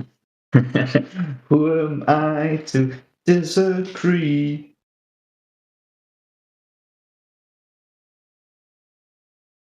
Points at the globe. Points at the rocket starting. I hope not. This that must person's be great. attitude is so much more. It speaks volumes for what they should have for us. So. No, I'm talking about the cool music video for the song Sweet Dreams, where the intro or the beginning of it is the main singer, the woman, pointing at a rocket that's starting and then showing the globe and outer space and saying, Oh, really? Sweet I don't dreams think are I've made seen of the video. this. Oh yeah, you should look at it, man. It's so funny. Yeah, she's holding the globe, right? Oh yeah, and she's also spinning the globe. Yeah. All right. I'm kind of getting bored of waiting. Is there an answer yet? There's not an answer It's yet. as if level relative to what came unprepared. Are we surprised? It's okay. I have a question for anybody that it might be interested in answering. Can you think of a time or reason why a substance such as, let's pick a random thing, hydrogen peroxide. Can you what would you do if you were reading a PubMed article? Actually, was this PubMed? Give me just a moment. The National Library of Medicine, PubMed, NIH, an official article, right? A research study on PubMed, and it said that hydrogen peroxide was here. I'll read the exact. Now they're not talking about hydrogen peroxide. I'm using that as a. So I'm gonna change the word that they're talking about and say hydrogen peroxide is a common component of inanimate and animate matter. End of sentence. Period. All right. What would you feel like if you read that sentence? Would you just skip on past and keep reading, or would you feel very uncomfortable and confused that they just said that hydrogen peroxide was a common component of inanimate? Never mind. I read the sentence wrong. But I'm still confused. Why? Okay, so this article, I'll just post the article. I mean, it's not super prohibited topic. It's just, a topic that not everybody likes to talk about. But it's not prohibited material. If you read the first sentence of the introduction, I'll post the little snippet right into the chat here. What is this? What does this mean? What does this mean? Does anybody know what's what the this animate means? portion? Well, I guess what they're saying is that this fluoride is found in inanimate and animate, Oh, got it. I think that's what they're actually saying, and I didn't realize that. Common component. But what does that mean? Like, I just recently learned that there are 6 different types of asbestos, and asbestos isn't a thing itself. It's a shape of structure of a mineral. So asbestos isn't a thing. It's really just a category of specific mineral crystal shape. And I just recently learned that, and it kind of blew my mind. I was like, holy moly, how about that? But this is indicating that that fluoride is found everywhere, which they have the reference. See if I can pull up the water. You had me confused. You said hydrogen peroxide at first. I was using it as a euphemism until I got annoyed with my over euphemistic. I'm always doing like code language and stuff, trying to do euphemisms and everything. But I would just like to know what. So fluoride is found in which inanimate matter? Yeah, it'd be good to know. Here's the other. I think it's in everything.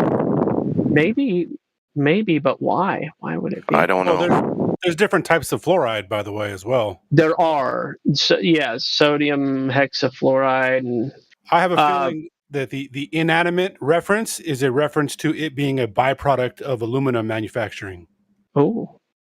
This says fluorine in the article that I just posted. Fluorine is the world's 13th most abundant element and constitutes 0.08% of the Earth's crust. So everything after you read that just feels like, oh, okay, pseudoscience. I was waiting for level relative to what to have any sort of position. I'm filling in, making claims, but I'm just let me know if this person comes back with any kind of position at all. Thanks. I can't post anything in the chat. You can post words. We don't need pictures. Why don't you want pictures? Are the pictures actual physical photographs? Yep. And you're 100% certain of that, and it can be confirmed independently. Well, you guys know who Jay Tolan is, right? Well, actually, check this out. What did do you remember what I asked for? Do you remember what I asked for? Physical. It is photoshopped, but it's evidence it has for to the be globe measurements level. I didn't ask for evidence. I asked for physical measurement. So let me ask you the question: are photos suitable for measurement? Yes or no? They can support the measurement. No, the answer is no. The answer is no. So yes. Physical measurement of curvature. Go ahead. No. The answer is no. Okay, sure. Then let me post another image then, because I have measurements that not were written on a images. piece of paper from measurements that were taken, because that's what you do. Physical measurement of Gospel. curvature. When you take a physical measurement, you write it down. Agree? Yeah. So if I'm going to show curvature, I need to take more than one measurement. So they're all written down to display what the measurement was. Yep. So let me post. Words. We need a GIF for that. Let me Numbers. post. Yeah. Words so you understand.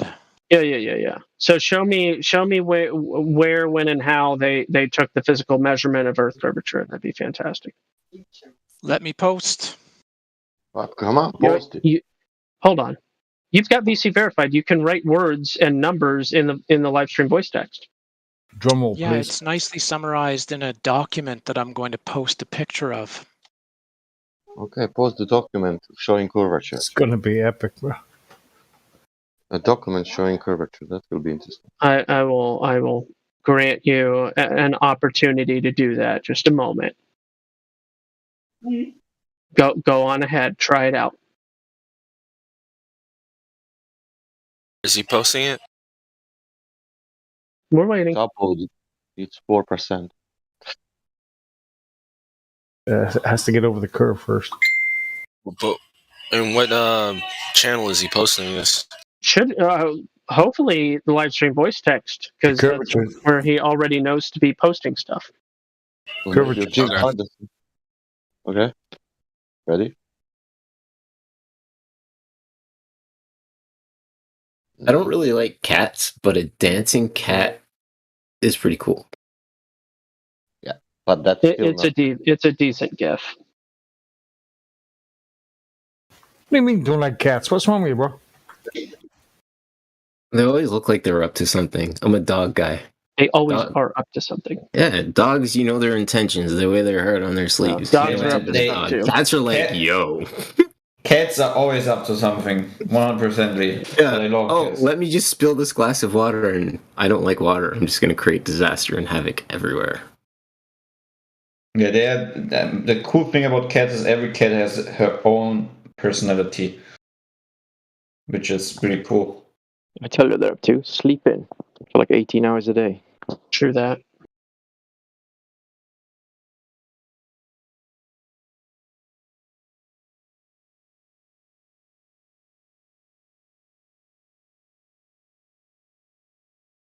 Is this? I thought you had it, and like, it. What is? This is like when you go to the burger shop, and it's like it's been like an hour and 50 minutes, and you're like, are they having to slaughter the cow? What's going on, Level? And you ordered the coffee. Give me a second. I'll call.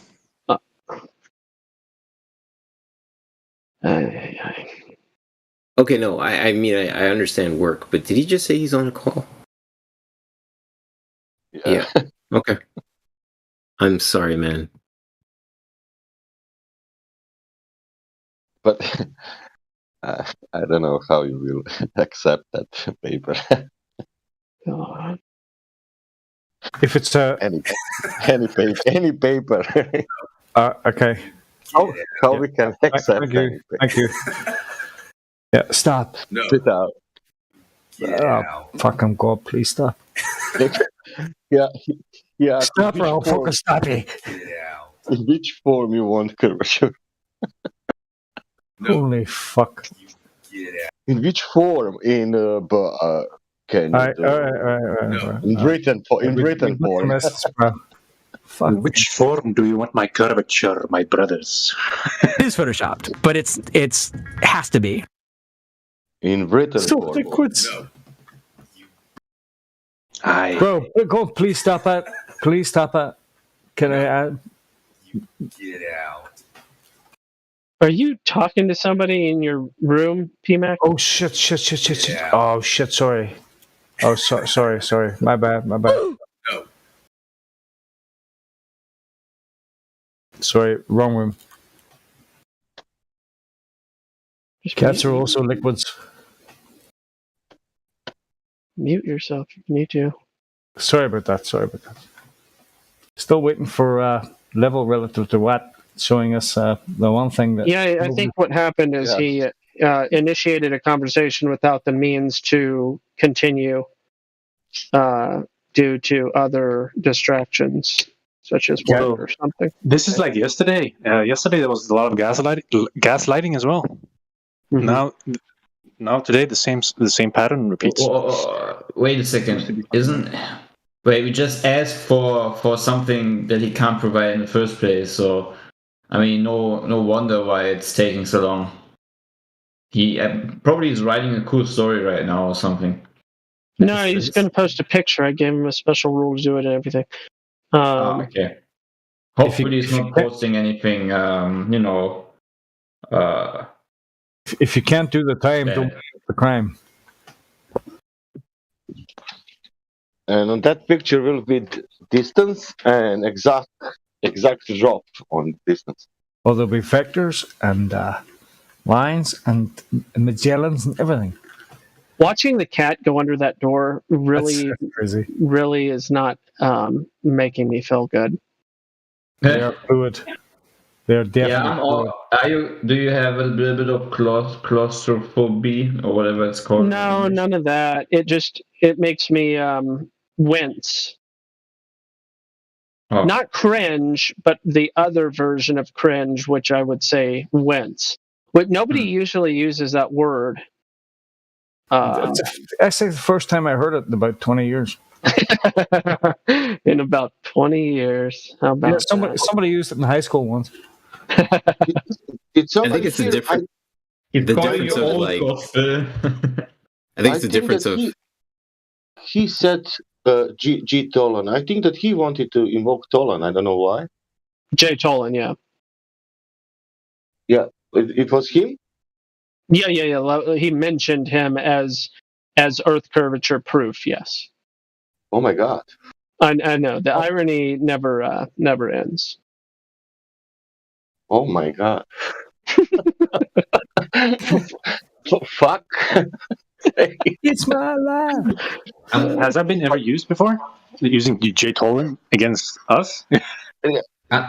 Hey, why not? No, I heard that something about Tolan that he faked something that thing, but I never heard that he proved with his infrared that is curvature there. There is fucking flat everywhere.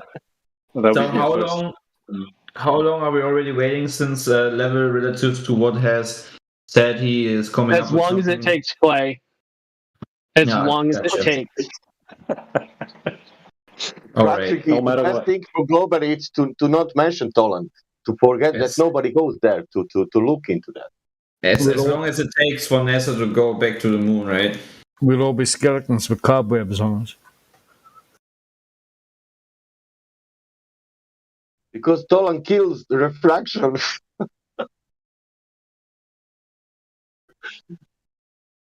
Isn't it funny how everything we see, we observe, especially the inconsistencies of the priesthoods and institutions that, have so much knowledge about space and do things in space and so forth, that everything with their inconsistencies and what we see in reality just all points towards this flat and stationary terrarium that we live in. So I don't know. I'm at this point. I'm just very much having fun listening to these people trying to come up with something that they will never come up with, and like we are waiting for one man now to he will present something, but nobody of us and nobody who he knows where is that information, that is curvature. But if you are a human being, let's find it that curvature easily, go to internet. No, he has information from the first place, Yeah, is it wrong? I was actually thinking, oh, here we go. I can go back to Star Trek. Yeah, we are waiting. We're waiting for him to show something that doesn't exist. So I think it's going to be a long time waiting. Is it like a atom? I think it's like a spinning ball where water bends around it and flies through space while hurting around other planets. He was so self-assured there, wasn't he? He was like, "Hang on, I'll show you something now. It proves the glow." Yeah, hold my beer. I'm gonna. It was fucking. Yeah, I almost believed it. I actually thought that Globe that this is going to be an interesting conversation because he was so confident when he was, Yeah, he sounded very confident, man. But yeah. Coming in hot, swinging in hard. Man, let's go, motherfucker. I think it will be like this. I have this document, but do not forget about refraction.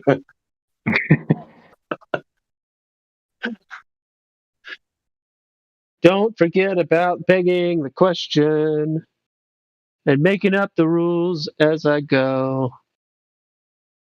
I have geodesic measurement from 18,000.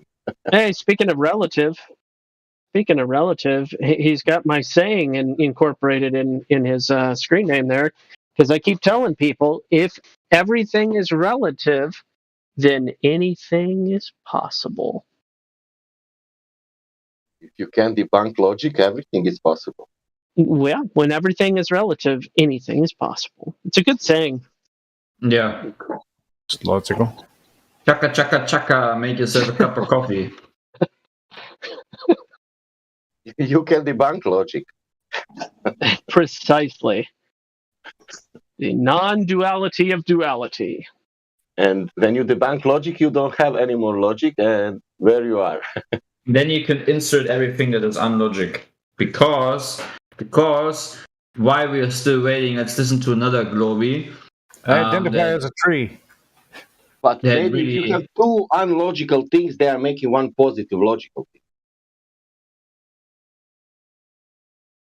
Like in math, you have two minus and when has anyone in your group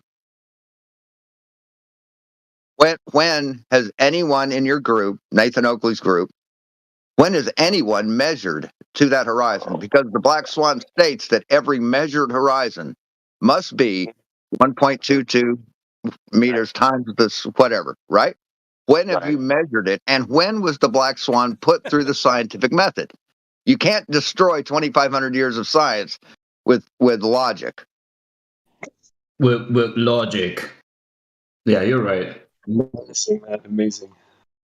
We choose truth over facts. Come on, man. You know what's ironic about that guy saying that is the fact that it never has been measured is the point.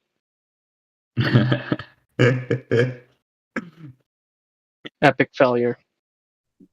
And if it doesn't bother you that it's never been measured, but yet here we go. That's a problem. Oh, the Black Swan. Wait, is that from the McToon side? Is that from the McToon side? What with other people who are not in that group and has the same logic? He's probably using the anti-flat earther side, something. It looks like. Oh, yeah. Right. But it doesn't matter. It's not debunking anything. It's debunking his own globe. Globe. Oh, man. I had so much fun looking at the sea and how the sea always was rising to my eye level in Italy. So yeah, I don't think he understands what Black Swan means. Reality is wonderful, It's a wonderful thing if you're ready to look at it without being,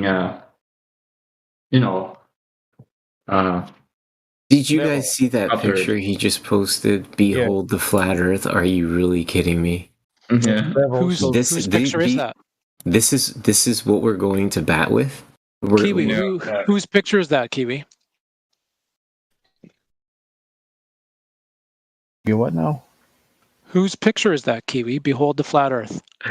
Dude, listen, I'm not even engaging with you anymore. Okay. It's ridiculous at this point. It's like having a conversation with I can't, because you still haven't answered me about gravity and how it acts on paper. Tolan Media's picture, and yes, I did answer you about gravity. That's Jay Tolan Media's picture. And where you are living, man? Where are you living? Which country you live in? America. USA. How you measure the mountain in the middle of the USA? How did I measure the mountain? Or whoever. They do it various ways. With an ice cream. How? How we know the height? Sticks and shadows, dude. No, how we know the height of the mountain? Sasha's taking him down a road. Just let Sasha take him down the road of. Do you want me to talk about how the height has been now verified because they've measured it multiple times to check their previous measurements? No, I will lead you. Let's choose one mountain in the middle of USA. You can choose it.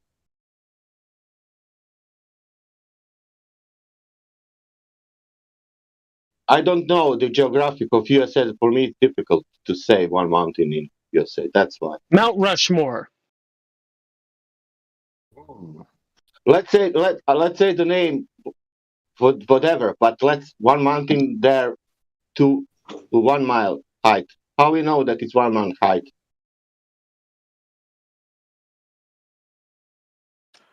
Triangulation. I can help you with this. It's called sea level. You start at sea level and you measure distance above sea. Triangulation with what? Known distances. Known distances. Okay, great. Now we have 100 miles away another mountain. The same height. Sasha, do you know how they measure a mountain? Like, for instance, how they confirm the height of Everest? Like how they would use triangulation to do that? Yeah, okay. But I still want to know what that means, 8,000 and Can you explain it so that I know that you understand how? Can you explain? I will explain it to you if you explain it to me what that means, 8,000 meters Mount Everest.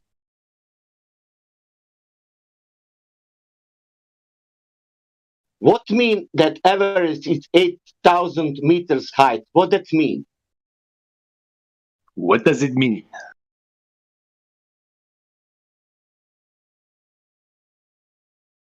Why have we lost him? Let him think, please. Oh, sure.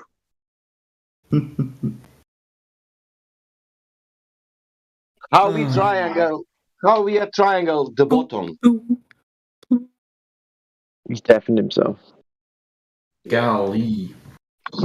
Oh, I think he's talking to someone that's feeding him. Put himself in the corner.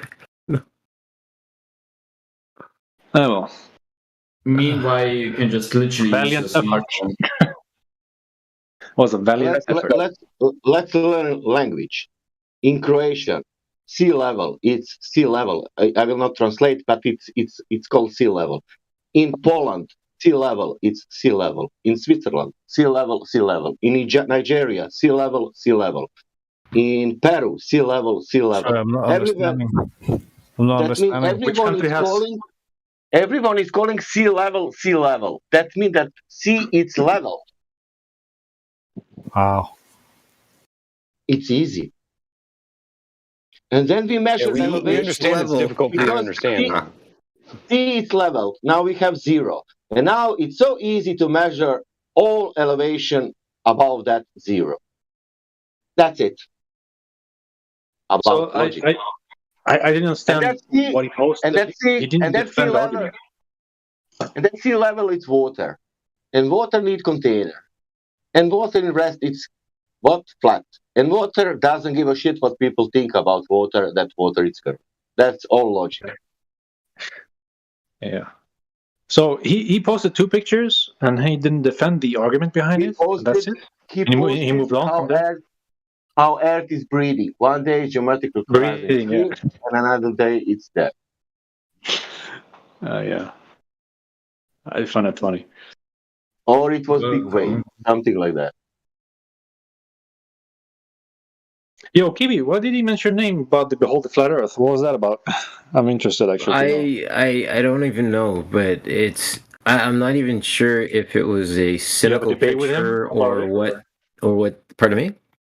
Did you have a debate or some sort of argument with him? No, my original question to him was regarding gravity and how gravity acts on 2 pieces of paper when you have one that is absolutely flat and then you have a crumpled up one and you drop them from height. what we observe happening to the piece of paper. I want to know if gravity is forcing it to the Earth, or if what we're observing. That was my question to him. Okay, interesting. I mean, he was going at you with a picture. I just think even shape is different. I don't understand though, because the second picture is like Photoshop. Like, what is that shit in the distance, in front of the mountain? I don't get it. Is that Photoshop? Like, am I seeing wrong? He's trying to say it's the same photo. Suddenly, the second photo is hidden underneath the horizon because of the bend, I think. He's trying to say that the Bye-Bye Ball, the Black Swan photo, is fake. I think that's what he's trying to say. The Black Swan photo is fake? Yeah. That's what it looks like to me. It's interesting. I don't know. He never defended it, so I don't know what his argument about it. He just threw out these two pictures and that's it.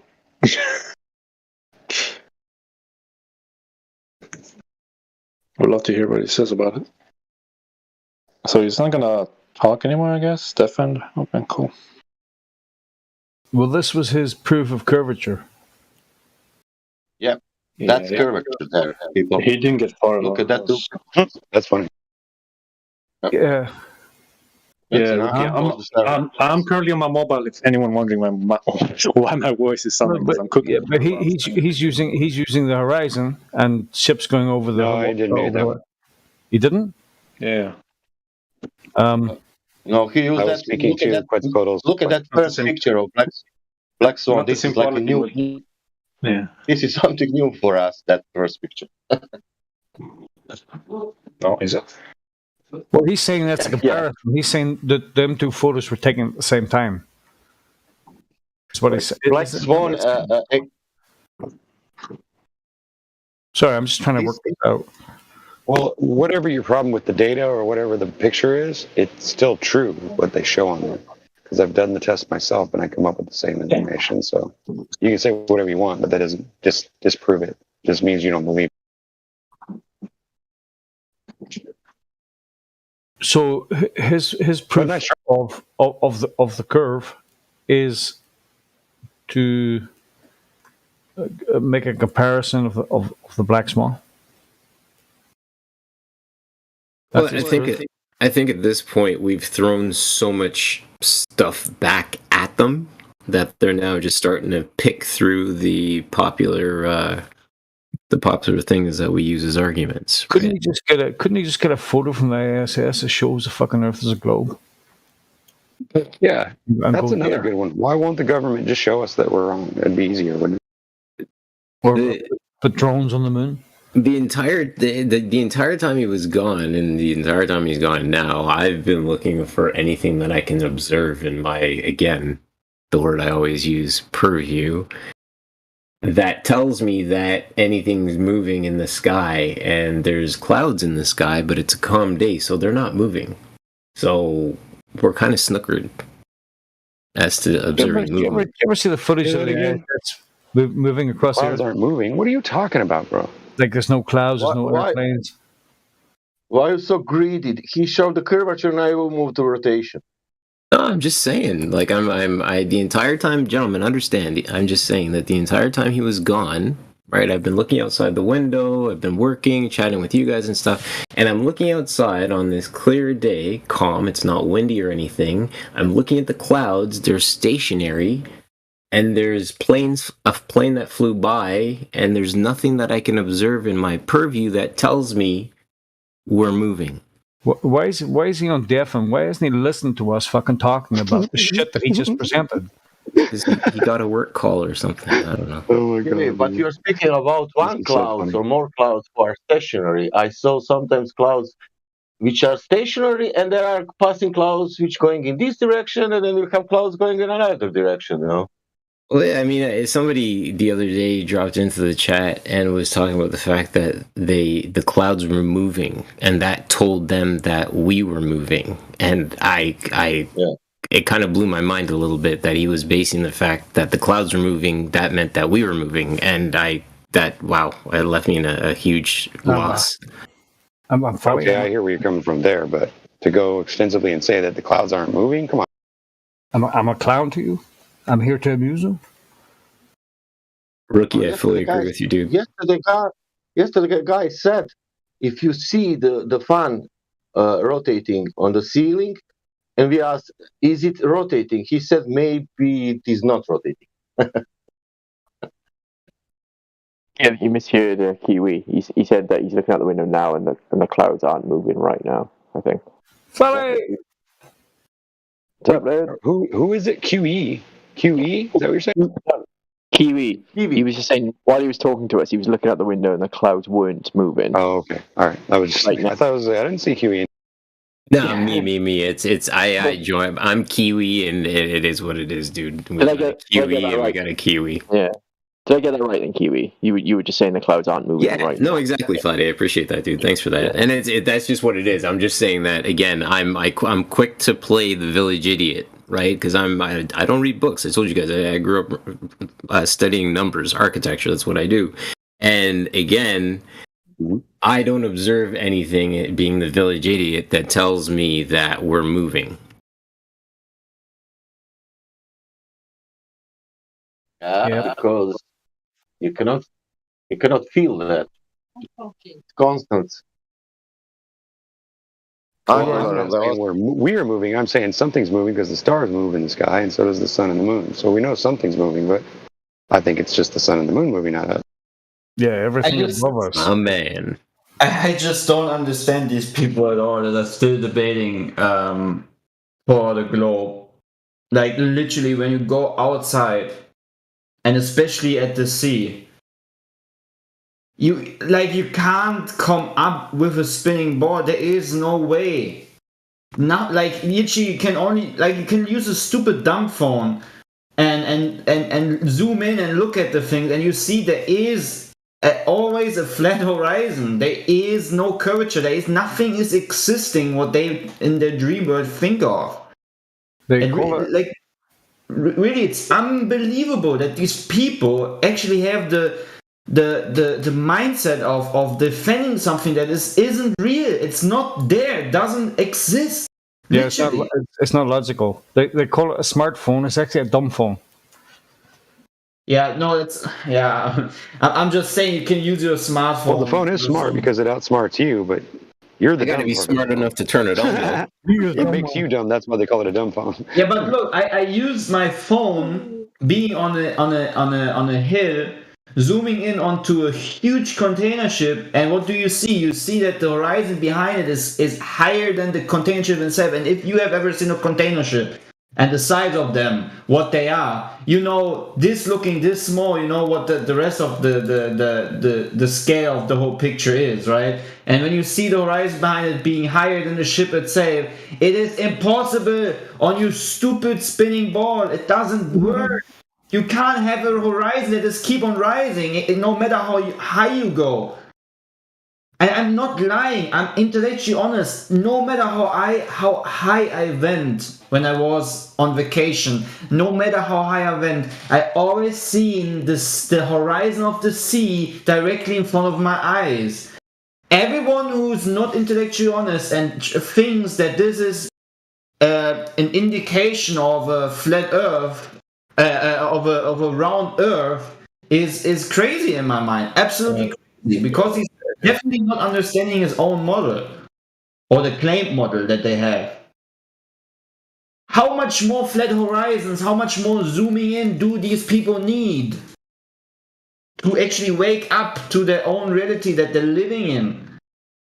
It's unbelievable. These people are not it's not the worst thing is not even that they don't understand most of the things that we ever say. The worst thing is that they're not capable of seeing reality as it is. You know? It's hard. It's hard, bro. It's hard. Yeah, it is. It's tough because it makes you wonder. It makes you question your own sanity sometimes. Because so many people are like that. It's like, well, maybe they're right. You know, like, I mean, they're not, but I'm saying, you know, like, sometimes I sit and think, and I think, well, maybe I'm not. You know, maybe I am. Everybody says some way or another. Everybody says the emperor has clothes on, but he's naked to me. I can see his fucking dingly dangly balls, right? I can see his torture going left and right. Since when is Hunter the Everybody else thinks he has clothes on. Am I mad? Since when is Hunter the emperor?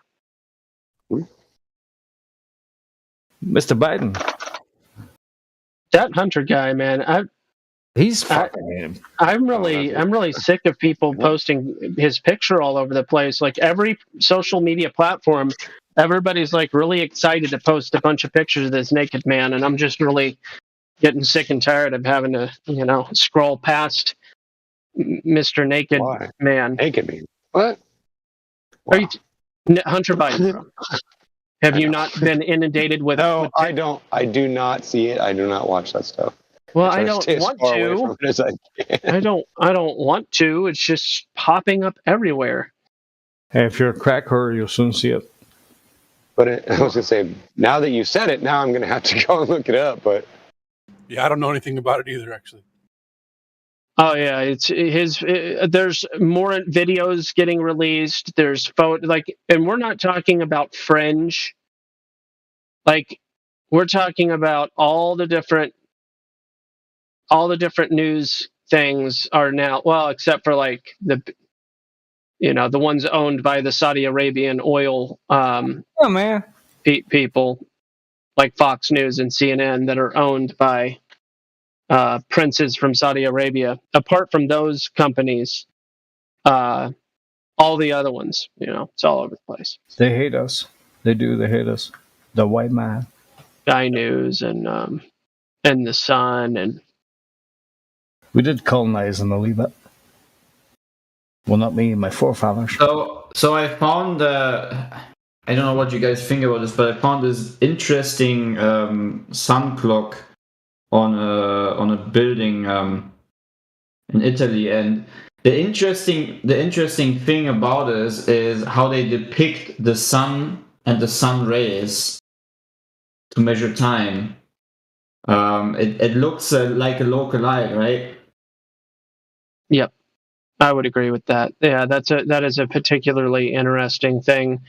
Are we talking about, is there a physical protrusion from that wall that cast a shadow? Oh yeah, there's this little stick, metal stick, right in the center of the sun. No protrusion. Yeah, very neat. And right next to it, there's another one. I think it's just another way of measuring the time, but that's really hard for me to understand. That's why I actually took photos of it. I mean, I don't understand everything regarding the first thing with the other lines, like the triangles and stuff. But it's definitely interesting to see. The extra lines might represent specific times of the year, like winters, like the two solstices and the two equinoxes. Maybe those other lines, because there'd be 4 total. Mm-hmm. I don't know. That's neat looking. It looks old. Yeah. I mean, maybe it has been there for a very long time and just always probably been renovated. But the original art style of it and everything looks very 150 years-ish. Maybe around there. Yeah.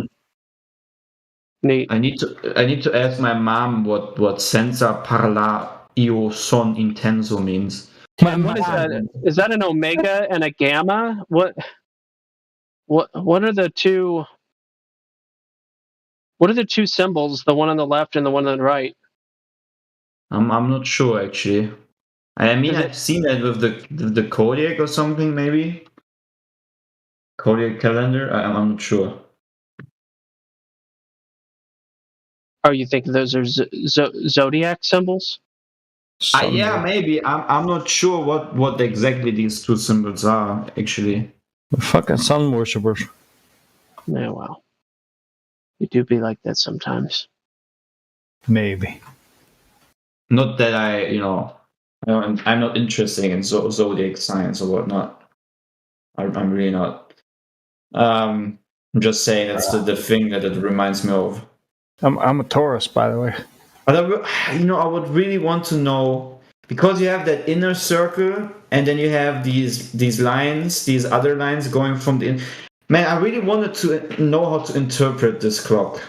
Is that why PMAC? Is that why PMAC's always BSing around? Because he's a bull.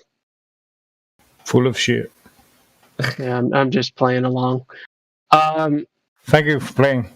The angles are simple enough, man. That's just shadow casting. But what else are you looking for interpretation? I mean, there seems to be a horizon line incorporated in the image too, so that's kind of like the sun directly over the sea. Yeah, that's kind of amazing. Interesting. I need to, and I forgot to make a picture today. Unfortunately, it's just what I. Well, you know, people say time isn't a thing, but I think we should start taking it more seriously. I think we should start looking at it as maybe it is a thing. I've been taking time my whole life. Time out, gospel. All right, take your time. I've been taking time. I've been taking time. I've been using time. I've been taking time. It's almost like a currency, I guess, sometimes, right? Yeah, it's crazy because they were talking about the time on the other server I was in there. Was a Flat Earth Awakening? I'm talking about time.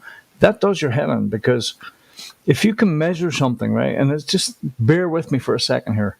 If you can measure something, if you can take a measurement of something, if you can make a watch or make a sundial or something, and measure the time, then it must be a thing. People are saying like it's a concept, it's an imaginary thing, it's something that men made up.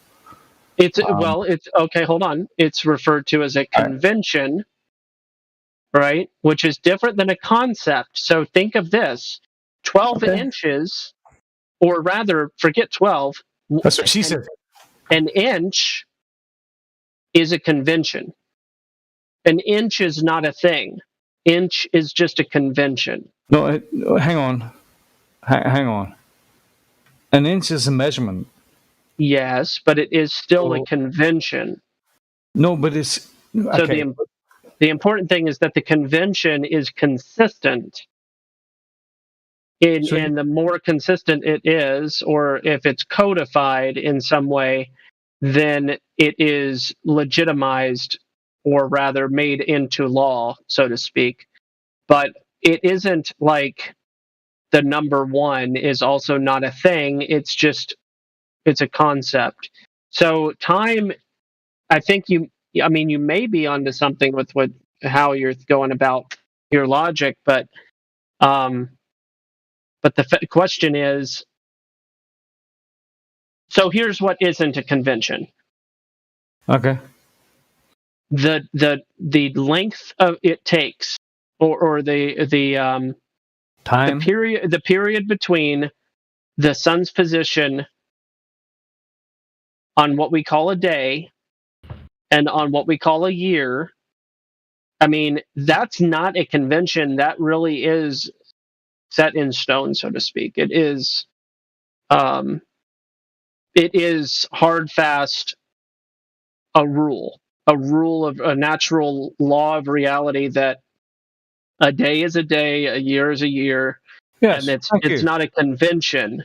It's not even a concept. It is what it is. Reality. Yeah, exactly. Yeah. Thank you. Yeah. So in regards to what a second is or a minute is, those I would argue would be conventions in ways of breaking down what otherwise your only focus would have been on sunrise and sunset and what you could do in the time of sunrise and what you may or may not be able to do during sunset. But and that's that. Like that's how you would imagine shaping your life around that, as opposed to minutes and seconds on a clock. Right. Okay. But we do that. Some of us do. Some people stay up all night. That's. Yeah, but it's still all night. It's still the hours still tick by, the minutes still tick by. It's still a fucking. It's still the same thing. It doesn't matter how much you change it. 12 noon to 12 p.m. It's the same fucking thing. It's the same measure of time passage, right? So, Right. Okay. So if you can measure something, if you can measure the shape of the Earth and determine that it's not a globe, and if you can measure time, if you can put a timepiece to time, make it tick tock, tick tock, tick tock, therefore it must be the same thing. It's also real. It's a reality. It's part of our reality. So when people say that time is it's just a fucking human concept. I don't believe that. I do not believe that one bit, because it is measured, and it can be measured by time, by making an instrument that can measure it. If you can measure something, the reason it's referred to as a concept is because you can't manipulate it unless you think you can, and then you need to demonstrate that you can. Hey, you be a time traveler, right? Yeah. But anyway, it's I know. But time's always been a pet project of mine, because I think if you can figure out what time is, you'll figure out where we are and what the hell is going on. Because to me, time is a reality. When people say that time is a concept, time is just something that some people just made up. To me, that's bullshit, because we can measure it. We can by instrumentation, we can measure how time goes by. Yeah. Therefore, it's a reality. It's part of our reality.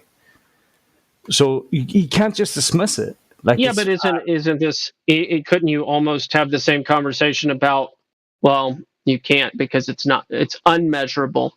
So there's another thing that I believe. I mean, there are things that are part of unmeasurable. Hold on, I understand. There are things that are unmeasurable that are also part of a reality. Okay. I would give the example of love. Well, that's emotion. Maybe.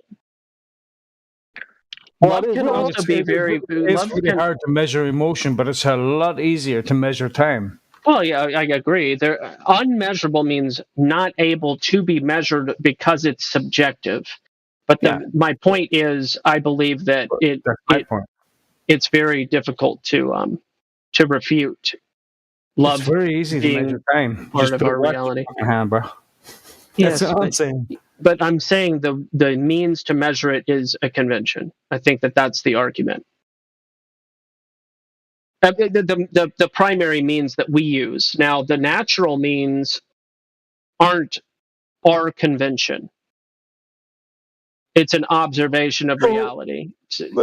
All right, Gospel. So, okay, let me put it this way. I just think there's a difference between a wristwatch and the sun. Yeah, so when people didn't realize that there was electricity, and then they found electricity, and it changed the world.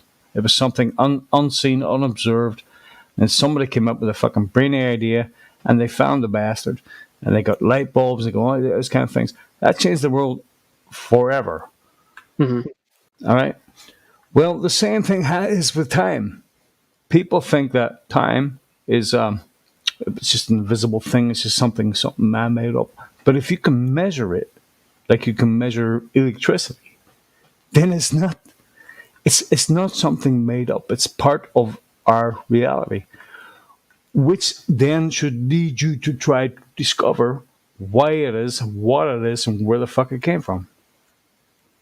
I think what Gospel may be saying is that with a wristwatch, you are labeling time versus observing the sun.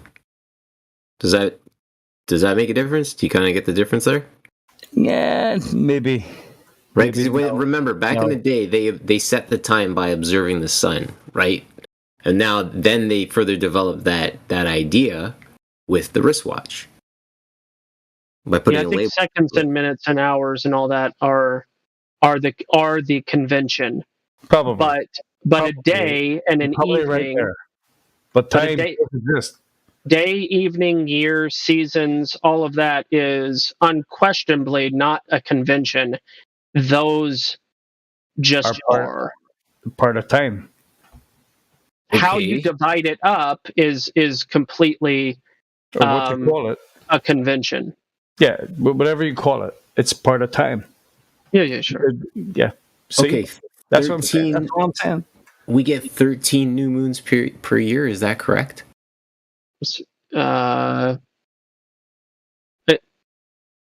Maybe. The reason I'm not answering that really quick is because I thought that we had once in a blue moon.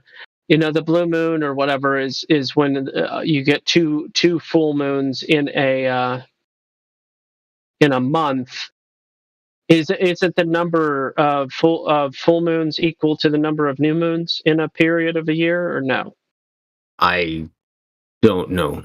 The one thing that I heard that puzzled me was 28-day cycle is all I remember. Right, and that's my point. Based on looking at it for, let's say, even a year, we may not be able to see the time delusion that took place, right? But looking at it over an expanse of, I don't know, maybe 1,000 years or whenever the time construct was created, maybe that's what made the difference, and that slowly over time has synced up to where it needed to be for their use, so to speak. So I mean, you could do 13 times 28. That's 364, but then that's based on the moon. The whole thing is the difference between the sun and the moon.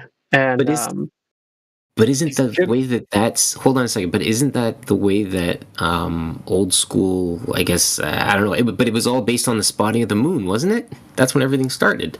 When the moon is spotted, like the first sliver, that's when the clock started, isn't it? So the moon's the timer, not the sun.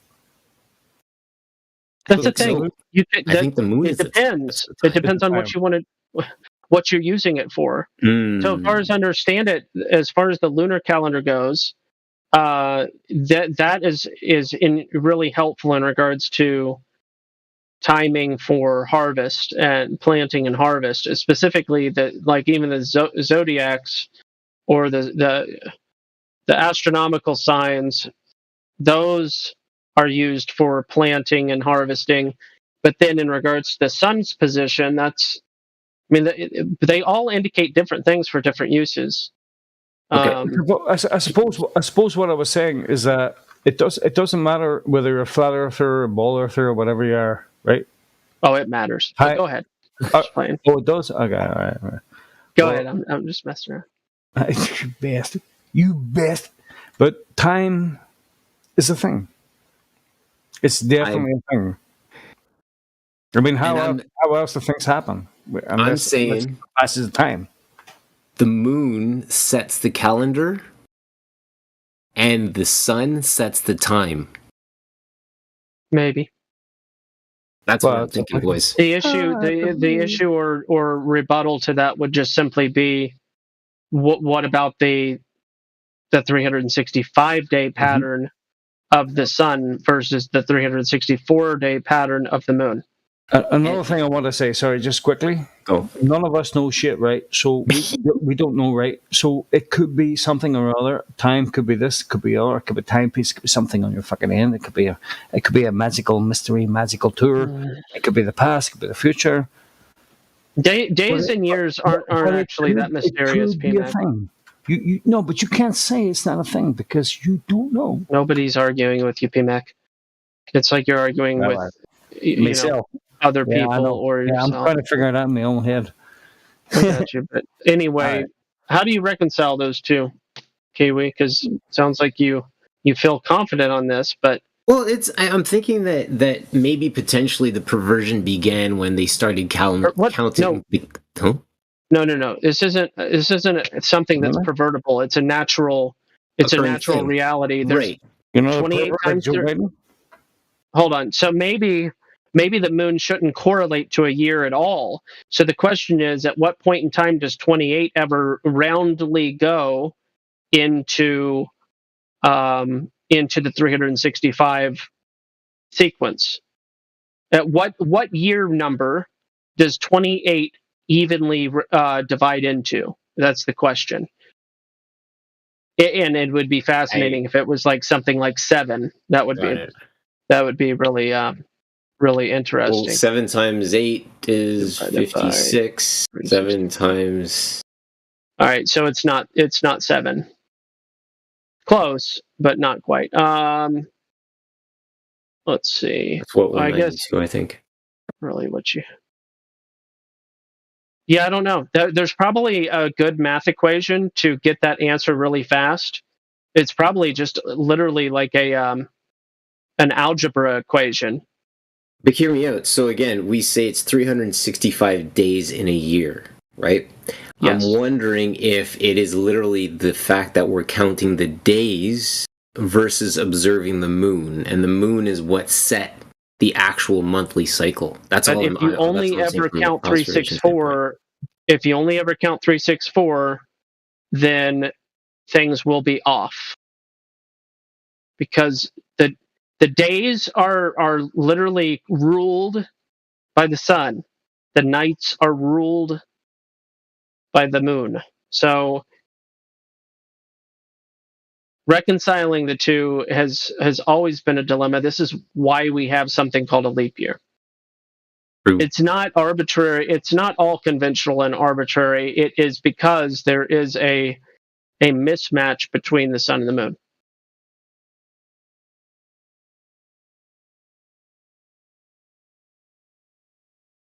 It'd be interesting to know at what point does the number 28 roundly go into a year number.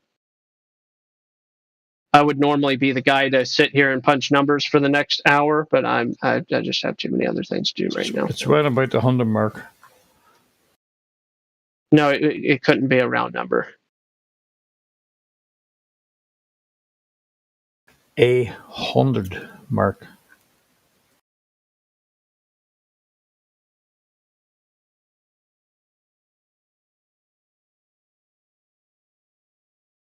Every 100 years there are 3 cycles, and we're just living on an alien planet designed by aliens, and it's not, nothing is actually real. Thank you. I'm just kidding.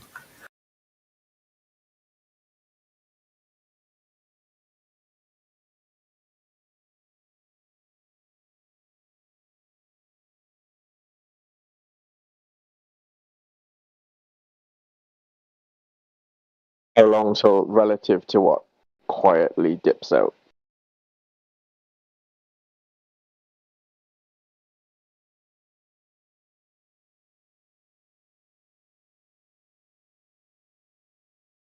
If humans finally figure out that we're living on a fucking something else,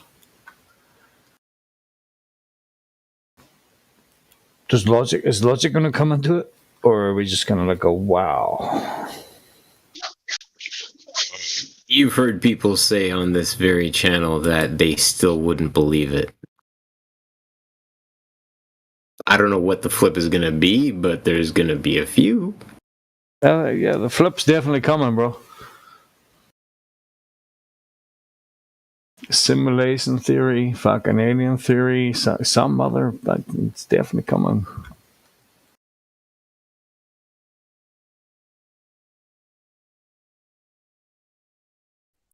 I mean, what is it for scientists?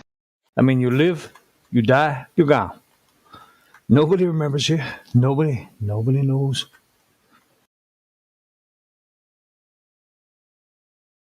It's strange. It's a strange fucking world, bro. Nobody seems to notice. Nobody seems to care.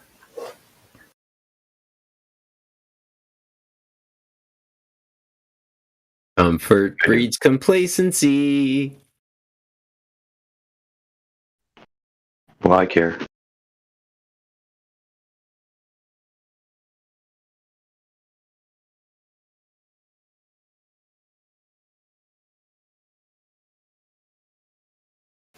This is the real life. Caught in a landslide, nowhere. Skip from reality. Open your eyes, look into the sky. I'm just a poor boy and nobody loves me. Where? From a poor family. Some fantasies. Easy come, easy go. You love me go. Miss Fila. Remember Miss Fila means? Let me go. That means hell no. Hell no. Okay. Okay, that makes sense. That explains a lot. Go. No. Oh, mamma mia, mamma mia. Oh, mamma mia. Figaro. Beelzebub has a devil put aside for me. I like the way Tyler Joseph talks about it. Tyler Joseph has a better way of explaining it. That's just my opinion. 365. Think you can leave me by? Calculate. 10,220 days. So divided by 365. What do you know? That's kind of weird. Hold the phone. Is that really the number? Times. Here we go. No, that's not the right number. So what is? I thought it. Wait. 10,000. Why did it give me the answer 28? No, it didn't give me the answer to 28. Gave me the number 10,220. Hold on. 10,220. I did the wrong thing here. 10,220 divided by 28 is 365. There you go. Wait, I'm confused. Oh, it's because they're literally the least common multiple is just the two numbers multiplied by each other. 365 times 28 is 10,220. That is the least common multiple. Therefore, every 28 years,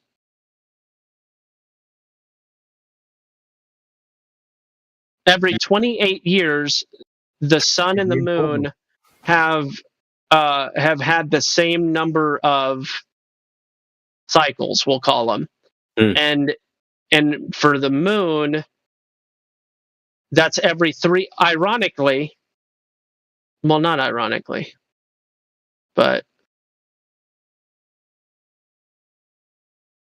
the moon. How many? What if we were to do like 13?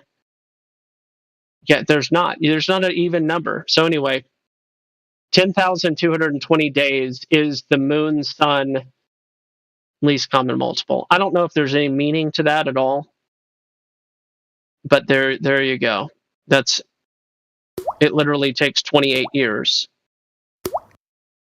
which I guess is. And it took you what, 5-10 minutes to figure this out? Imagine what a room of them would do and could do with that. A room of perversion, if you will. No. There's nothing to pervert. This is natural. You can't change the moon and sun cycles, so there's nothing to pervert. You can do all sorts of stupid, interpretations, of course. But I guess the irony here is the moon is a 28-day cycle. Okay, but every 28 years, I guess that's the irony. Even though the moon is a 28-day cycle, it takes 28 years based on the sun years of 365 days for the moon and the sun to have had an even number of cycles.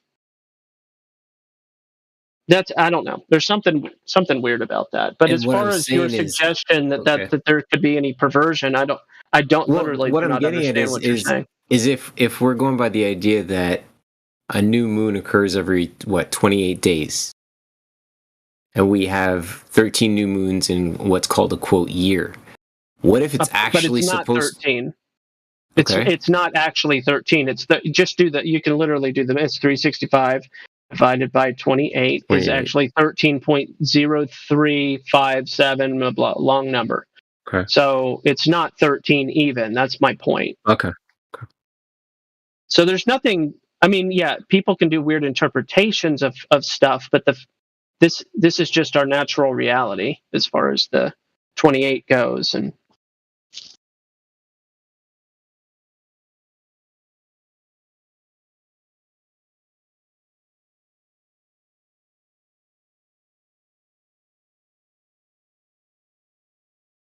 I mean, somebody could get themselves into trouble by rounding, I suppose.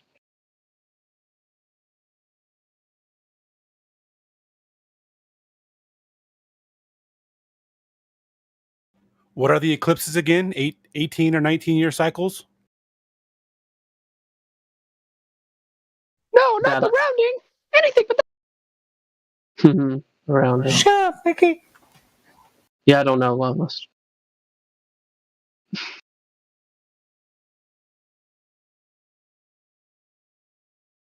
Yeah, I don't think that. I don't think we're living in what we think we're living in. So we figured that shit out. Must be something else, man. What? I don't know what you keep suggesting, PMAC. Okay, gospel. Reality is what it is. Life is what it is. You keep suggesting that it is something that it should be something else. What we are and where we are and everything should actually be some totally other thing, but we will never know. Like, what does it even mean, what you're saying? Okay, good point. I think we are caught in a reality that somebody has made up for us. I don't think this is reality at all. I think everything. Let me finish. Okay. Everything is fake. Everything is fake. The world is not fucking spinning ball, and everything else that comes with that. I think that we're living in we could be living in somebody else's fucking version of reality, but this is not reality. Listen, you keep saying this. Hold on. But that's what you're. No. All right, you're missing a word there. This story. So when the entire world thinks that they're living on a spinning fucking ball, just because people think things, just because people think things, that doesn't. Thoughts don't make reality. Reality is what it is, mutually exclusive of people's thoughts. Now, yes, there are people that believe that thoughts make reality. Years? What? Where you been for 100 years? Everybody thinks they're living on a spinning ball. PMAC, that's mutually exclusive. One can exist without the other? Really? Yes, one can exist without the other. If everyone in the world died right now, the world would still be what the world is. A bit of a philosopher, aren't you? What? Be an empty flat Earth. Yeah, precisely. I know gospel. You keep making these wild assertions that don't even seem to make any. They don't seem to be saying anything except for you're giving way too much value to people's thoughts, and you're not giving any reasonable ability for people to just be wrong about things. But this is kind of like asking the question of how did we get here? How did this place get here? What created this place? A lot of these questions we're probably never going to know the answer to. So, I mean, there's just no point worrying about it. I mean, think about it from time to time, by all means, but just don't stress yourself over it. I agree.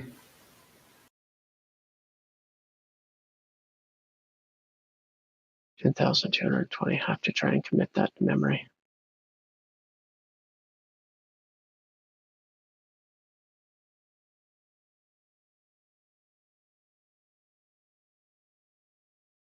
It's just that we're bombarded by what they say the world is. We're bombarded by it, so therefore we live in it.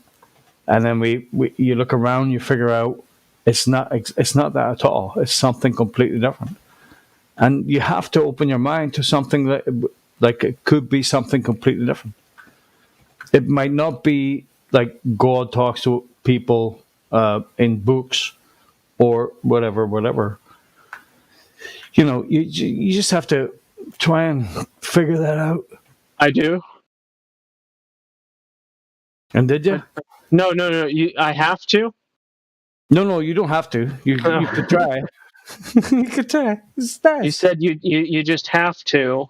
Well, you just have to. Once logic goes out the window, once you realize you're living in illogical. No, PMAC. No. All right. Okay. No, logic doesn't go out the window unless you choose for it to, and I choose for it not to go out the window.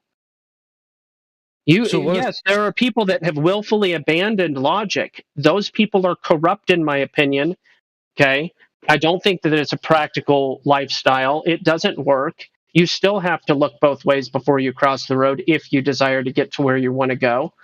Okay, logic is also naturally part of our world. There's the law of non-contradiction. It's not an idea of non-contradiction. There are people that willfully abandon these natural laws. Okay, I choose not to be one of those people. You're suggesting as if all the natural laws are meaningless in what you're saying. Let me suggest this. Is there a possibility that what you think you're living in is not what you're living in? Is there a possibility of that? So I'm going to take your sentence at its base, most literal level, and say absolutely not. Absolutely not. There's not any possibility, because whatever is in my hand right now, which is a thumb ball mouse, right? It is what it is, regardless of any other potential interpretation from a higher level or different dimension or whatever you believe. If God says, well, that's not actually a mouse, or aliens say, well, that's not actually a mouse, that's really irrelevant to where I am and what this is. It's irrelevant, because I only know what is. I don't know what could be necessarily, unless you have means to establish another frame of reference for reality to say that our reality isn't reality. You would need a new frame of reference. Do you have that? Am I? Do you have an outside of reality frame of reference? Yeah, question. I actually do. Okay, what is that? And how do you get there? It's outside of reality. Yeah, what is it, and how do you get there? It's a different reality. Yeah, how'd you get there? Aliens. Okay. I'm just kidding, bro. Oh, I understand that you're just trying to have fun and kid, but I hope you understand the logic of what I'm telling you. Logically, if the world you're born into is a complete pile of shite, then logically there must be something more out there that is irrelevant. It's irrelevant unless you can. It's irrelevant. It's irrelevant unless you can. So the world you're born into and everything they tell you is a complete pile of shite. Then there must be something else out there that is not. Does that make no, not necessarily. Hang on a minute. Because what people say about reality is irrelevant as well. But again, if there's something outside or above what and where we are, PMAC, if we can't go there, it would be irrelevant. If we can, then have at it. Well, let's. Can we boil down reality to this life to like one sentence? Yeah, I can boil it down to 2 words. Let's hear it. What is? Right. Not with a question mark at the end, but not with a question mark, but with a period at the end. That is. That's my way of boiling down all of what is. Period. Not question mark.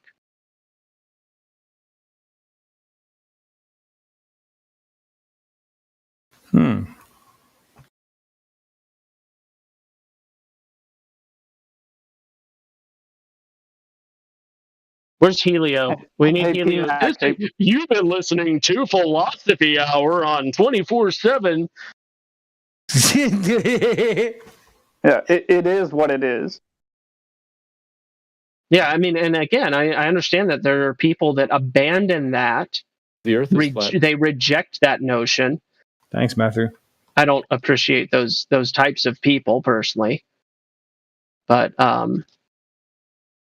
for those of us that are down here on the level of it is what it is, then yeah, we usually can get along most of the time. Or you could go the Popeye direction. I am what I am. Did he not say I is what I is? No, he said I am what I am. Oh. Is that a Mandela effect? Doesn't he yam spinach? He eats spinach.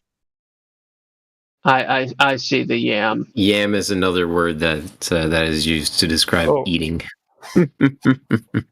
Yeah. Well, that creates an opportunity for an interesting sentence. I yam yams. Yeah. You're born. Of course, you have to be creative with the noun and verb placement within the sentence. Your deed. Oh, Paula Deen famously said, "I is what I is." So, what is the purpose of this life? Why did God make this shit up? Hey, Mac, you ask this question every couple of months. Are you okay? Oh, dude. Right, I'll stop. No, you don't have to stop. Are you okay, bro? Like, do you have living family, P-Mac? No joke. Do you have living family members? I have cancer. Okay. You're not the only one that has that thing. Yeah, I'll be the first to beat it. I'll tell you. No, not first. Yeah. You won't be the first. There's been my grandfather beat it. My grandmother beat it. My other grandmother did not. But I'm sorry to hear that, man. Don't worry. Try to not eat sugar. Those things sugar. Hey, that's my knowledge. Hey, plain cheese. My buddy said that at work. He says, "Don't eat fucking sugar. It feeds the bastard." Yeah. How do you know that? Don't eat fat and sugar. Well, the only macronutrient left is protein, and your body won't function properly if you eat just protein. Well, I don't know about fat. If you're going to have sugar, it better be as natural as it gets. Simple sugars. My grandma had when she was 75, she had a huge tumor beneath her somewhere in that area of the digestive system. It was like 1.5 kilograms or something. And she went to the hospital and they told her, we need to operate it out quickly and blah, blah, blah. And then we went to our trusted alternative medicine man. I forgot the English term for it. I always forget that. Medicine man, yeah. Yeah, what was it called? One second. I will come to that later. So what he said is she needs to change her diet, which is she went on a non-protein diet because he said if she's not gonna eat anything with protein in it, the body itself would start eating up this tumor, which is basically made out of protein, and it's actually what happened. The body itself has eaten up the whole tumor and it disappeared. And she went to the hospital again, and they looked at it again, and there was no tumor left. And then my dad sat down with the doctor for like 2 hours, and he wrote everything down that she did from what our what is this called? So no protein, no sugar. No sugar, no protein, and just let your body eat this thing up again. Wait a second. How much was she healthy? You're talking about the fasting method. Yeah, I mean, people have fasted. No, not fasting. You can still eat, but not protein. Carbs. Is she doing veggies only or something? Is that what you're saying? Yeah, carbs. For example, yeah. How much weight did you lose? I think carbs would make it worse. Trust me, man. Like there's a reason why there's this term that I heard growing up, and I didn't understand it until I was an adult. This term of empty calories. I didn't understand what that meant. I just heard people throwing away, but now I understand. There's a reason why that term gets thrown around. It's because there's no such thing. Take for instance, and there's multiple reasons, but there's no such thing as a carbohydrate soluble nutrient. There's fat soluble nutrients. And then there's amino acids and protein, but there's no such thing as a carbohydrate soluble nutrient. So what I'm saying is carbohydrates, like they function as fuel, but you can't actually derive any micronutrients from them. They're just empty calories. Right. So what should I eat? Should I have to stay away from meat and sugar? No. Yes. The opposite. I would suggest this. If you want to know what I would do if I were you, because I actually kind of just do this myself for other medical reasons of my own. And I think the same thing would apply to you. Just try your best to fast for 48 hours at least. Just go 48 hours just drinking water, and then when you start eating again, try to find some grass-fed, organic, locally raised steak. Try to get 70% fat, 30% protein. Make sure to throw some salt on there, because the more fat you eat, the more salt you need. The more salt you eat, the more fat you need. Those two things go hand in hand. And so, yeah, just try to stick to a low-carb diet with a high fat. 30% of the grams you eat throughout the day, make those protein. 70% of the grams that you eat throughout the day, make that fat, because you need more fuel than you need construction material, kind of like how your car needs more gasoline than it needs replacement parts. So just try to stick to low carb and try to fast and drink water. So I can only tell you what happened to my 75-year-old grandma. She survived, and she got rid of this huge tumor, this 1.5 kilogram thing, by letting the body not having access to protein other than this metastars, or whatever it's called in English, other than this 1.5 kilogram that was already not to be supposed to be there, and the body itself just ate it up because that was a huge source of protein. That's just the logic behind it, and it worked. It perfectly worked. How many? I'm curious. Do you know how many calories she was eating of fat when she did this? I'm not sure. I would need to ask my dad, because I was young at that time. Because I have a strong suspicion that if she ate enough calories that weren't from protein, I have a strong suspicion that what you just said wouldn't have worked. Like, I have a strong suspicion that the reason why what you said worked is because she was restricting calories, period, enough to make it work. Yeah, fasting, it's hard. It's hard. I'm not going to lie. Going 48 hours and beyond that, just drinking water, it's a pain in the ass. I hate doing it. But man, I tell you, I feel a lot better afterwards in so many different ways. So, my joints, particularly. PMAC, I can ask my dad what her specific diet was, and I can then write it to you, okay? Because I don't want to say any wrong. What I just know is that the diet was based on making the body dry out on protein, so it's forced to eat these tumor cells, which the body is capable of doing, in an extreme situation. We really underestimate the greatness of the machine that we're using to live every day. That's really a thing. Another way of looking at this is in regards to not like cuts on your arm, not like minor injuries and scratches like that, but in regards to like myself, joints, or other people, other parts of their body, and other medical problems they may have. There's certain things that go on inside the human body where you have the ability to digest food and then not let certain healing processes happen.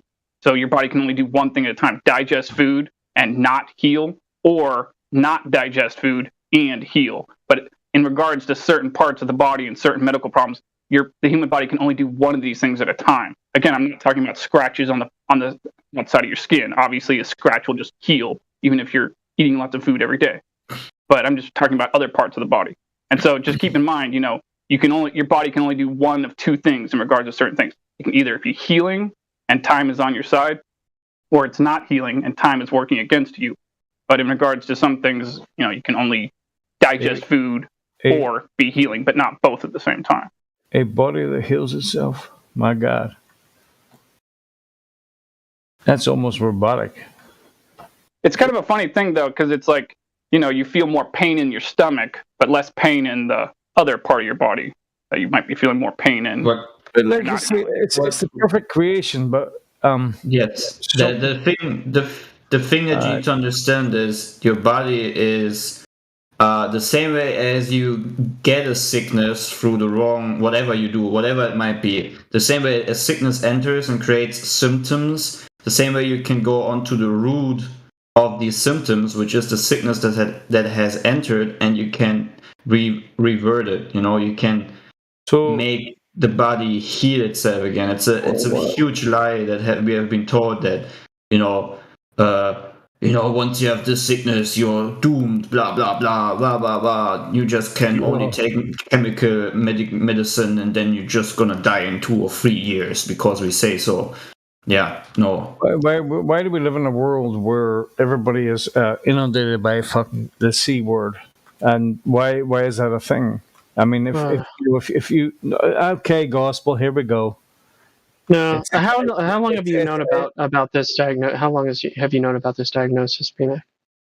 I kind of knew about 4 or 5 months ago. I had a inkling. I've known about month. Okay, gotcha. I didn't know how long it had been. That isn't very long. No, it's not very long. My head was spinning, bruh. It's not the kind of thing you want a doctor to go, listen, bruh, you've got C word. You're like, oh fuck, really? Mm-hmm.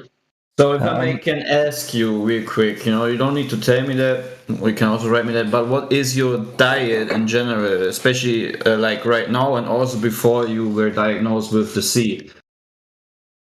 It was pretty good. I mean, there are people who eat McDonald's every day and say that's pretty good. So I'm not saying that you're doing this, but I'm just saying I'm curious what you eat.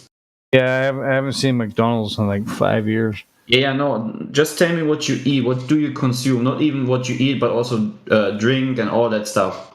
Well, they do ask you that. It's the beer, a lot of beer, some wine. Hang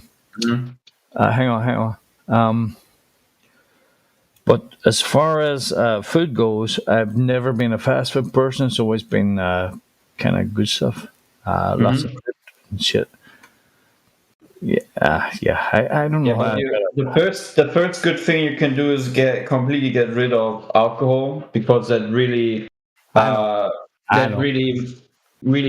This is my last night with alcohol. This is my swan song, like a black swan song. Because your liver is like your cleaning machine, and if your cleaning machine is so overworked with this toxic liquid, which is alcohol, it really can't do much, Yeah, well, to tell you the truth, in the last 5 years, there's been a bit of coke too. A bit of coke, bro. Mm-hmm. Yeah. Have you ever abstained from alcohol in your adult life? Yes. Okay. Yes, for long periods of time. Cool. So that means you have practice at doing that, and you know what it takes. So cool. Good man, gospel. I hear what you're saying. Yeah, it's easy. Easy once you do it for a couple of weeks. It's easy. I would call it simple, not easy. There's a difference between those two. Yeah, there's a lot of things that are simple, very, very simple, but they are very difficult. So anyway, I'm sorry I fucking mentioned that. Can we move this on now to somebody else? Because I'm very fucking. I hate that. I've always been that kind of person. No, you're right, man. I got you. So Logris, are you here? Oh no, he's not even in the VC. Whatever the case, Logris was trying to. Are we still waiting for level Whatever. The guy is whatever. Who cares? He's deafened himself for the last hour and a half. Still looking for the proof. He was asking about sugarcane and honey and stuff, and I was just like, has anybody here ever chewed on sugarcane? Natural sugarcane? Yes. Yeah. Can you imagine eating enough sugarcane to actually It take a while, is what I'm saying. Like that when you're getting sweet things in their natural form, unprocessed, they're a little bit different. Well, it's like honey. Exactly, and the thing about honey is it doesn't take very long. Try to if you take, I don't know, a cup of honey and you just try to chug a cup or a cup and a half, you will probably vomit. I mean, no, yeah, but honey's good for you, bro. Well, yes, but I'm saying at a certain point, your body will just probably reject it. Probably. I mean, I don't know. It's possible. I guess you could give yourself a diet. I don't know. I wonder if there is a study that exists. Has anybody ever gone into a diabetic coma off of honey? And the guy that we would look to answer that question is Chubby Emu. Chubby Emu on YouTube is hilarious. He'd be like, "Boy ate 3 Lego pieces. Here's what happened. Woman ate 4 pizzas in one sitting. Here's what happened next." And he just makes all these crazy videos. As far as I understand it, he is a physician, I think, but he's also a really funny YouTuber. Was that you fucking trying to segue? Was that your best? No, it's not. It's not my best. I could start talking about all sorts of different things. Well, I know gospel.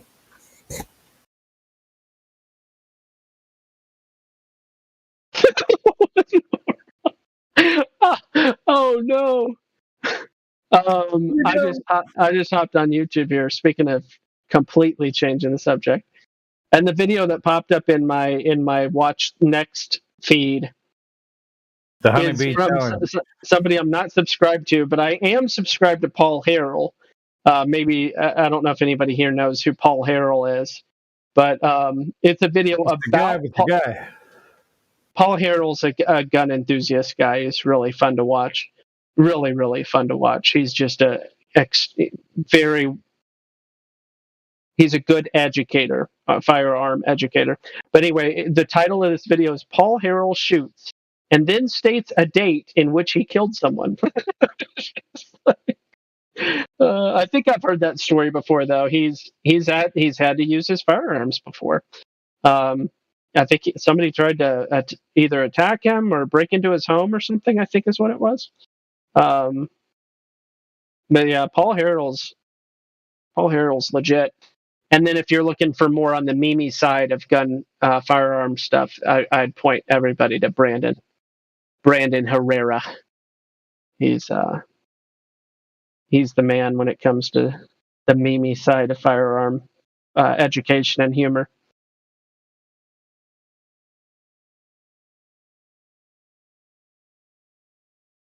No, nobody knows about Paul Harrell and Brandon Herrera. Yeah, I know who Paul Harrell is. Oh, okay. Yeah, Paul. I mean, isn't he a pleasure to watch? He's just so. Yeah, he has the unique delivery and the information he provides. Yeah, he's cool. Yeah. And then Brandon. he's a goofy one, but really fun. Oh man. What a thumbnail.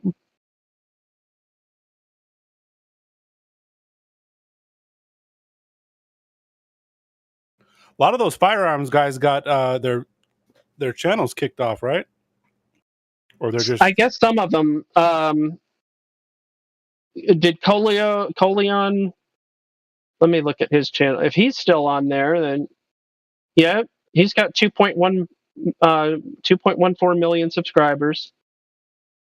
Brandon has just over 2 million subscribers. I have definitely heard about them being demonetized. I haven't heard of any of them actually getting removed. Paul Harrell has 739,000 subscribers. Jameson Travels. There's there's hundreds of gun enthusiast channels, but yeah.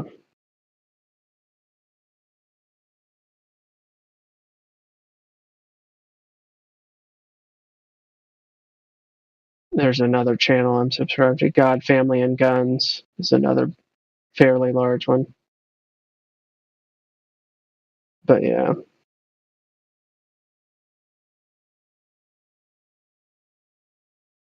Interesting. I'm always trying to give my suggestions on what people can turn to for good comedy. Angry Cops being one of the good ones. Up and post his channel again because this guy is a super goofball. He still has a donut operator. Anyhow, we have plenty of guns. Who? Something operator? Donut operator. Donut operator. Never heard of that gospel? No, I know about Matt. Matt the Cop and Angry Cops are the two, like.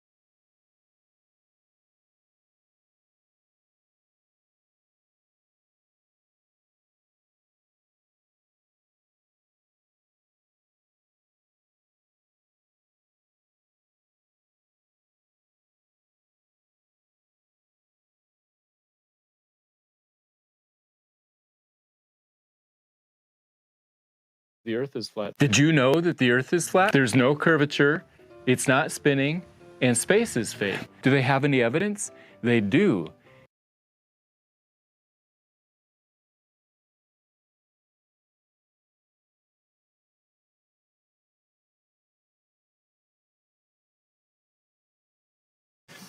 Ms. Downs, does Google think that this is a problem, and what is the solution that you're coming up with to address it?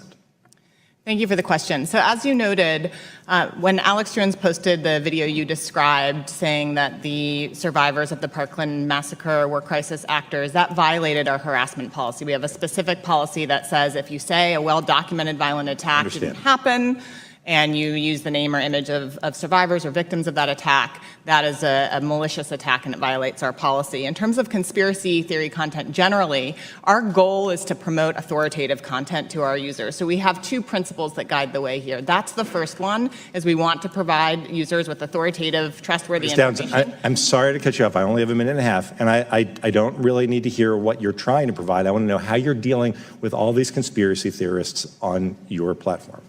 So the first way is by demoting low-quality content and promoting more authoritative content, and the second is by providing more transparency for users. So we're introducing boxes that provide factual information at the top of results that have shown themselves to turn up a lot of information that is counterfactual, such as searching for the Earth is flat on YouTube, where you see a lot of Your response is to put a box saying, nope, the Earth is not flat. Correct. Okay.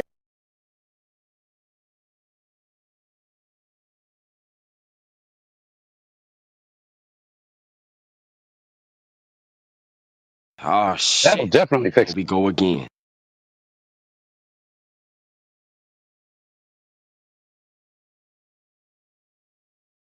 Yes.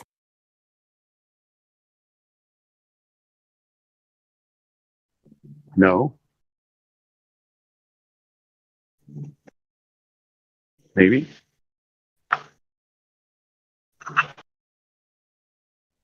So what, everybody's mouth broken or what? What's up?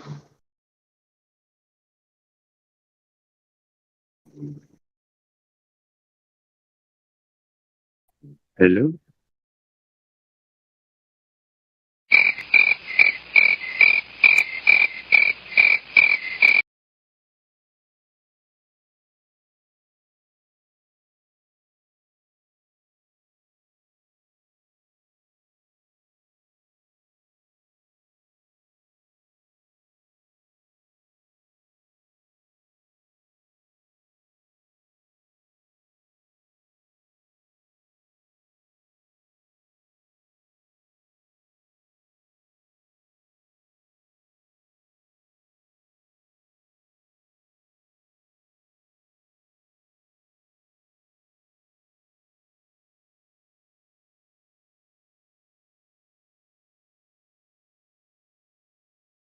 It's the truth, I'm telling you.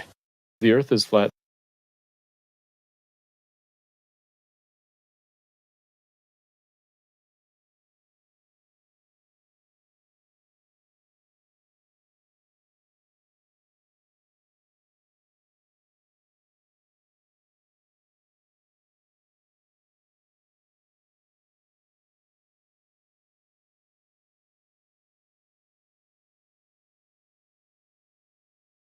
The Earth is flat. The Earth. Yes, the Earth. Yes, the Earth is flat. Yes, that's right. The Earth is flat. Is the Earth flat? Really? No way. No, it's not a lie. The Earth is flat. Yes, that's right. These are like the straight line distance, and sometimes straight line. Where the fuck did you get that? What's your name again? You're right. Great circle. Funny. You're right. How dare you? You're all nuts. Yes. So. Yep. That too. You get used to it though. America is a nation that can be defined in a single word. I was going to put him. I was going to put him. Ouch. Wow. Come on, man. Come on, man. I was going to put him. I think I probably have a much higher IQ than you do, I suspect. Come on, man. The best way to get something done, if it holds near and dear to you that you like to be able to. Anyway, poor kids are just as bright and just as talented as white kids. No, really? Yes. So. What a stupid son of a bitch! Damn it! How dare them? I caught part of President Putin's press conference, and he talked about the need for us to be able to have some kind of modus operandi where we dealt with 1.2 billion. So you go ahead and you stack spaghetti sauce at a store and in a supermarket. You control the guy or the woman who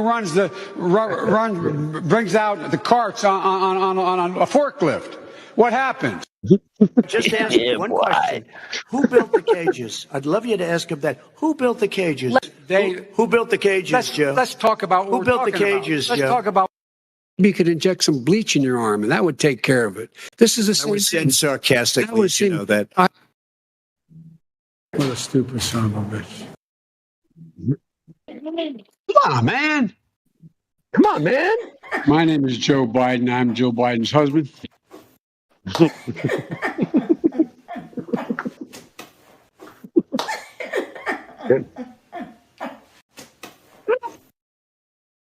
We hold these truths to be self-evident. All men and women created by go. You know the thing.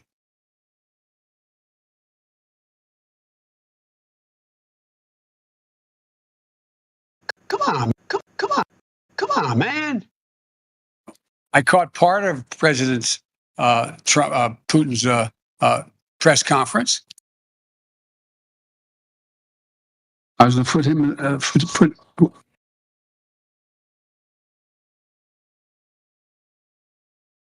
Judge my physical and mental, my physical as well as my mental fitness. I got to the Senate 180 years ago. Thank you, Dr. Pepper.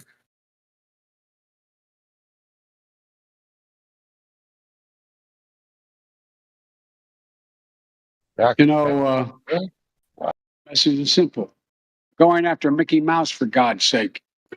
America is a nation that can be defined in a single word. I was going to put him,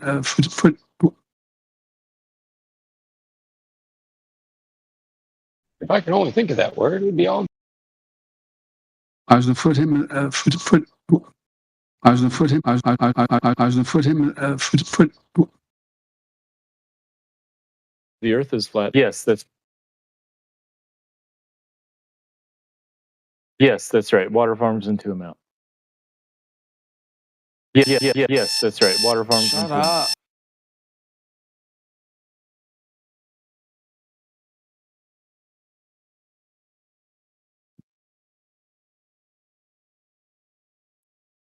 Dude, yes, that's right. Water farms into a mountain. Yes, that's right. Water farms into a mountain. These are like the straight line distance. And sometimes, straight line. How the fuck do you get that on a sphere? Yes, that's right. No, it's not a lie. Yes, that's right. Water farms into a mountain. The Earth is flat. The Earth is flat. Did you know that the Earth is flat? There's no curvature. It's not spinning, and space is fake. Do they have any evidence? They do. Yes, that's right. They do.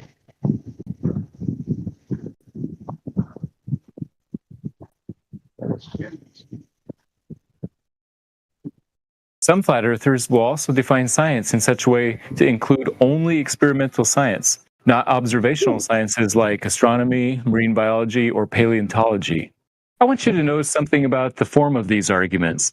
You'll see that they generally say something like this. A sea and an ocean, right? Everywhere you go, we see and observe flat level water. If 70% of the surface of the Earth is flat, it cannot be a ball, right? Flat earthers mean the surfaces of oceans follow a perfectly straight line. That's just the common sense idea of flat and level. We mean flat as in flat means smoothly curving around the globe. We're using a slightly different definition. But that's because a curved surface can look perfectly flat. So, do you think a tiny ant standing on the hour hand of a clock would notice it moving?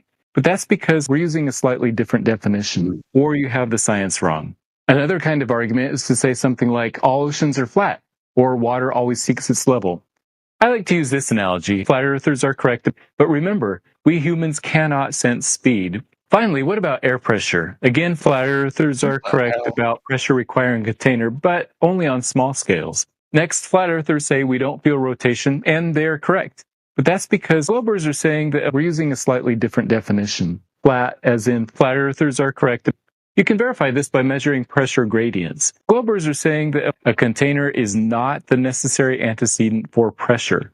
But that's because on large scales, anyway, but I'll start with just these three are even less of a factor. Remember, we're talking about very slight differences here. If light bends over a curve even just 0.001 degrees per mile, in the black swan argument, flat earthers are saying that since light doesn't bend enough, it's impossible on a globe. But if light bends even just that 0.01 degrees per mile, that would explain the picture. And anyway, it seems to me that flat earthers would need light to be bending to explain sunsets over the ocean. Furthermore, the Earth is rotating so slowly, at a rate of 0.000666 RPM. Do you think a tiny ant can only feel acceleration and rotation? And the other rotations around the sun and furthermore, around the galactic core at twice the rate compared to the daily rotation of the Earth. The weight of the tiny ant causes atmospheric pressure with no container required. You can verify this by measuring pressure gradients. I like to use this analogy. How do you make tiny ants into grape juice? Well, you have to squeeze them. You put the tiny ants into a container and squeeze. So you may think that a container is necessary for making tiny ant juice. That's usually true, but there is another way. You could make a big pile of tiny ants on the ground, and as the pile grows bigger and bigger, eventually it will weigh so much that the tiny ants on the bottom will be squeezed, and you'll get tiny ant juice without using a grape juice container. It's somewhat similar with atmosphere. The weight of the air causes higher pressure at the bottom. gas does not expand in all directions exactly equally. There's a slight bias in the downward direction due to the weight of the tiny ant, and that's enough to create atmospheric pressure without a container. Calling atmospheric pressure a violation of the second law of tiny ant dynamics is just a misunderstanding of that law. If the Earth really were a globe, this is what should happen, and it doesn't. So most of their evidence is negative evidence. Here are a couple of examples about how water should flow on the globe, or how day and night should work, or how clouds should work in the atmosphere. The scientific response is generally no, that's not what should happen. You're either misunderstanding tiny ant. It turns out that both sides agree with those statements, but mean different things by them because they have different definitions of the word flat and the word level. Globers say that the word flat and level technically means something more nuanced, like following gravitationally equipotential lines, which curve slightly. So a flat ocean or a level plane actually curves slightly with the shape of the Earth. In other words, when we say flat, we don't mean that it follows a perfectly straight line. We're using a slightly different definition.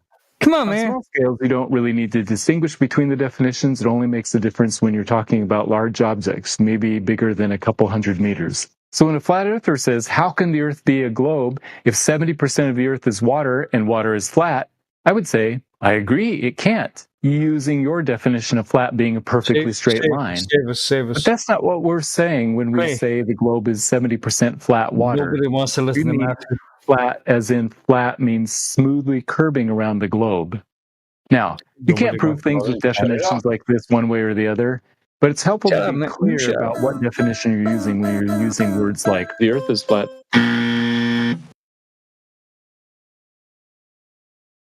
If I hear one more Matthew, bro, I'm gonna kill. Nah, I'm just kidding. I'll give you my address. You can come on over. There is no Earth curve.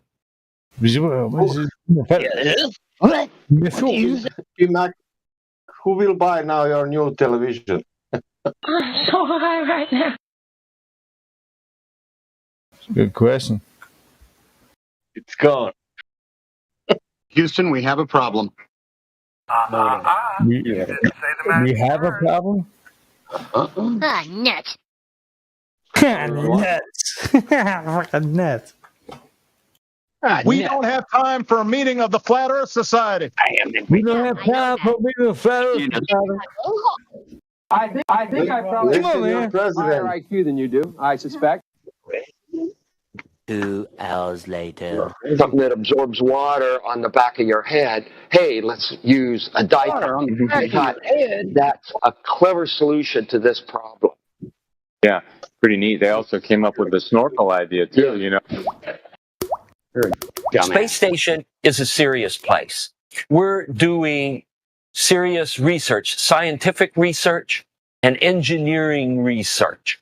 We have a regenerative life support system, which is a fancy way of saying that we've got a toilet that you use and then a machine that goes chugga, chugga, chugga, chugga, chug. And then you go to the galley and you make yourself a cup of coffee. And that's exactly what you are thinking it is. And this is the kind of engineering research that we're doing on Space Station. How do you get coffee out of shite? Okay, that's enough of clips. I want to hear CB's new song, please. Yes. Coffee out of shit. Push your feet, I push your feet, I push your feet, I push your feet, push your feet.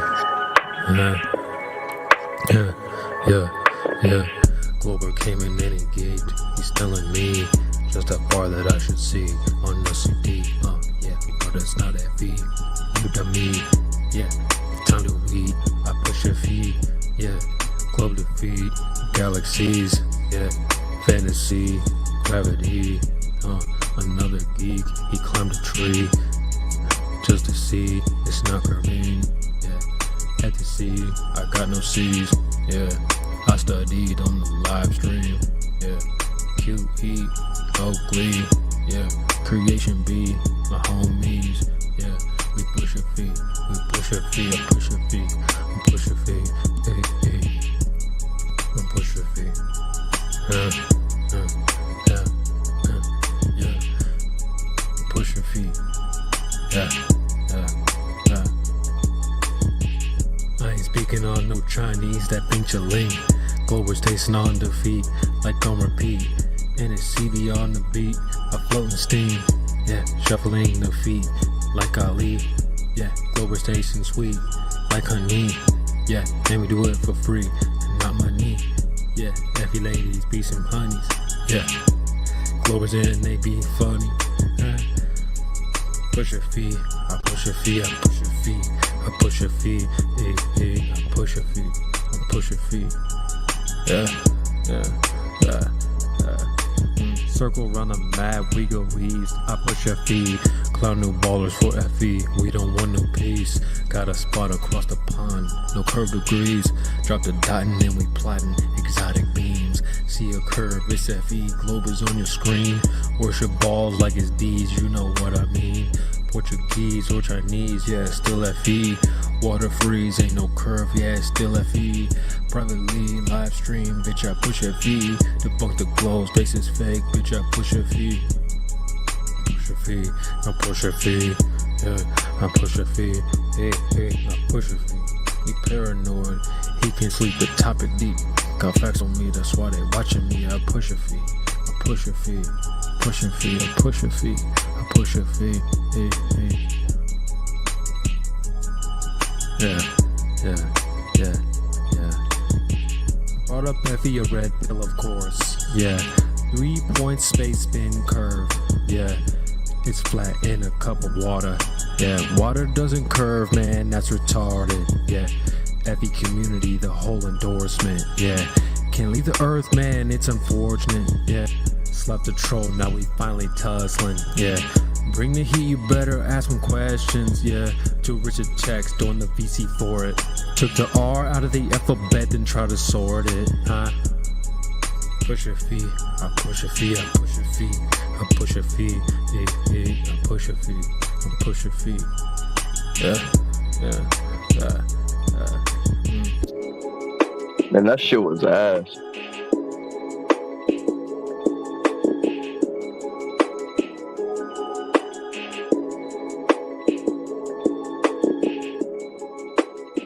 I think this Zol person just said that he was going to do a rap battle with you, CB. Better bring that heat, Zol. I already got a diss track out now, so you got some catching up to do. You're a baller. Bye. What? I miss you. Shut the fuck up for a second. Anyways, hi, baller. What? What kind of moron just said what? What kind of moronic utterances was that? He sounds confused, you know. Maybe the asylum has an internet connection again. Are you okay there, Zol? Are you Mentally under the influence of substances? Mentally or physically? Mentally. No. All right. Are you under the influence of some type of substance? Yeah. All right. Yeah. Yeah, that explains it. Bendy water. Justin gave me it, so.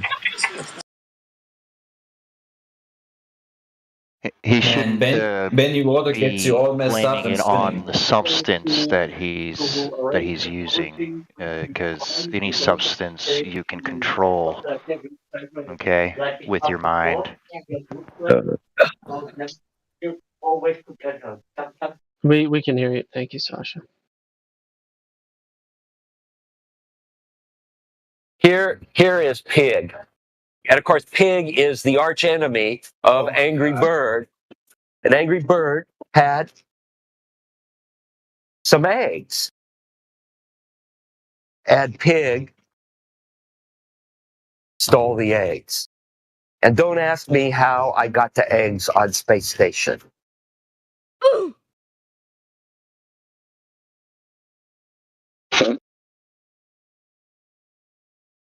And don't ask me how I got the eggs on Space Station.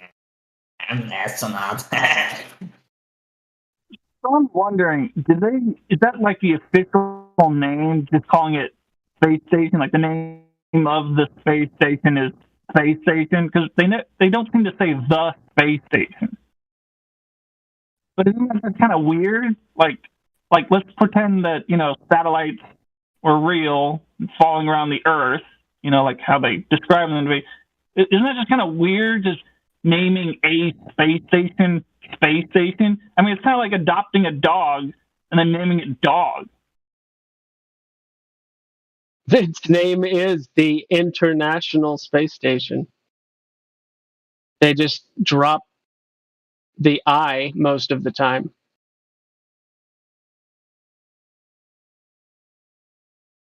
I mean, would it make you feel better if they named it like Zeus? I guess so. It just sounds weird. You know, you got to pick one of the Greek gods, obviously. I think like beyond 2 years ago, I was just used to them saying like ISS this, ISS that, International Space Station, but they just say ISS, but now they're just calling it Space Station, which makes it sound like kind of cartoonish. Oh, I see what you're saying. Yeah. Well, I mean, it is cartoonish. I mean, cartoons. Yeah.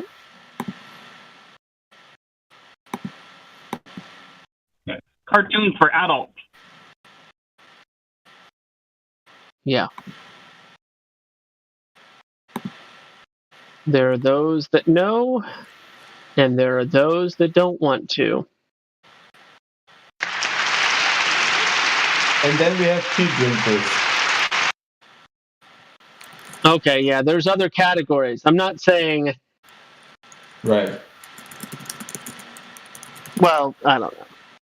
There are those that know. That doesn't imply the result of those that know. I mean, Cypher was somebody that, quote unquote, knew, but what he did with his knowledge was not what you would necessarily hope for. So there's that.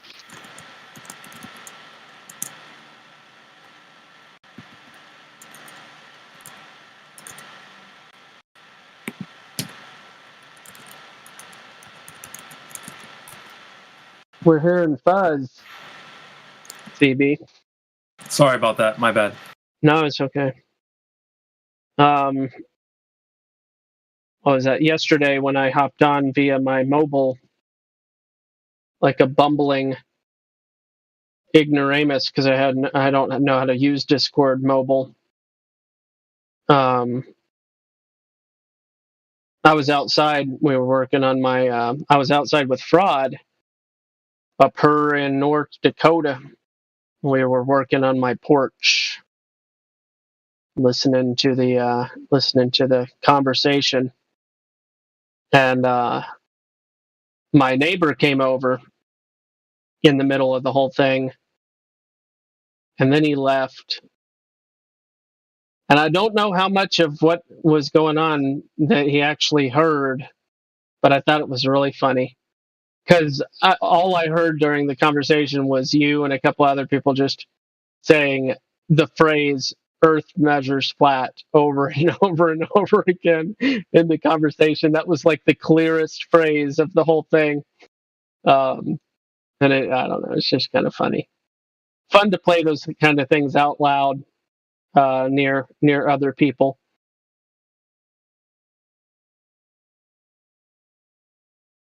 I think it'd be funny to like walk around a somewhat busy area, or like in a food court or anything like that, and have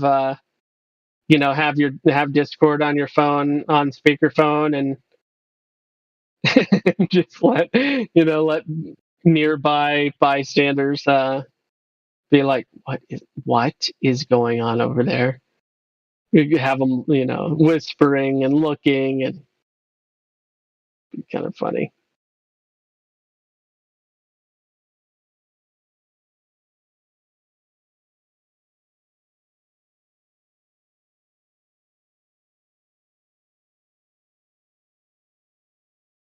That could be.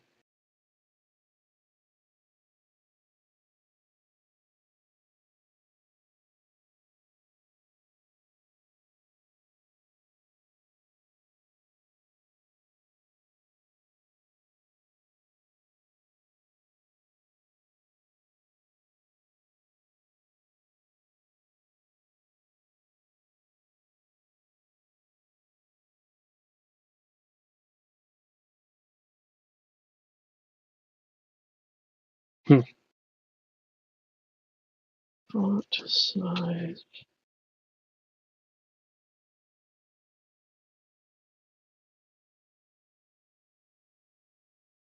Earth is flat. That's a fact.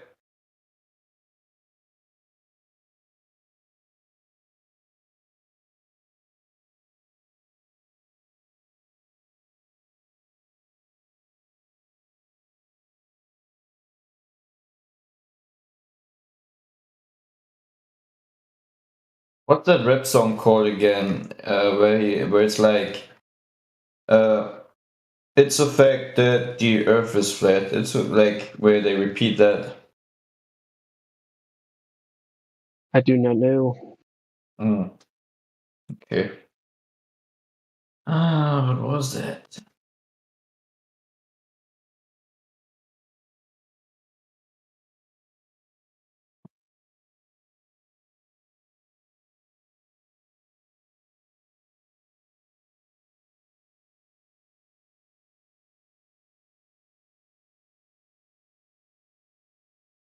Oh gosh. My accent. Ah, gee.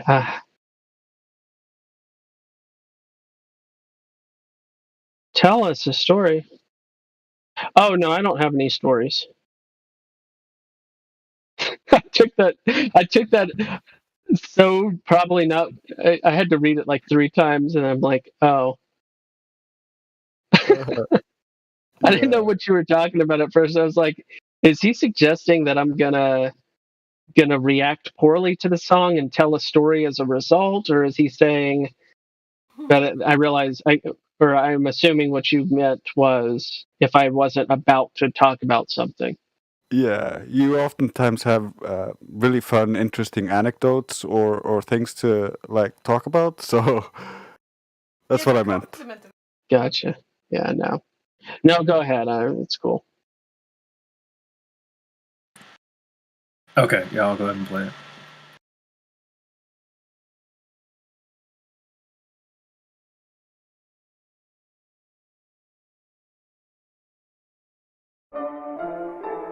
Welcome to Spacies. Can I take your order? Yeah, hi. I just want a number 6, please. CBPD in this bitch.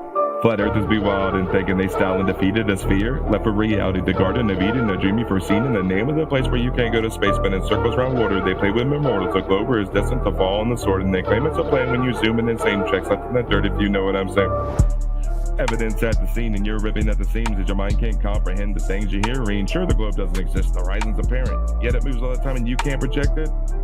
Confused and left wandering in the desert, mind pondering with curves all around me, but blind and less wandering. Pull your head out the earth and witness the majesty. You got and don't know, but don't take it from me. The truth speaks for itself, and soon you'll see the lies laid around the things you believe. Like a gradient descending, but you're just pretending, needing more than once. That's just condescending, setting triangles for a living, but at least not misleading. So a round of applause for the soldiers still fighting. But you can't escape in the lack of a shape of these substances you play with for kids staring in space. Conform to the surfaces of the container that's clear. Scale it down so you can visualize the material for real. Stationary extraordinaries, denying the facts. Worms creep through your plane, moving Earth day and night. But I get it, I know. I didn't measure the sphere. Earth's not a planet anyways, so I'll relax and repair. Slept in the wind from before time began. Dust drifting off to the bottomless pit. As the Earth's fly in the heaven, you remain stuck on the Earth. Maybe continue this path to find your rebirth. In the temple residing, forming mountains and islands. Look off into the distance, the fighters be violent. But at least they ain't lying, making Glovers cry. Presenting you with something you can't deny. I'm running circles around the sky, explaining it all. Already know your next question. You think it's a ball? Yeah. CB on the beat, I'm blowing up the airwaves. In the live stream, we're getting better each day. Globers soft like vegans, they don't want that beefsteak. Get up off your knees, you're a king, no defeat. I seek the heat to defeat the streets. I'd rather be chilling on the beach with a Nikon P, your boy creation beat. Talk to Globers real patiently, explaining things. Told Jermaine now she wanna date with me. The lames can't see the fakery. Separate fiction from reality. Dancing with the stars, yeah we go hard. Came to debate and we came this far. Yeah we clocked in and we on our job. Told him Space is fake and he dropped his jaw. Bet you big it up then you watch it fall. That's not gravity bruh. It's a tragedy bruh. Yeah it's happening bruh. Hopped up in a plane, ain't no curve, the fuck you saying? I debunk his claim, now he's sprinting like you saying. Teach 'em about the globe, I just hope you understand. Shout out to the server, yeah, they stuck right with the plan. Ballers be goofy, don't be stupid. Better find your curve before you lose it. Think your house moves is foolish. The globe's a whole pool of bullshit, yeah. Bitch. CB in this shit.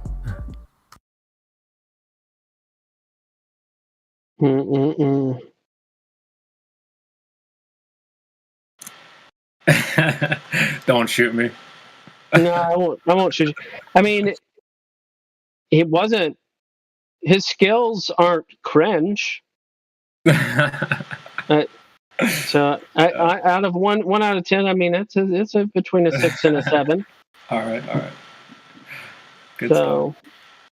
So yeah, but yeah, it was nice job putting together. I mean the equipment or software you use? Could you like replace the track? How hard? I guess you'd have to like probably shift things around if somebody else recorded it. I mean, I could just delete it off if I want to. Just make it a freestyle from CB if I want to. Yeah.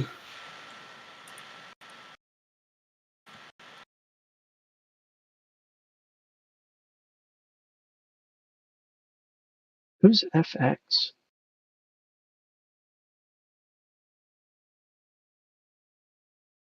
Who is FX?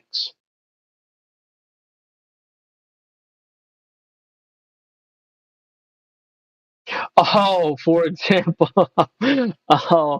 Oh my. Sometimes the simple things. It's fine. It's fine. Thank you.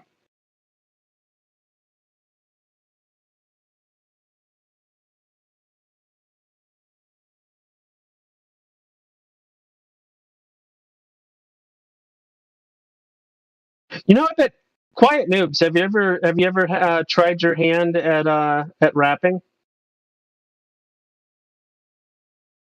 Yeah. Oh yeah, that's a real rapper over there. He just needs to record good. We need to get him in the studio. No, I just Quiet Noobs. You have an interesting voice. It would be interesting, I think. He also got a crazy good flow. We just need to get him some good DAW to work with, so that it's not just recorded video off of him doing it freestyle or like one recording over a beat. Like it would be so good if it were like real quality. I put my money behind that. Yeah, cool. And then, could you guys imagine Flat Earth Solar doing a rap? That'd be pretty sick. I would like that. Because he's got a really really interesting voice too.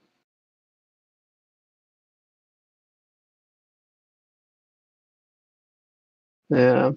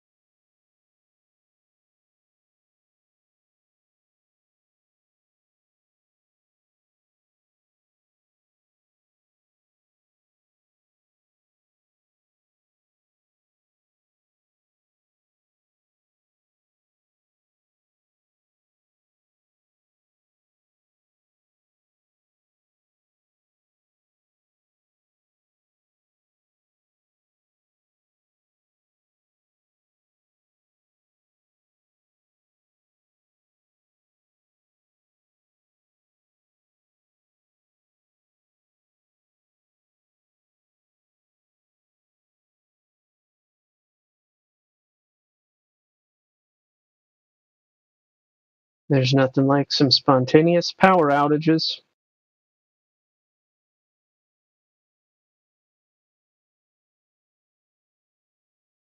You just had a power outage? Yeah, it's been happening quite a lot recently. All of a sudden, over the last couple of weeks, we've been getting torrential downpours for like 3 minutes.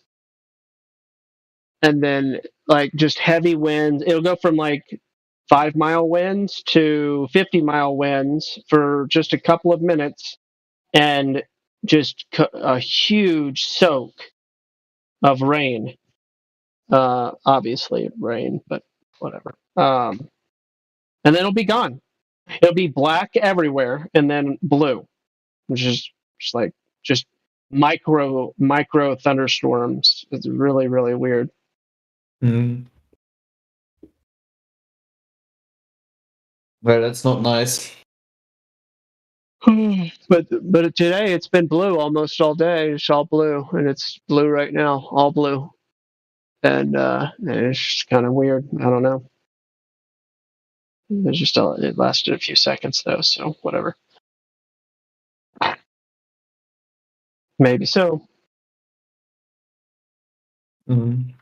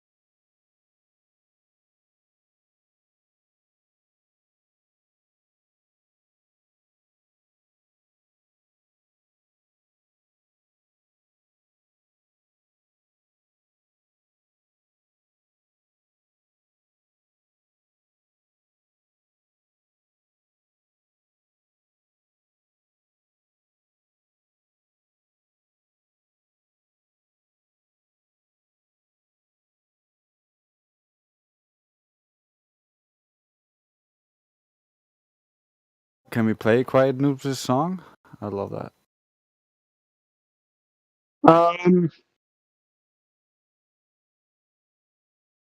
Maybe. I just don't. What are the criteria as far as it's not? Do we have concern with copyright claim or anything like that? If he's using a free beat off of YouTube, he's allowed to post it on YouTube, so it should be fine. Is that a free beat?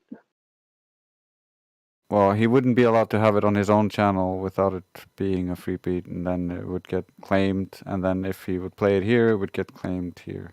Who cares? So he has on that. If you click on the video, you scroll down, it goes music, songs, City of Gods, Meek Mill, X Leaf Ward type beat, and then artist Buckroll, license, Airbit Distribution Limited. So I think that what happens is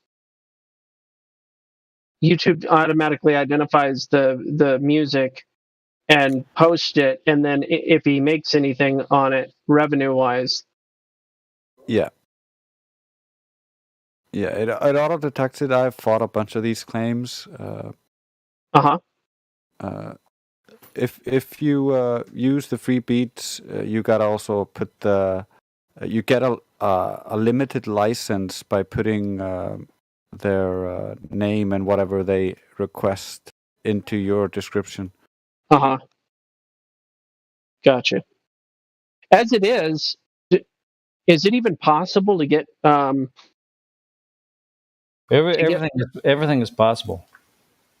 Well, thank you for that. Is it even possible for a channel like Healy? What? You know that. I would also like to finish my sentence. Is it possible for Helio's channel to be monetized? That's my question. I'm sorry. Or yours, Trace. Mine should be Or not. Mine should be able to, and his should be able to, but he would have to. He would lose the monetization of the videos that do get claimed.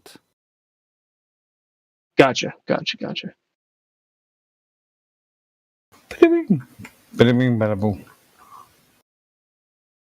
But yeah, I mean, he did a nice job. I like that. He always does. What, Quiet Noobs? I don't know what noobs are. The hell? Quiet Noobs posted a rap. He was talking about playing it. Oh, okay. I thought noobs was a physical thing. He's a person. Oh, okay. Hi, noobs. I don't know if he's in the VC or hearing us right this second, but he was in the text chat. But you know, Noobs has been around for a long time. Oh, I know.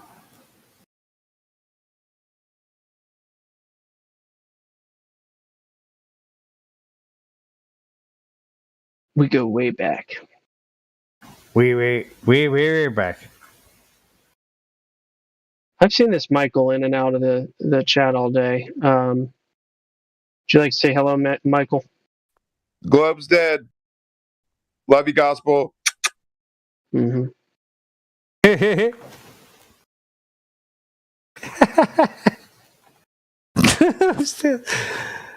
That's pretty good. 3 times I've seen him in the VC today. 3 times today? Under that very name. Someone told you he was dead, he's still alive.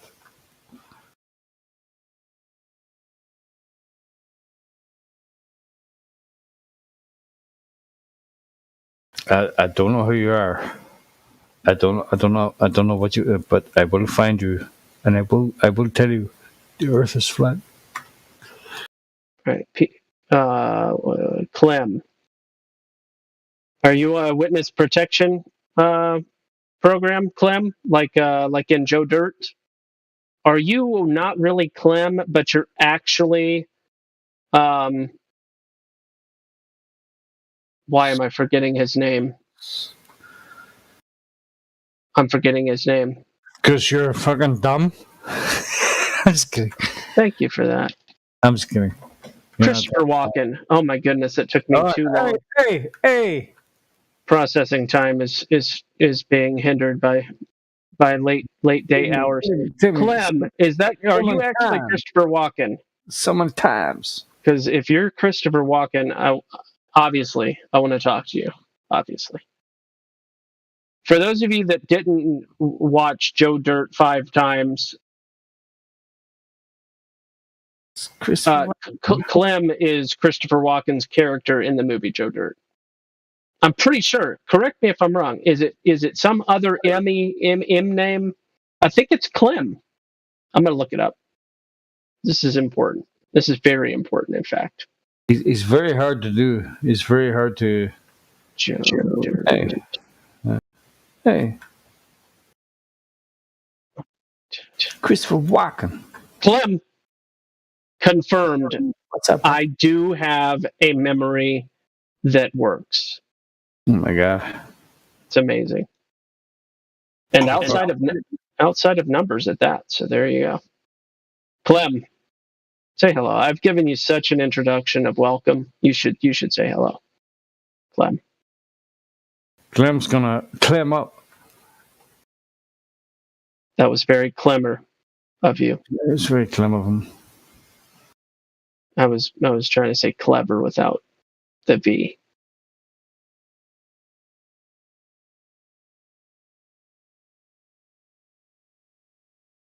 Hey. Can somebody do a good Christopher Walken, please? Somebody. Somebody save me. I can't do it. Are you talking to me? Are you talking to me? As if you are. You're going about it all the wrong tone. You do it again, I'll smash your face in with a soldering iron. That's De Niro. Well, but Christopher Walken does that routine in Joe Dirt. Did you not see Joe Dirt? I can't believe that Clem guy just left. What's that? Joe Dirt? Is that a movie or something? Yes, 2001. Right. Joe Dirt. It's a David Spade movie.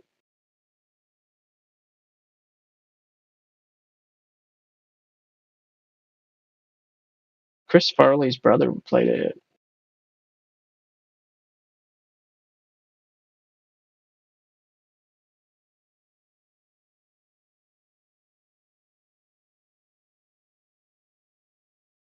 Hey.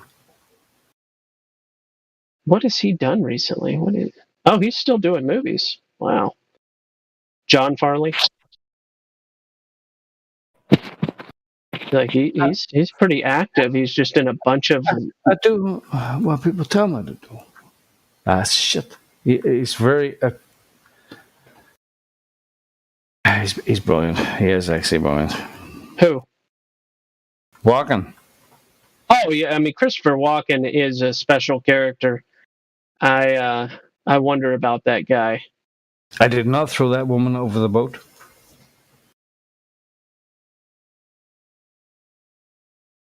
I did not. Hey. Once upon a time, there was two little mice. Two little mice. Nice. One gave up and drowned, and the other one, he kept on swimming so hard he turned the cream into butter, and he climbed right out of that bucket. I was the second mouse. Catch me if you can. That was pretty good. He's got this way of just fucking, hey, if you think what I have to say is important, and it's Christopher Walken is cadence. His Christopher Walken's cadence is it's the moment special. between the what do you have to say and when you actually sing it, bro. That was pretty good. Gospel. You're probably the best. That was probably the best impression of Christopher Walken I ever heard in my life. My goodness, that's funny. Yeah, well, it actually, I was. So,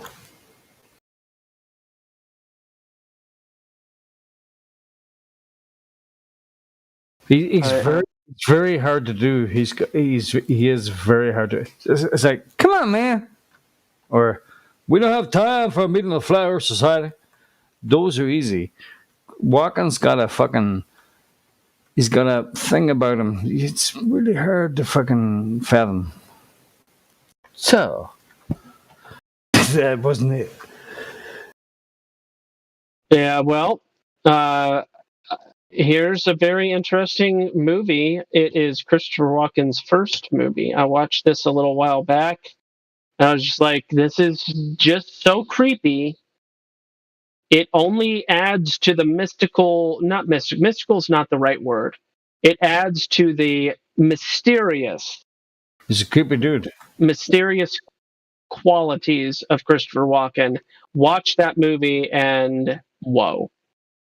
And then, of course, I never watched the whole movie, but I have seen the scene of the Russian roulette scene in the movie that he played in.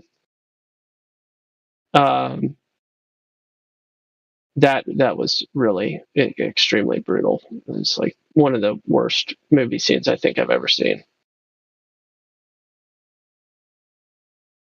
Was that bad? Huh? Yeah. Christopher Walken, Russian roulette. He loses. It's one of them, and I'm talking about worse than Full Metal Jacket for some reason. Could you give us some Christopher Walken? What was that, Flatty? The Deer Hunter. Is that the film you're talking The about? Deer Hunter. Yeah, I think that is the one. Yeah, I never watched the movie. I just have seen the scene for some reason. And it was emotional. Like Full Metal Jacket was extreme too, but in a different way. It captured you in a different way. That scene was just emotionally intense. What is your major malfunction, motherfucker?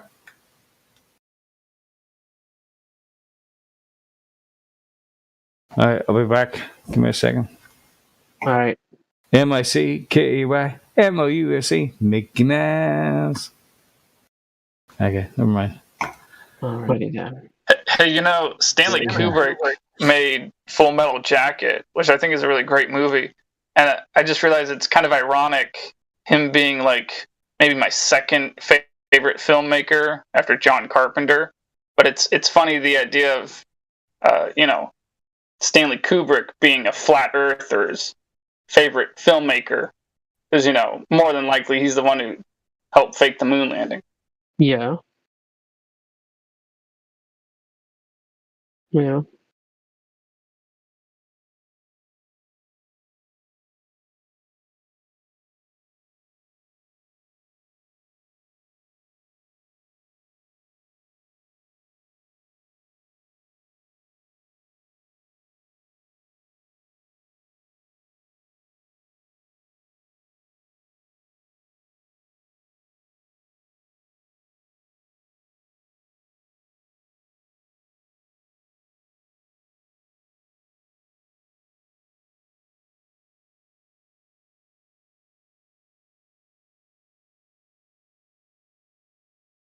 Yeah. Oh, wow. So apparently Christopher Walken's going to play a role in Dune 2. No way. As an emperor in that movie. So that's, wow. Neat. I haven't even seen Dune 1. Hey, I told you. Once an emperor. Somebody told me. I can't get that. He's so hard to... I can do a lot of people, but Christopher Walken is really hard. Oh, Dune 2. Yeah, that's great. Hopefully it'll be better than fucking Dune 1, because that was a pile of shit. Are you talking about the new one or the old one? New one. I was talking about the old one. It was a pile of shit. Oh, yeah. I'm talking about Dune 2 of the modern Dunes. I think Dune 2 is probably going to blow people away. I don't know. You have to read the book. You have to read the book. Well, yeah. Forget about the film, but it's the book. The film. Oh Jesus! I know. I listened to the audiobook. I'm already. You like there. Yeah. It's a strange world. Baron Harkonnen and all that there. Paul Atreides. Yeah. In the long run, they try to figure out how to fucking assassinate them and blah blah blah, and it's really really good. It's fucking amazing. It's actually brilliant. It's a masterpiece. That's Isaac Asimov. No, not Asimov. It was Frank Herbert, I think. Oh, Herbert! Jesus Christ! What am I saying? That was Frank Herbert. My God. Yeah. Sorry. Holy shit! Burn me at the stake. Nah, we won't do that. I'm thinking Isaac Asimov with the Foundation. You know the Foundation series in Apple? Yeah, I mean, Asimov was a prolific sci-fi writer for sure, so it makes sense. Definitely. I mean, at least you didn't say something like J.K. Rowling. Yeah, J.K. Rowling wrote fucking Dune. That bitch. That would be a unforgivable. Whoopsie. Yeah, but it's strange how you get the two mixed up because they're both using Isaac Asimov and Frank Herbert. Yeah, Frank Herbert Dune, Isaac Asimov Foundation, and see the Foundation series? I actually watched it again. Let me really hear this gospel. I watched it again. It's absolutely brilliant. Same guy that plays the Emperor, but they're like clones. It's absolutely brilliant. It's a masterpiece. Cool. You know how I would watch like Lord of the Rings and The Hobbit twice, 3 times in 1 year. I'm gonna watch that shit at the same balls. We cycle through watching all of the Twilight Zones over the course of about 5 years. We make our way through all of the original Twilight Zones. Wait a second, I already did this. How? What is this? This is my 3rd time Game of Thrones. What's wrong with me? It's good storytelling. What incarnation? 70674. Sulfur and Succotash. Oh, it's because, man, I need to pay attention to what I'm doing. That's what I need to do. Tell you what, I get myself confused.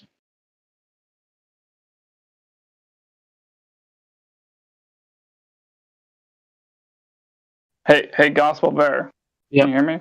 Someone So, ping me in the live something I discovered a long time ago when Netflix was new, and I was watching it back in my parents' place, the original Twilight Zone episodes that you're talking about. Mm-hmm. I didn't realize at the time, like growing up watching The Simpsons, especially those Halloween episodes, that The Simpsons had so many different episodes making fun of the original Twilight Zone episodes. And so something I'd suggest to you for fun is to find the 3, I think there's 3 of them altogether, episodes that the Simpsons made fun of, and then just watch that particular episode, and then watch the Simpsons version of it afterwards. Yeah, no, that would be fun. I wonder if the episodes could be found easily enough. But yeah, that would be fun to do. I mean, I guess Family Guy, Futurama, and Simpsons, but Family Guy and Simpsons for sure both did a lot of that cultural. Simpsons more than anyone. I don't know. What they do, Gospel? Just cultural references and stuff that that other maybe even older people than would normally watch the cartoon would have even been aware of. It's interesting how they incorporate stuff like that. Speaking of incorporation, try to segue back as I hand the mic over to somebody. I noticed that I looked at the trailer for the Lord of the Rings TV show called the something. Doesn't even matter. Look at the trailer. It's like thousands of years before the actual Fellowship of the Ring and the Hobbit. Sinalone. But I think I posted it earlier. It's called Sinalone or something, yeah. Anyway, there's alien propaganda, and I just figured I'd mention. There's aliens in? Silmarillion. Fuck. They're calling it the Rings of Power. That's what they're calling it.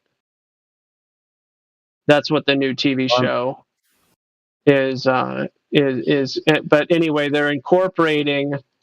I like the idea to do a prequel. I'm not opposed to prequels and backstory and stuff. But when you incorporate, propaganda and ruin a story, he was super annoying. J.R.R. Tolkien was probably the best storyteller in the history of mankind. That's a given. With The Hobbit, that man was genius, man. That guy could have told me the Earth was fucking round. I would have believed him. I'm saying Middle Earth, bro. Middle Earth. Middle Earth. Did you read Silmarillion, Gospel? No, I didn't. I've heard of it. Didn't it? Wasn't it only like a couple of writings, and then his son finished it off or something? Yeah. But that's what is the beginning. It's interesting for me. Okay. Because it's starting almost like a Bible. Hmm. Because but it's starting with a sound like God. That it's not God, but it's called Iluvatar. He made a sound and music. And Okay, well, interesting. Never mind, different author. Well, that's like June, right? How did Paul Atreides get his power? Through a ritual where he had to get like psychically injured. Sound. Didn't he have to stick his hand in a box and? He did, but the Ben Gesserit, yeah, the Ben Gesserit. It was the drugs. It was the spice. Well, that's not how he. No, the Ben Gesserit showed up. He stuck his hand in the box, and if you pull it out, you're dead. She holds a little fucking thing to your neck, and that's the end of you. That's just the test, though. That's not where he gets his powers. Yeah, no, he got his powers from his voice. Well, he had like powers before, but he got like superpower from the spice, from the drugs. Sure. Well, the spice showed him the future. He could see the future. So so one of the main taglines in that is to know the future is to be imprisoned by it. Lots of interesting quotables from that book. Fucking brilliant, bro. Because if you know the future, you are definitely imprisoned by it. If you can see the future, if you can see the future of humanity and yourself, you're in prison. That's it.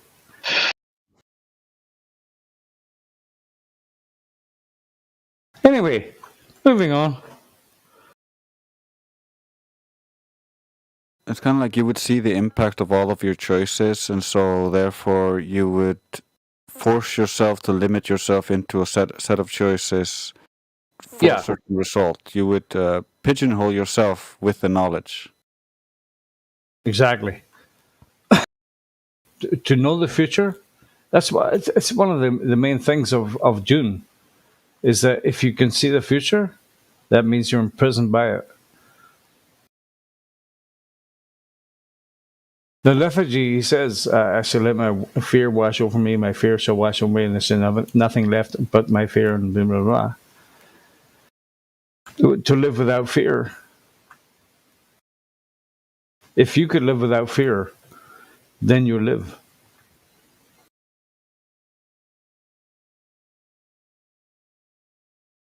Lethargy?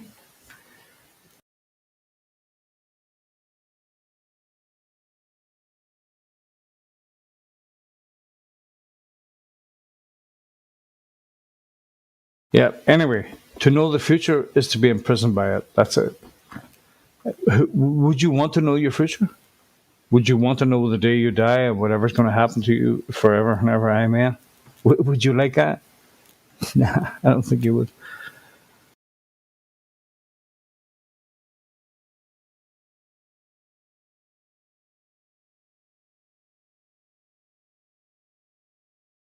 And so, anyway, it brings the question, gospel. Could we know the past and the future? Can we actually see can humans see the future? I don't know. You don't know? There seems to be evidence that suggests that has happened, but right. So it exists. Potentially. Isn't that scary? Not really. No? No, it should be comforting. Okay. To know the future should be comforting.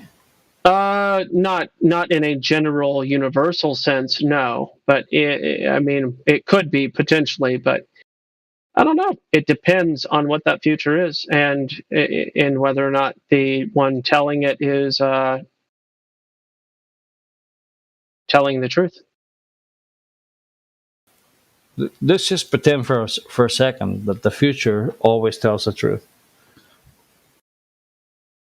No, not the future itself. I'm talking about whether or not the person is actually, telling the truth.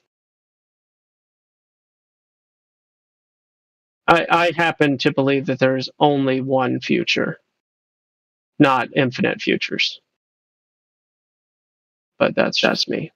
Do you think? Okay, all right. Well, it's so Western of you. That's just a Western mindset. You Westerners bastard. You linear thinking. One fucking yeah. It's possible though. No. You know what? I agree with you. There's only one future. I think that's it. Yeah, I think that's it. Because the only way you could see the future is if it's set in stone, right? So it has to exist. If it exists, therefore it is. Therefore, there's no turning away from it. It doesn't matter.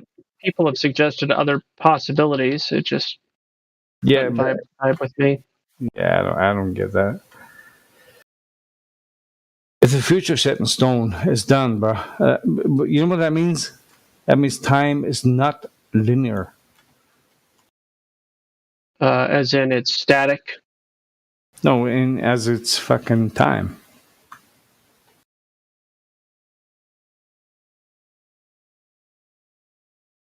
Oh, it all depends.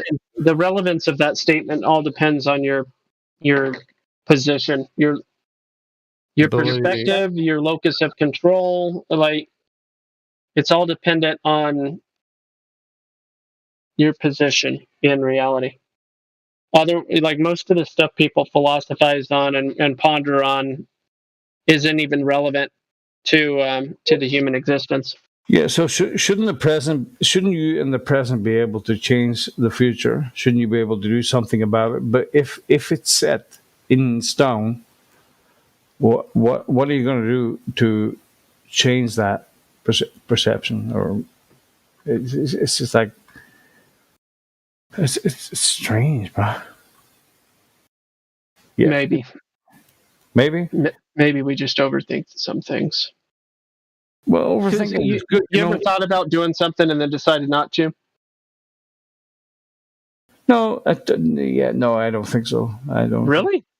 What about thinking you won't do something but you did it anyway? No, I think I just do what I do, and that's it. Oh, come on. You think about what you're about to do one way or another. Everybody does. I suppose that's true.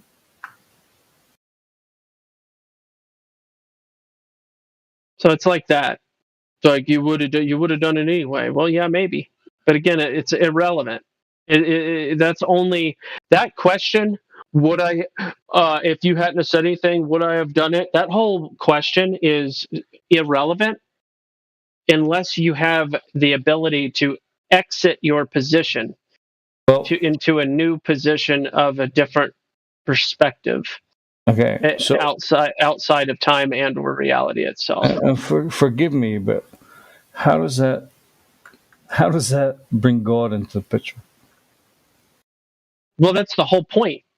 That is the point. We are in the context that we're in, unless you have a method or process for exiting the context that you're in. You are in the context you're in of what we refer to as reality, and therefore, this is the cause and effect ontological question, and so on, and that's where people deduce the logical necessity of a causal factor in our existence, in the effect of reality. Right. So he already knows the choice you're going to make before you make it. He and or the one who made it all, or the one that is outside of the context that we are in, the effect of our reality, the cause of our reality is should logically be aware, but these are beliefs and philosophies and deductions. We can only do what we can do as far as that goes. Philosophies and deductions. That poor guy, he left. He gave up. He just couldn't handle it. I would listen to us. I'm talking about that level guy, that level relative guy. God bless him. God knew you would leave.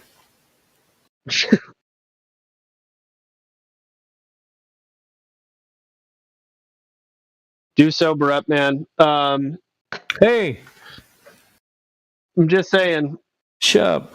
A good water fast for a day or two definitely will do your body good. Kiss my ass. No, I don't want to do that. I would give you a hug if I found you, though. I'd give you a hug. Most of the people, I don't know if I could even say most. There's a nice portion of people on the server that I would give a hug to.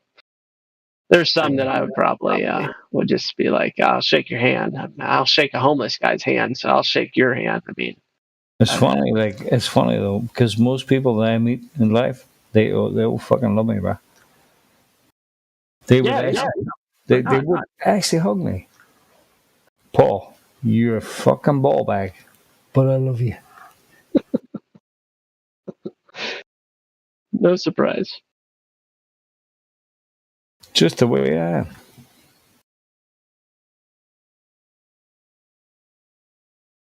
Remind me what your trade is and or was. Oh, I'm a barman.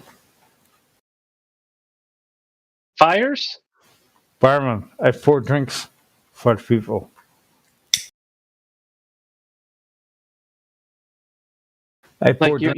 You're telling me you've been a career firefighter? Yeah, that's what I said. Oh. Wow. Okay. I would be the kind of guy, right? Oh, my daughter's caught the bone. I would run and risk my life to get your daughter out of that bone. I swear to God. With every fiber of my being, I'll try it. Even if I die in the process. Yeah. Hey, Lou.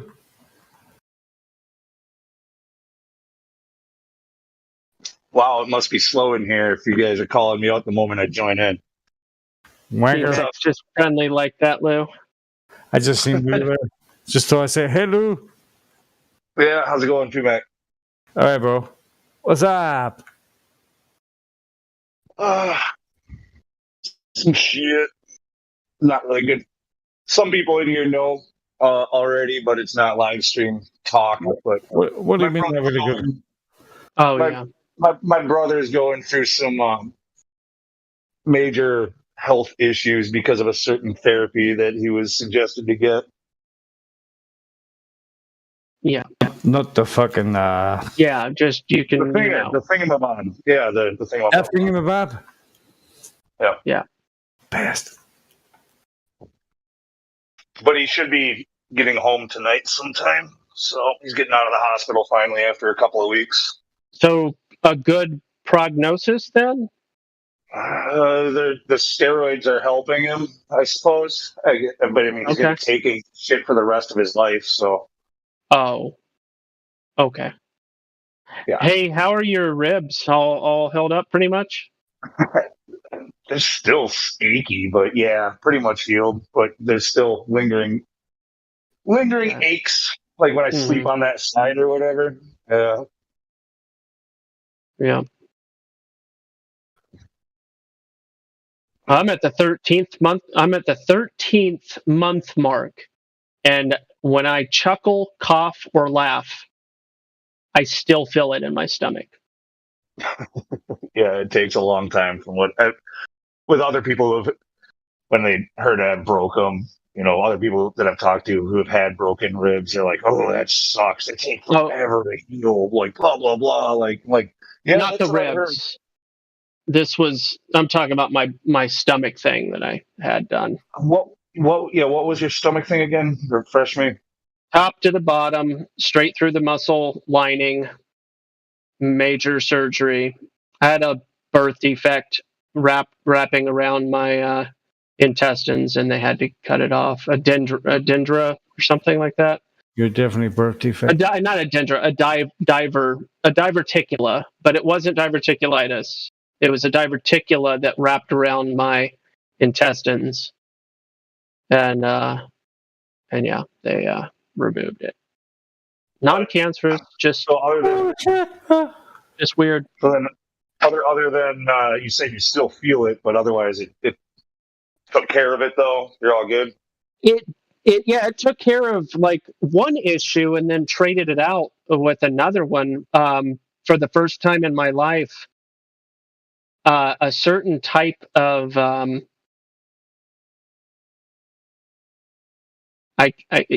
people would call it gas pain or whatever, but like about 8 or 9 times over the last 13 months, kind of sprinkled randomly, not like kind of, I don't know, like 2 or 3 times here, 2 or 3 times here, 2 or 3 times here, spread out over the last 13 months.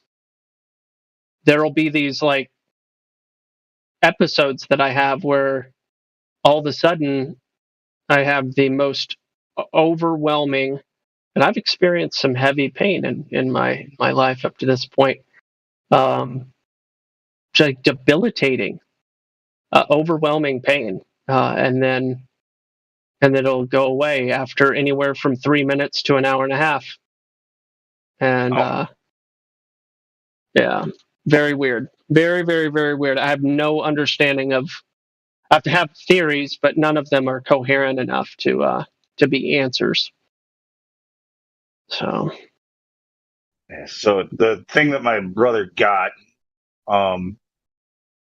he was diagnosed with granulomatosis with polyangiitis, but then they updated that to like this E variant. So it's called GPA, but so he's got eGPA. Well, I forget what the E is, but that's the updated diagnosis. It's this eGPA, which is a autoimmune disease. Yeah, and I've never even heard of that one. Yeah. So basically, though, I mean, being an autoimmune disease, what does AIDS stand for? Autoimmune deficiency syndrome. Well, that's what he's now got, an autoimmune deficiency. So, yeah, they basically gave my brother AIDS. Thank you for that.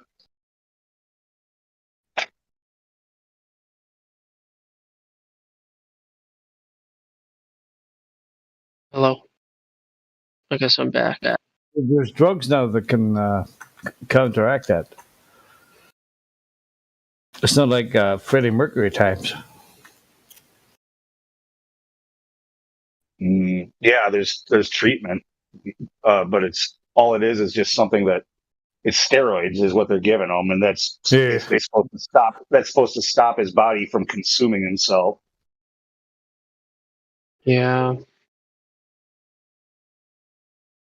So many diseases, but what? Hey, God. Did you? Hey, did God. you? Hang on. Bro, What? it's not. It doesn't work that way, bro. Why'd you give us these bodies, right? With all these fucking Mac, crazy. it doesn't work that way. Sorry, okay. It doesn't? Mac, No. you were doing so well. Could I ask God? Rein it in. You can when you get the chance, BMAC. But the point I'd like to make is it just. Okay, so a kid's playing, right? And they're climbing a tree, right? And then they're just being a kid, right? They're just doing the thing. Then they go out on this one branch. Their mom and dad, don't ever go on that branch. Don't go on that branch. They go on the branch, they fall, they break their elbow, and they're like, why? But why though? That's their fault, right? Well, but then there's also things that aren't people's That's fault, not the and same you thing. have to ask, well, but why? The why is God? only answered. This is true. I'm pretty sure all of the time. Correct me if I'm wrong, but why is answered after you know what. And yeah, just if you know the what, then the why practically answers itself most of the time.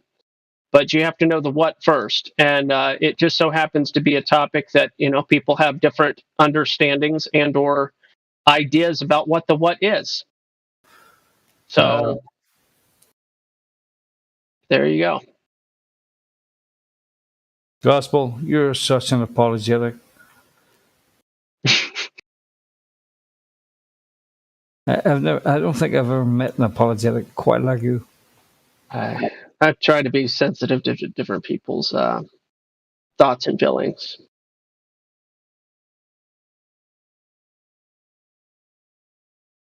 while adhering to certain strict logical patterns or proofs. Anyway, do you think there's a possibility that everything you believe in might not be true? Do you think that's impossible? I've considered it thousands of times. Contrary to what some people may think, some people, they throw around big fancy words like fundamentalist and. What would you give it? Like a 1 in a billion chance that you don't know everything? Oh no! One out of 1 chance that I don't know everything. Good grief! I know absolutely that I don't know everything. I can't. I know that by means of logic that I couldn't possibly know everything.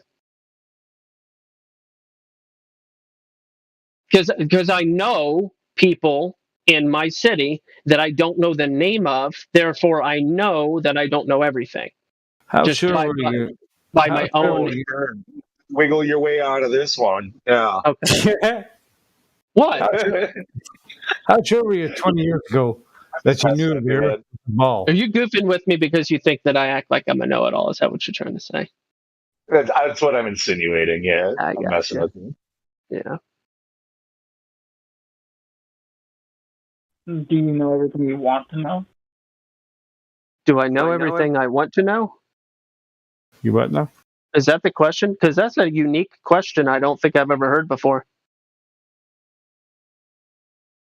I would answer that question with a no. I don't even know everything I want to know. There's still more I want to learn. We should ask the Glovers that. Like, do you know everything you want to know? That's a good icebreaker. That is a good question because clearly all the stuff that you don't know, you wouldn't even know if you want to know it yet. So there's all that like, man, this could be really good or it could suck. Do I even want to know?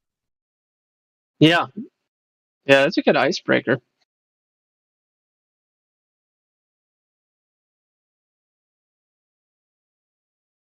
And that's I like that. I like that there's so many different ways, angles you can come at the conversation as far as icebreakers and introductions go. There's so many different methods for accomplishing pretty much the same thing. And we've had to get incredibly creative because there's so much wiggleness, squirminess, that's better. They're so squirmy most of the time, they don't want to. What is the one thing that everybody came to the conclusion of? What is the one thing that you know that everybody came? You just said it. Sorry, I did this and that. What do you mean? I'm referring to the Glovers that come here and how squirmy they are. Oh, okay, yeah, okay, all right, I get it. Gotcha. We know. I got you.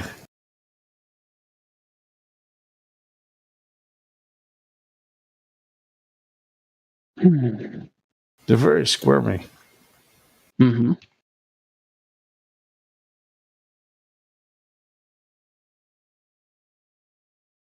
You know how I hand out those cards, and these cheap-ass business cards, but they're lovely, they're beautiful and everything, and they say the words on them. The first sentence, the Earth is flat and stationary, and the second sentence is, the necessary entity for gas pressure, air pressure, is a container. And I was just thinking it'd be so funny to have it say above that, do you know everything you want to know?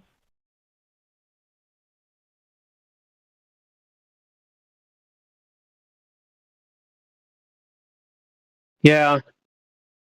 My thing, so far, it seems to me that the law of non-contradiction as a base axiom is crucial.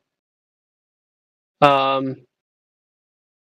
used to focus on whether or not they were a solipsist, and I boiled that down to just simply law of non-contradiction. The agreeance on that, because if you disagree on that, then it goes back to if everything is relative, anything is possible. I think you said it before. I think most people don't give a shit. Oh yeah, of course.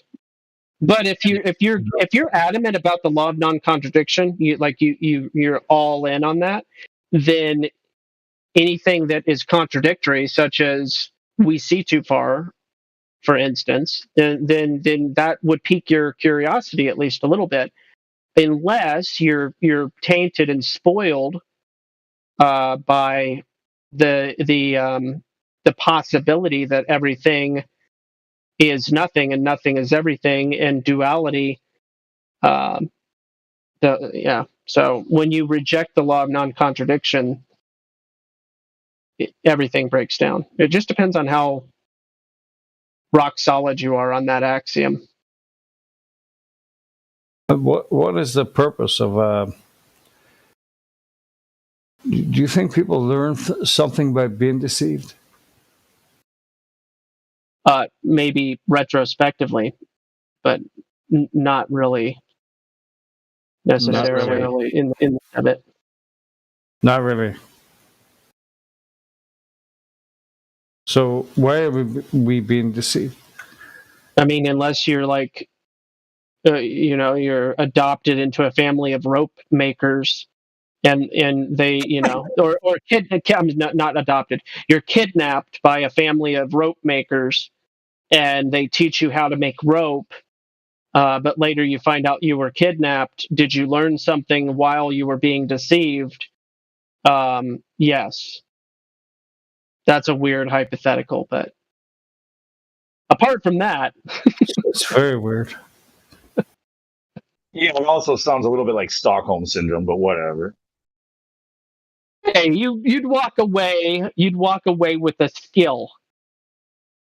That's all I'm saying. So, but the question is, what skill does the globe give people? And I don't think that there's good answers for that. My kidnappers were dicks. I can't believe they took me away from my family. But hey, at least they taught me a trade. Isn't that the silver lining? But every fucking cloud, bro. Every fucking cloud. It doesn't have to be rope making. They taught me how to, to make hundreds of thousands of dollars a year developing applications for, big corporations. It could be whatever. Fill in the blank with your thing, but rope making. How the hell did you come up with that? It's just what came to mind. It came in your head. That's strange. Maybe your parents in a previous life were they were Boy Scouts. Like he taught all the knots and everything. Like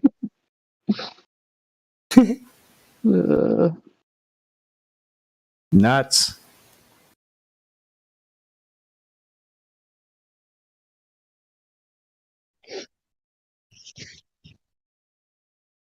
Yeah. You only have non-contradiction if you have a limitation to what is or is not contradictory.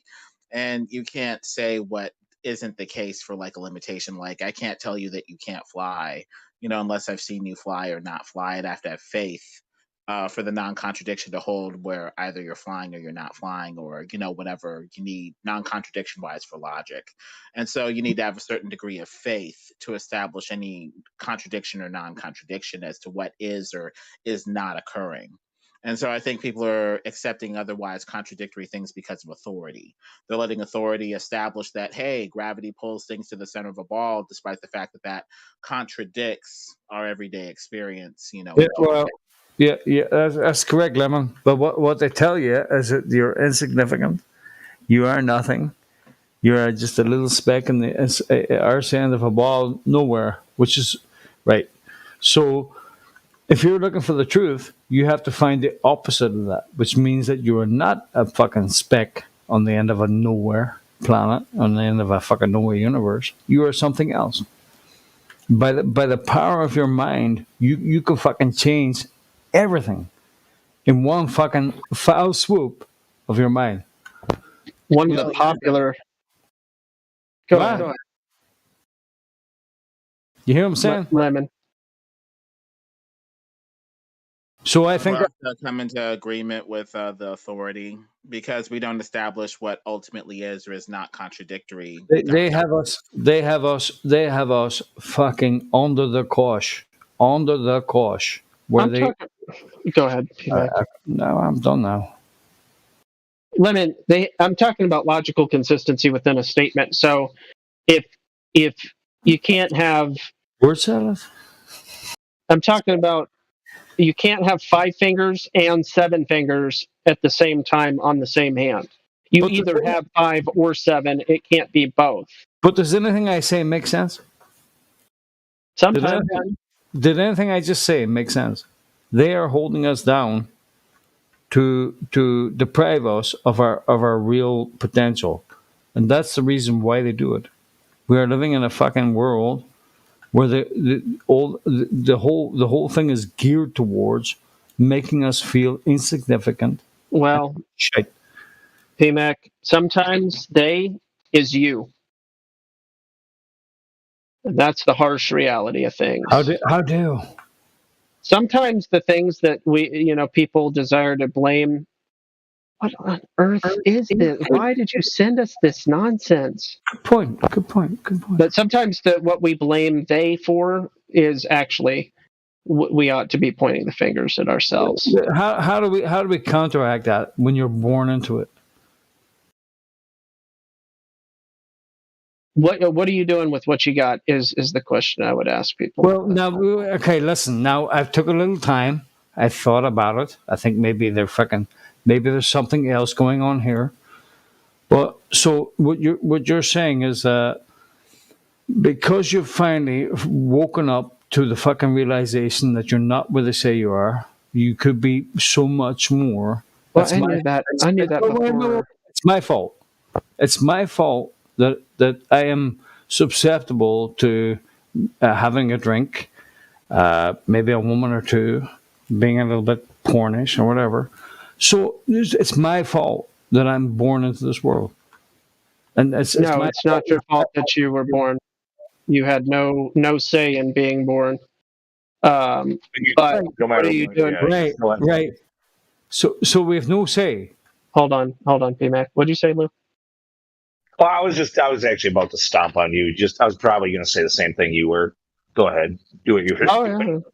Yeah. Go ahead. Hey, stomp me, bro. I don't give a shit. So we have no say. No, the opposite. You do what you can with what you got, man. Hang on, Gospel. So we have no say. So what is the point of God and the things that God wants to to do with it if we have no say? You're assuming you have no say. What on earth kind of assumption is that? Well, you just said we have no say. I didn't say that. You said something like that. Well, yeah, you don't have any say in whether or not you're born. Exactly. You don't get to choose that. Right. But So, PMAC, what you were saying is that you tried to kind of use that as a cop out, like you've been born into this world and it's not your fault that you like drinking. I didn't. No, I didn't. I didn't use it as a cop out. You have complete control over that. That's the decision that you get to make. Hang on, Lou. Gospel brought that into the conversation. Play it back. Listen to it again. Not me. All I'm asking is if I have no say in what I am or what happens, how is that godly? Who says you don't?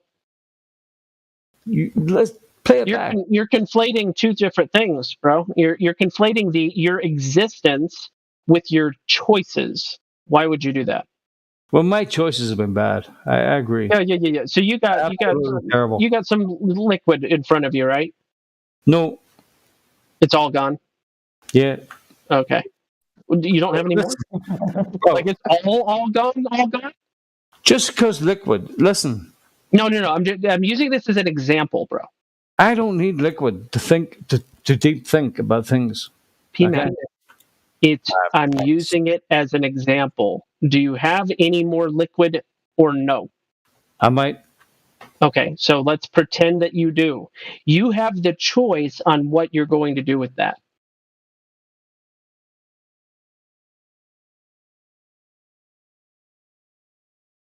The liquid doesn't have a choice. Go ahead, Lou. Sometimes a choice isn't really a choice at all. I mean, when you've got a bottle sitting there I'm just letting You this. definitely can't dump it. You can't dump that shit. That's alcohol abuse. I'm So just like letting a this- choice.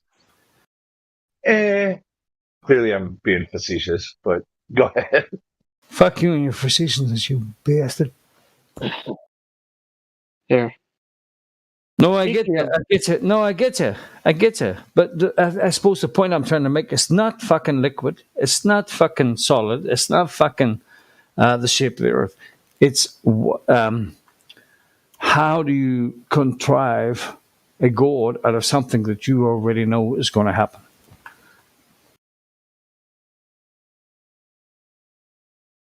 I don't know what you're talking about. You don't? Well, apparently God knows everything, You right? don't believe in free will? Is that what you're saying? Speaking of liquid right in front of you. No, for fuck's sake, man! Don't fucking bum me like that, bro. No, I'm showing you what I got right in front of me. He doesn't believe in free will. That's the thing. Literally I didn't arms say ring. that. Holy shit! Well, I mean, that's all I'm really getting out of that, unless you're just saying it wrong. But honestly, like I'm with you there. I'm not saying that I don't believe in it. I'm just saying I'm not convinced that it's there. It could just be, we could just have the illusion of it. Like, or, I mean, the choices that you do make are so insignificant in the grand scheme of things. Like all paths lead to Rome, you know, like. That's true. Anybody else ever had an oak barrel? Holy shit, that's true. How insignificant are you? Oak barrel? Anyone? Gospel. You do make a great impact, but how insignificant are you in the grand scheme of things? Lord willing, as significant as I was made to be. Well, why would anybody expect to be the one to change the world? What kind of delusions of grandeur is that? I mean, what kind of retarded, illogical conclusion is that you're going to be the one to affect everybody else? Exactly. Why would you think that in the first place? I was thinking about it along those lines is, I suppose, because of the state that we're in right now, we're hoping somebody can make a difference, somebody can make a change. Sure. How's that going to happen? Maybe it isn't. Maybe it already did. I don't know. So what's the purpose of it then? Well, that's a personal question. Isn't it? Isn't that a personal question? How can, I mean, I can say people can talk about what their purpose is, but don't you kind of have to find that out? Yeah, I suppose, some kind of connection between you and God, the Godhead. There's something between you and Godhead. Somebody walks up to you and said, your purpose in life is to carve wooden birds. Just be like, laugh at them and walk away, right? I think when it comes to free will, is it seems like one of those, like you were talking about the law of non-contradiction. Like if it's all written down in a book, like the end, and you can see evidence that we're headed down that path, then any decisions that are made between the beginning and the end had no impact on the final result. Exactly. Who cares? Yes, and that's why perspective is so important. It's and what I keep referring to here is the relevance of your knowledge. Our position, our perspective, where we are and how we are and everything, like that's probably the reason why we don't have knowledge of the future, is because it's irrelevant to our role in existence. Or it might be set in stone. Yeah, I'm just trying to explain the why. Imagine if it was set in stone. Or maybe expound on why would it being set in stone be the reason why we don't know it? Well, I'm saying if it was set in stone, then maybe you could know it. See, like maybe then. Yeah. Okay. I got you. You could read it. Yeah, that'd be nifty, I suppose. Anyway, it's just what do you call it? Philosophizing. Yeah, that's just philosophizing, bro. because we had a Glover here a while back, and he just refused to participate. I don't have any beliefs. My beliefs are your beliefs. You work away, bro. Hey guys, I just wanted to quickly say this, so I'll try to remember it later tonight. But on the second half of Coast to Coast AM tonight, I think they're interviewing David Weiss. So just in case you want to know that. Who is it that's interviewing him? Thank you for that. So Coast to Coast AM Radio is interviewing David Weiss tonight. What time? Oh, okay. I guess Pacific time, it would be midnight to 2 a.m. Wow, awesome. Thank you. You guys all, I know most of you all know who JP Sears is, right? Like the redheaded YouTuber that does the funny videos, conservative. Oh yeah. Hey, Awaken with JP. Awaken with JP. That dude was on Tucker Carlson, I guess, like last week or whatever. No surprise. He is, boy. Yeah, Alex Stein has been on Tucker now. And, you know, Tucker's trying to get all the YouTube influencers on his show. It's just crazy. What I'm seeing is this trend where the conservative right, all of a sudden they're like, it's like they're like, dang, all those conspiracy people that we tried to disassociate ourselves from for all those years, like they seem like they were onto something. They're all of a sudden paying attention to us and like inviting us to their shows and like listening. Bro, I mean, JP is light compared to the things that Alex Stein has said in the past. Yeah. JP does a pretty good job of he makes good humor out of it.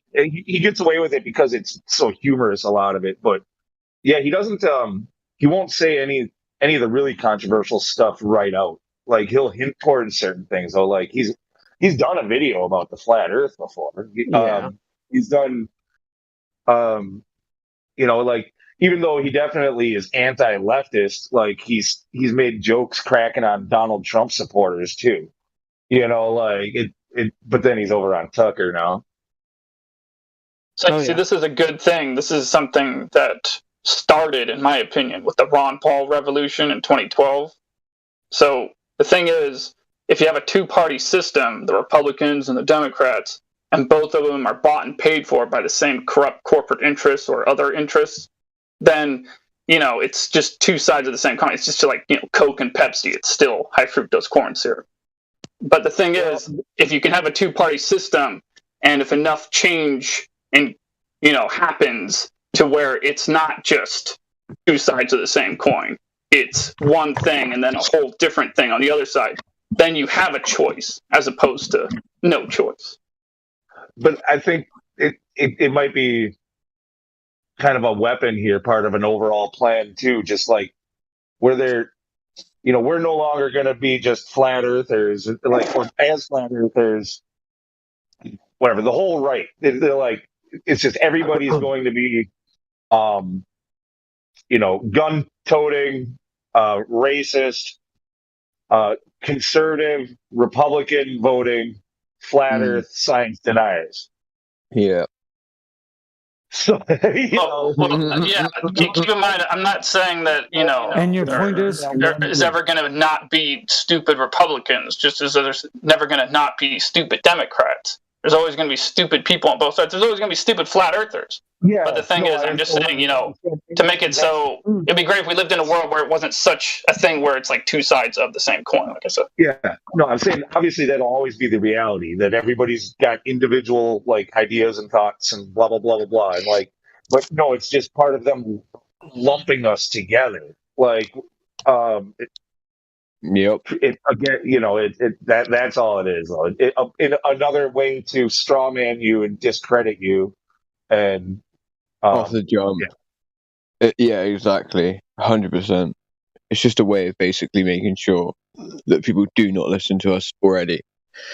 But at the same time, it could play in our favour. We've got to remember that the numbers are so skewed on what exactly. Well, how do I put it? The numbers are really skewed, right? Let's face it. Republican versus Democrat, realistically, with the population of America anyway. I'm saying that the majority land conservative at this point anyway, after what they've been seeing, right? So who knows? Yeah, if there's it's been a good huge, or not. according to the polls anyway, there's been a huge shift from the left where they've lost like massive amounts of people over Yep. these last couple of years. And like even remember when it was Pride or whatever, like so I had to go back and look at what was going on back then, right? Because I didn't have any info to look at the time where I was. So I've gone back and looked at that, and it's pretty interesting to see that like if you look in the right places, there's waves and waves and waves of gay people that are talking about what the hell is going on with this. Like they don't like it. Like oh yeah, so kinky stuff is now what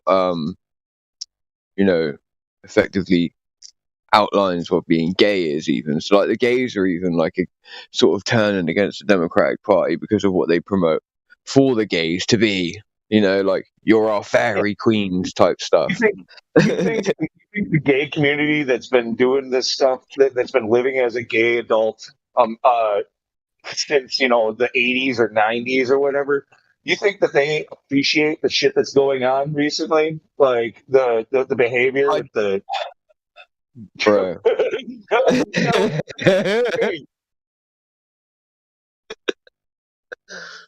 I don't know, man.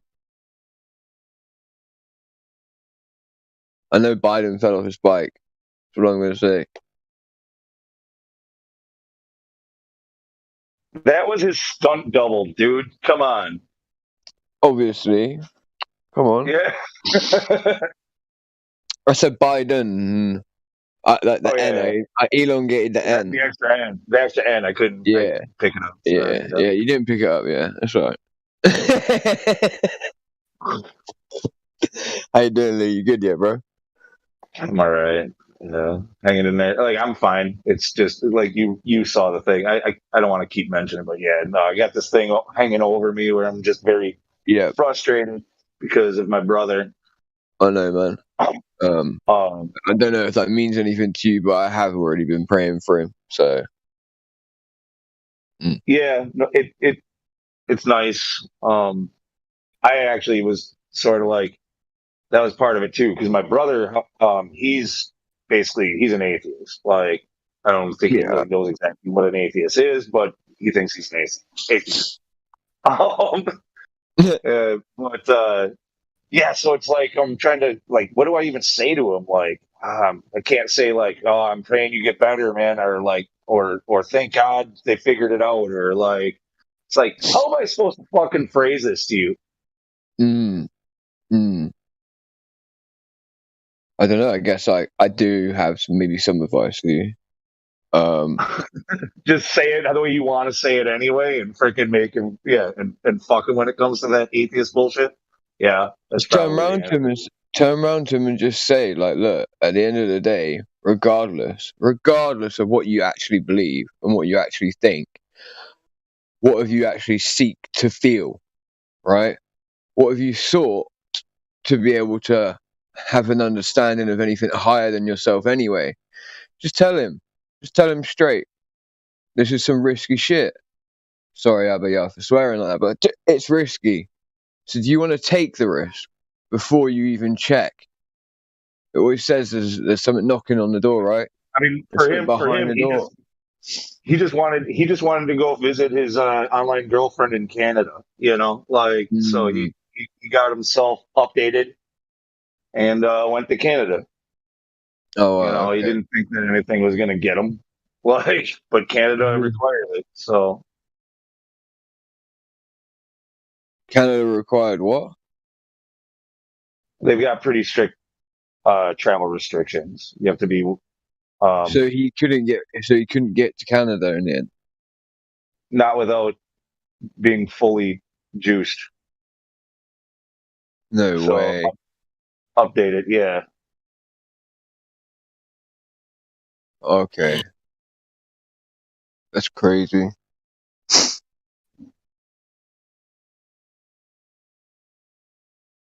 No, bro. I feel for him on that one as well. So he doesn't get to go and see his girl even. No, okay. but my brother, he's kind of he's my brother, but he's kind of one of them weird kids, like hanging out with Rich furries. kid. I've never let me put it this way. I've never seen him lick his own paws, but I'm not going to say he's never done it. You know, I've never seen him what? lick his paws. You know,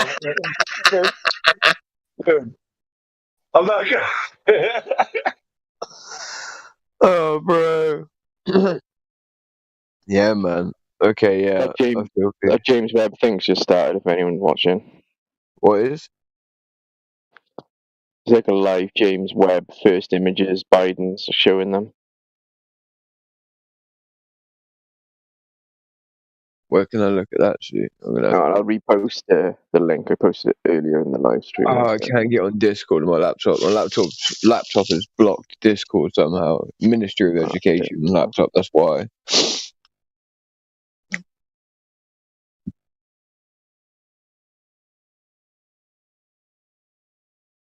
I wouldn't mind seeing it, but I can't bother to look at it on my phone.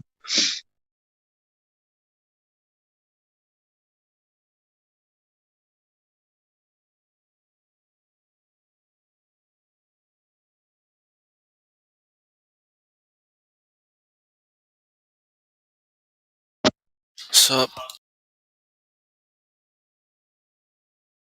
What's up? This guy just he was asking me for all these proofs and all these things I sent him. He didn't look at a single one of them, and just I don't know, man.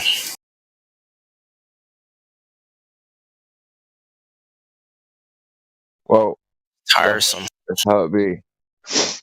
You're not really gonna actually really get to people on here much, right? You do know that. Like, that's probably one of the biggest misconceptions of flat earthers is that they think they're gonna come on here and convince anyone of anything. No, like this guy was coming to me asking me, and then he got rude with me. Like I'm supposed to be patient with him. It's just, yeah. I invited him here. He got impatient with the people here. He didn't last very long.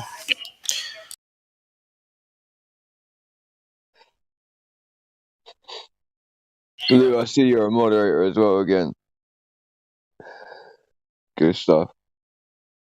Yeah, pretty much right when Battle Mod decided he was gonna flip out. Like, he freaking came into the chill chat, gave me my moderator back, was like, "Fuck you, Lou, you're taking it," and then he started freaking out, and then he got himself banned. And I was just like, "Fuck it, all right, I'll call that even." Mm-hmm. Yeah, fair enough. Like, at least he did it. He did the right thing there. I'm gonna be honest, right? I don't know anything about the situation.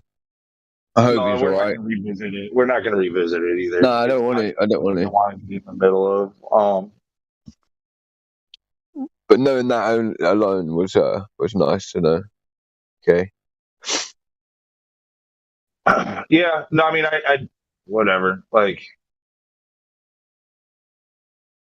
I mean, no matter what, as a gold or as a moderator, I still behave the same way in here. I'll still tell people they need to shut the fuck up, regardless of their rank, or you know what I mean. Like, it's the my thing, so it doesn't really change anything. No, I know, but I'm saying you didn't see though. I made a roll for you. For me, not really for you because you didn't do it, but I made a roll called Server Complete, and I gave it to Crypto. Because he's a lead mod. Because that's close enough. Yes, mate. Quality. Brilliant. Yeah. We're good if you could get all the admins to take it on. But now they created the server, so they don't get to complete it. End of, innit? Yeah. They. That's like default running it. Yeah, So it's complete when lead mod is server completion. Yeah, or if lead mod gets the admin, that's completion too as well, obviously. Well, yeah. Well, then you're the man, though. You don't want to be the man. Nah, who wants to be the man, bro? Me and you with our conspiracy theories about the admins, like, nah, man, like.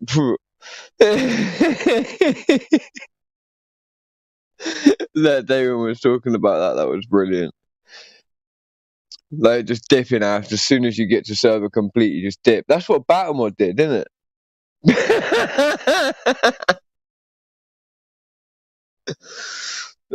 Sorry.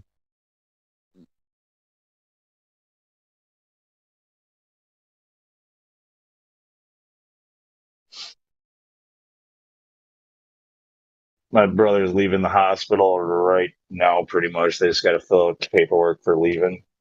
So like, what treatment other than steroids are they going to like give him? Are they literally just? I mean, I'm not exactly sure on all that. Like, I don't know. And even if they told me, it's not like most of it would make sense to me. Yeah. But I mean, yeah. I know steroids are what's helping him right now. They're saying, I heard something about like, yeah, he'll be taking this for a while, and then eventually they're gonna have to start giving him another drug also, and like basically it's one of those things that they got to keep upping it. I think for the rest of his life, like it's extremely dangerous. Man. It's extremely dangerous. It's gonna shorten his life big time, and it's gonna like dangerous basically behavior he was an athletic, like martial artist. He's like 6'3", like freaking no fat, freaking. He was doing like kickboxing and taekwondo and shit, and like but yeah, now he's gonna come out of this and he's gonna be like an old man. Oh, dude, I'm so sorry. A super high risk of like stroke and heart attack and all that. Of course, yeah, enlargement of the heart, etc. Yeah, man, I understand. Like I'm sort of going through something similar myself, I guess. Like my godchild, right?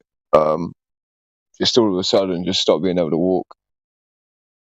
Now like they've all moved away, just like boom, just gone. Like all of my godchildren just gone. I sort of come back to like a little bit of a war zone. You can probably tell I sound a little bit different as well, Lou. I've had an operation like on my face. You still sound pretty much the same. That's good. Because it's like it's playing in my mind. I'm like, wait, how do I sound? Like, because to me I sound weird, I can hear it in my own head. I mean, I can hear it a little bit, I guess. Whatever. Yeah. But you sound pretty much the same. That's all right then. But yeah, it's tough. I would say there's going to be a huge increase in autoimmune diseases and alike. Anything alike for a long time. This thankfully isn't for this room. We should go to the chill chat or something. All right, yeah, we can. But I mean, the problem is like it's so stupid. There's no reason why this conversation should be censored as long as we are careful about how we talk about it, right? I think we know how to do that. Yeah, but I'm just saying we're not supposed to take that chance either. Yeah.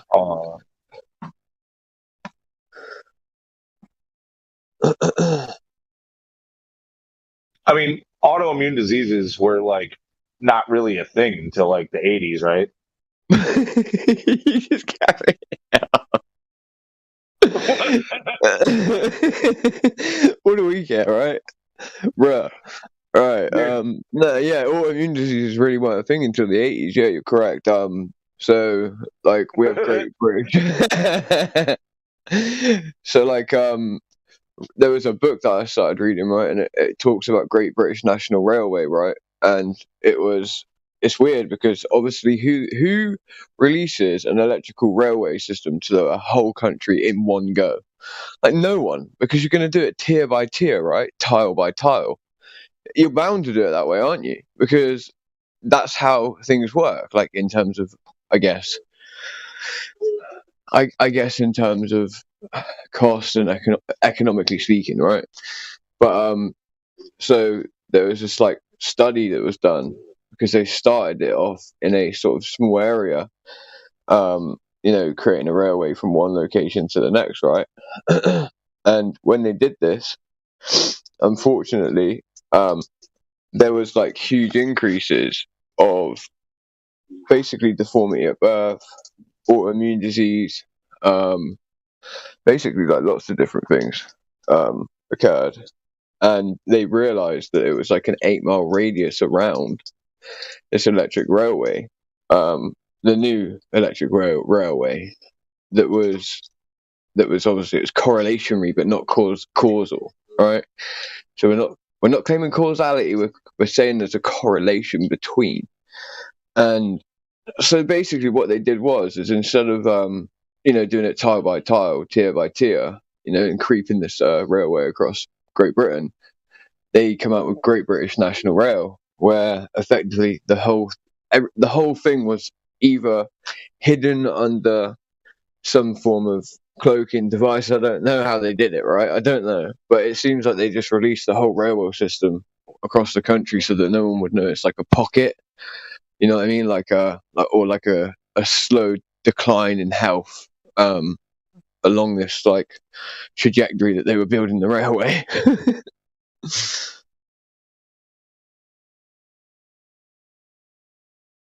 But take from that what you will. Take from that what you will. Like whatever that means. All I know is this world with all the dude, all the stuff like we've just been talking about, the stuff with like rainbows and all that, like the children, the frickin' dude, there's so much like people are really kind of getting to a point. I think that's where we were talking about like the Tucker Carlson crowd and how they're suddenly listening to our side and shit. Like, I think they finally hit a wall. I think they're finally like, all right, that's it. I've had enough. I've heard enough. I've had enough. Yeah, dude. Like, you know what I mean? I think that what Hillary was talking about, that glass ceiling, right?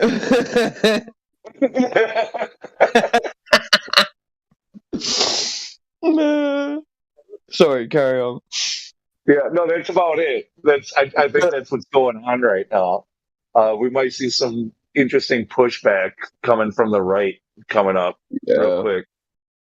Real quick as well. And a lot of validation that people like us very rarely get.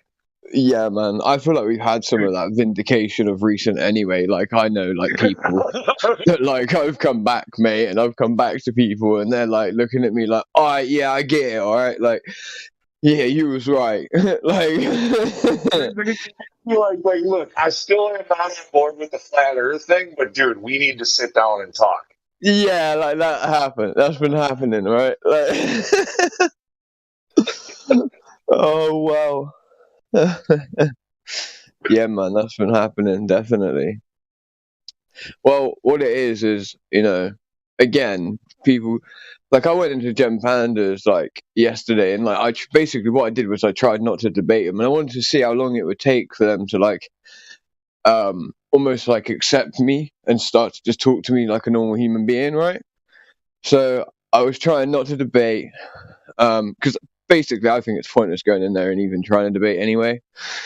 Like, I would stumble a little bit where I would start like talking about something maybe a little bit too far into detail, nearly making a claim, But all in all, I was trying to like hold off from that sort of behavior, right? And it didn't take very long until we were sort of just sat there like just talking about like prisons, like the Second Amendment, like lots of different topics, right? And I realized I was like, okay, so these people are like my furthest away individuals, right? And this is the reason I did it. These people are the furthest away from my worldview, yeah, almost entirely, right? And I couldn't imagine before that would have even happened. Yeah, there was a couple of people that would throw an insult at me here and there or whatever, right? But for the most part, they were agreeing with everything I was saying once we got away from like the flat earth topic, right? And I'm like, okay, this is different. It felt different, you know what I mean, Lou? I don't know. Yeah, no, definitely. I'm dead serious. So, like, I mean, I've been doing truthing for like since pre 9/11, but especially when 9/11 happened, like it was on, and like I was not quiet about it right then in the very beginning with my whole family, and I got a big family. And, Yeah, I know. I've seen the pictures. Yeah, but see, that's the question. Did you talk any conspiracy stuff with him at all? Well, basically, no, we kind of did in a sense, yeah, because we're talking. You know, is it a conspiracy to say that the American government are going to come and try and take your arms away from you, right? And like every single one of them, pretty much, is like, yeah, like what are we going to do about that? What I'm saying is, over the last 20 years, like, no, it's not like we got too deep into New World Order takeover, but they definitely have heard me speak about the New World Order and what you could, some of the things that you might expect to see coming up. And over the years, a lot these things have added. You know what I mean? Like, and now they're like, holy shit. Like, and they're looking at me like I'm a fucking god, dude. They're all of a sudden they're suddenly they're all like asking questions and freaking listen. Yeah, I'm talking about my family, and I'm talking about like my dad's. Good. Tell the motherfuckers what's up. That's right. Yeah, like my dad especially, like he was always the biggest prick. Like would try to embarrass me in front of the family. What an asshole! Like. Dude, like, and so now he's listening and asking questions and shit. And like, so what do you think about this and that? And what about this and that? And I need you to research who you're doing. Like, and like, so, and great job. And it's like, dude, you've been fucking trying to embarrass me for 20 fucking years. It's time for me to say I told you so, motherfucker. You need, you know, like, yeah. And I'm just saying, I've seen it with my family. I'm seeing it when you see guys like Tucker Carlson interviewing JP Sears. I'm seeing it, you know, like JP Sears. No way. Okay. All the that Tucker Carlson crowd is freaking all of them. My dad's a big Tucker guy. You know, like that's a big group of people right there on the right, and they're all looking at us right now. They're like, they're about ready to jump on flat Earth. I swear to God, dude, they're that close. Oh wow. Okay. Because like, yeah, he's speaking to JP Sears, bro. Okay. That's madness. But it's true. Like, I'm feeling that too, man. 100%. Yeah. But like, for me as well, it's really weird because people have never like looked at me and like sort of said, oh, you know, you're mad, you're crazy, for like the stuff that I believe or my opinions, right? I've been lucky in that sense, I guess. I don't believe in luck, but you know, blessed, whatever. And yeah, like, but there's still a change even in those people, right? Like, you notice it. You're like, oh, okay. People know that something's up now, and it's the normies even. Like I said, it's the normies. They're seeing something's up, and that's good. That's really good. It may be too late though, right? Who knows? Oh, it's definitely too late. When your fucking Tucker Carlson crowd is finally on board, you know it's fucking too late, dude. Like, we had to stop this shit a long time ago. Oh well. Keep your fingers crossed. Hopefully, I'm wrong on that, but you know what I mean. Like, come on, man. Gonna save us, dude. Like, let's put all of our chips on the Republican Party. That's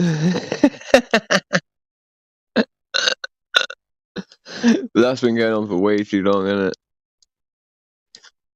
Let's keep betting on the Republicans. I'll have 20 million on red. But I feel like as well, for the like really, really far left people, especially, like they still have their sort of like, they still have their vindication of their worldview, though, won't they? If the, you know, New World Order happens, right? That will be their vindication because they've sort of been calling for that for a long time, you know. So like they've been saying that that's what they want, literally as well. They've been making it happen. They've been trying to help make it happen.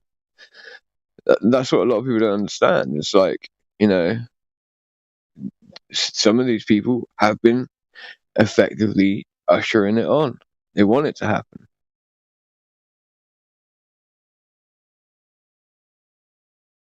To me, that's just crazy. Oh yeah, Fraud, by the way, nice to hear your voice, man. Me? Yeah, man. Thanks, bro. Back at you. I don't know if it was you now. No, that was Fridge. Not Fridge, I don't know. Sorry, I don't know you, Fridge. But nice to hear your voice anyway. No offense. Sorry about that, bro. Fridge has a pretty nice voice. It's not Fraud's Yeah, voice, man. but it's pretty good voice. Yeah, like me and Fraud have like, you know, butted head a few times, but I actually really like him now as a person. No, because Fraud hates white people. That's why. Yeah, I know that. Like, he's just a little bit racist at heart. Like, it takes a while for, you know, us white people. It takes a while for us white people to turn brown in his eyes. I know that. He's like, I don't trust any of y'all. Y'all white. You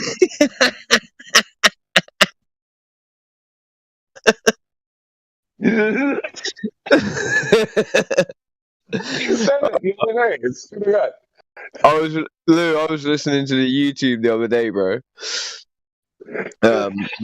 I couldn't get into my account, innit? When I got so I got on the YouTube, and you were in here just like, and after every like little thing that you said, like you would laugh, and I'm like, like I was like, his laugh is brilliant, man. Like literally, I was like, I've missed that dude's laugh.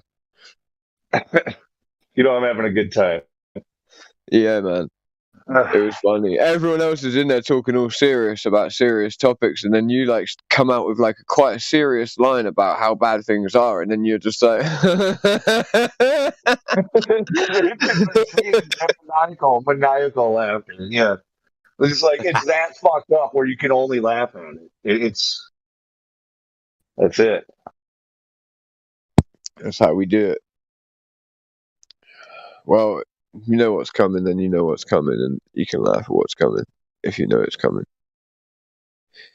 Got the time right. I don't know. But yeah, so Canada, right? Hey, what's up with that place? Oh no, he's got this. Just with the place in general. I don't know what is up with them. The truck convoy thing. We stopped hearing about that a long time ago. Now it's the Dutch with their tractors and manure on the storefronts. Yeah. Mm-hmm.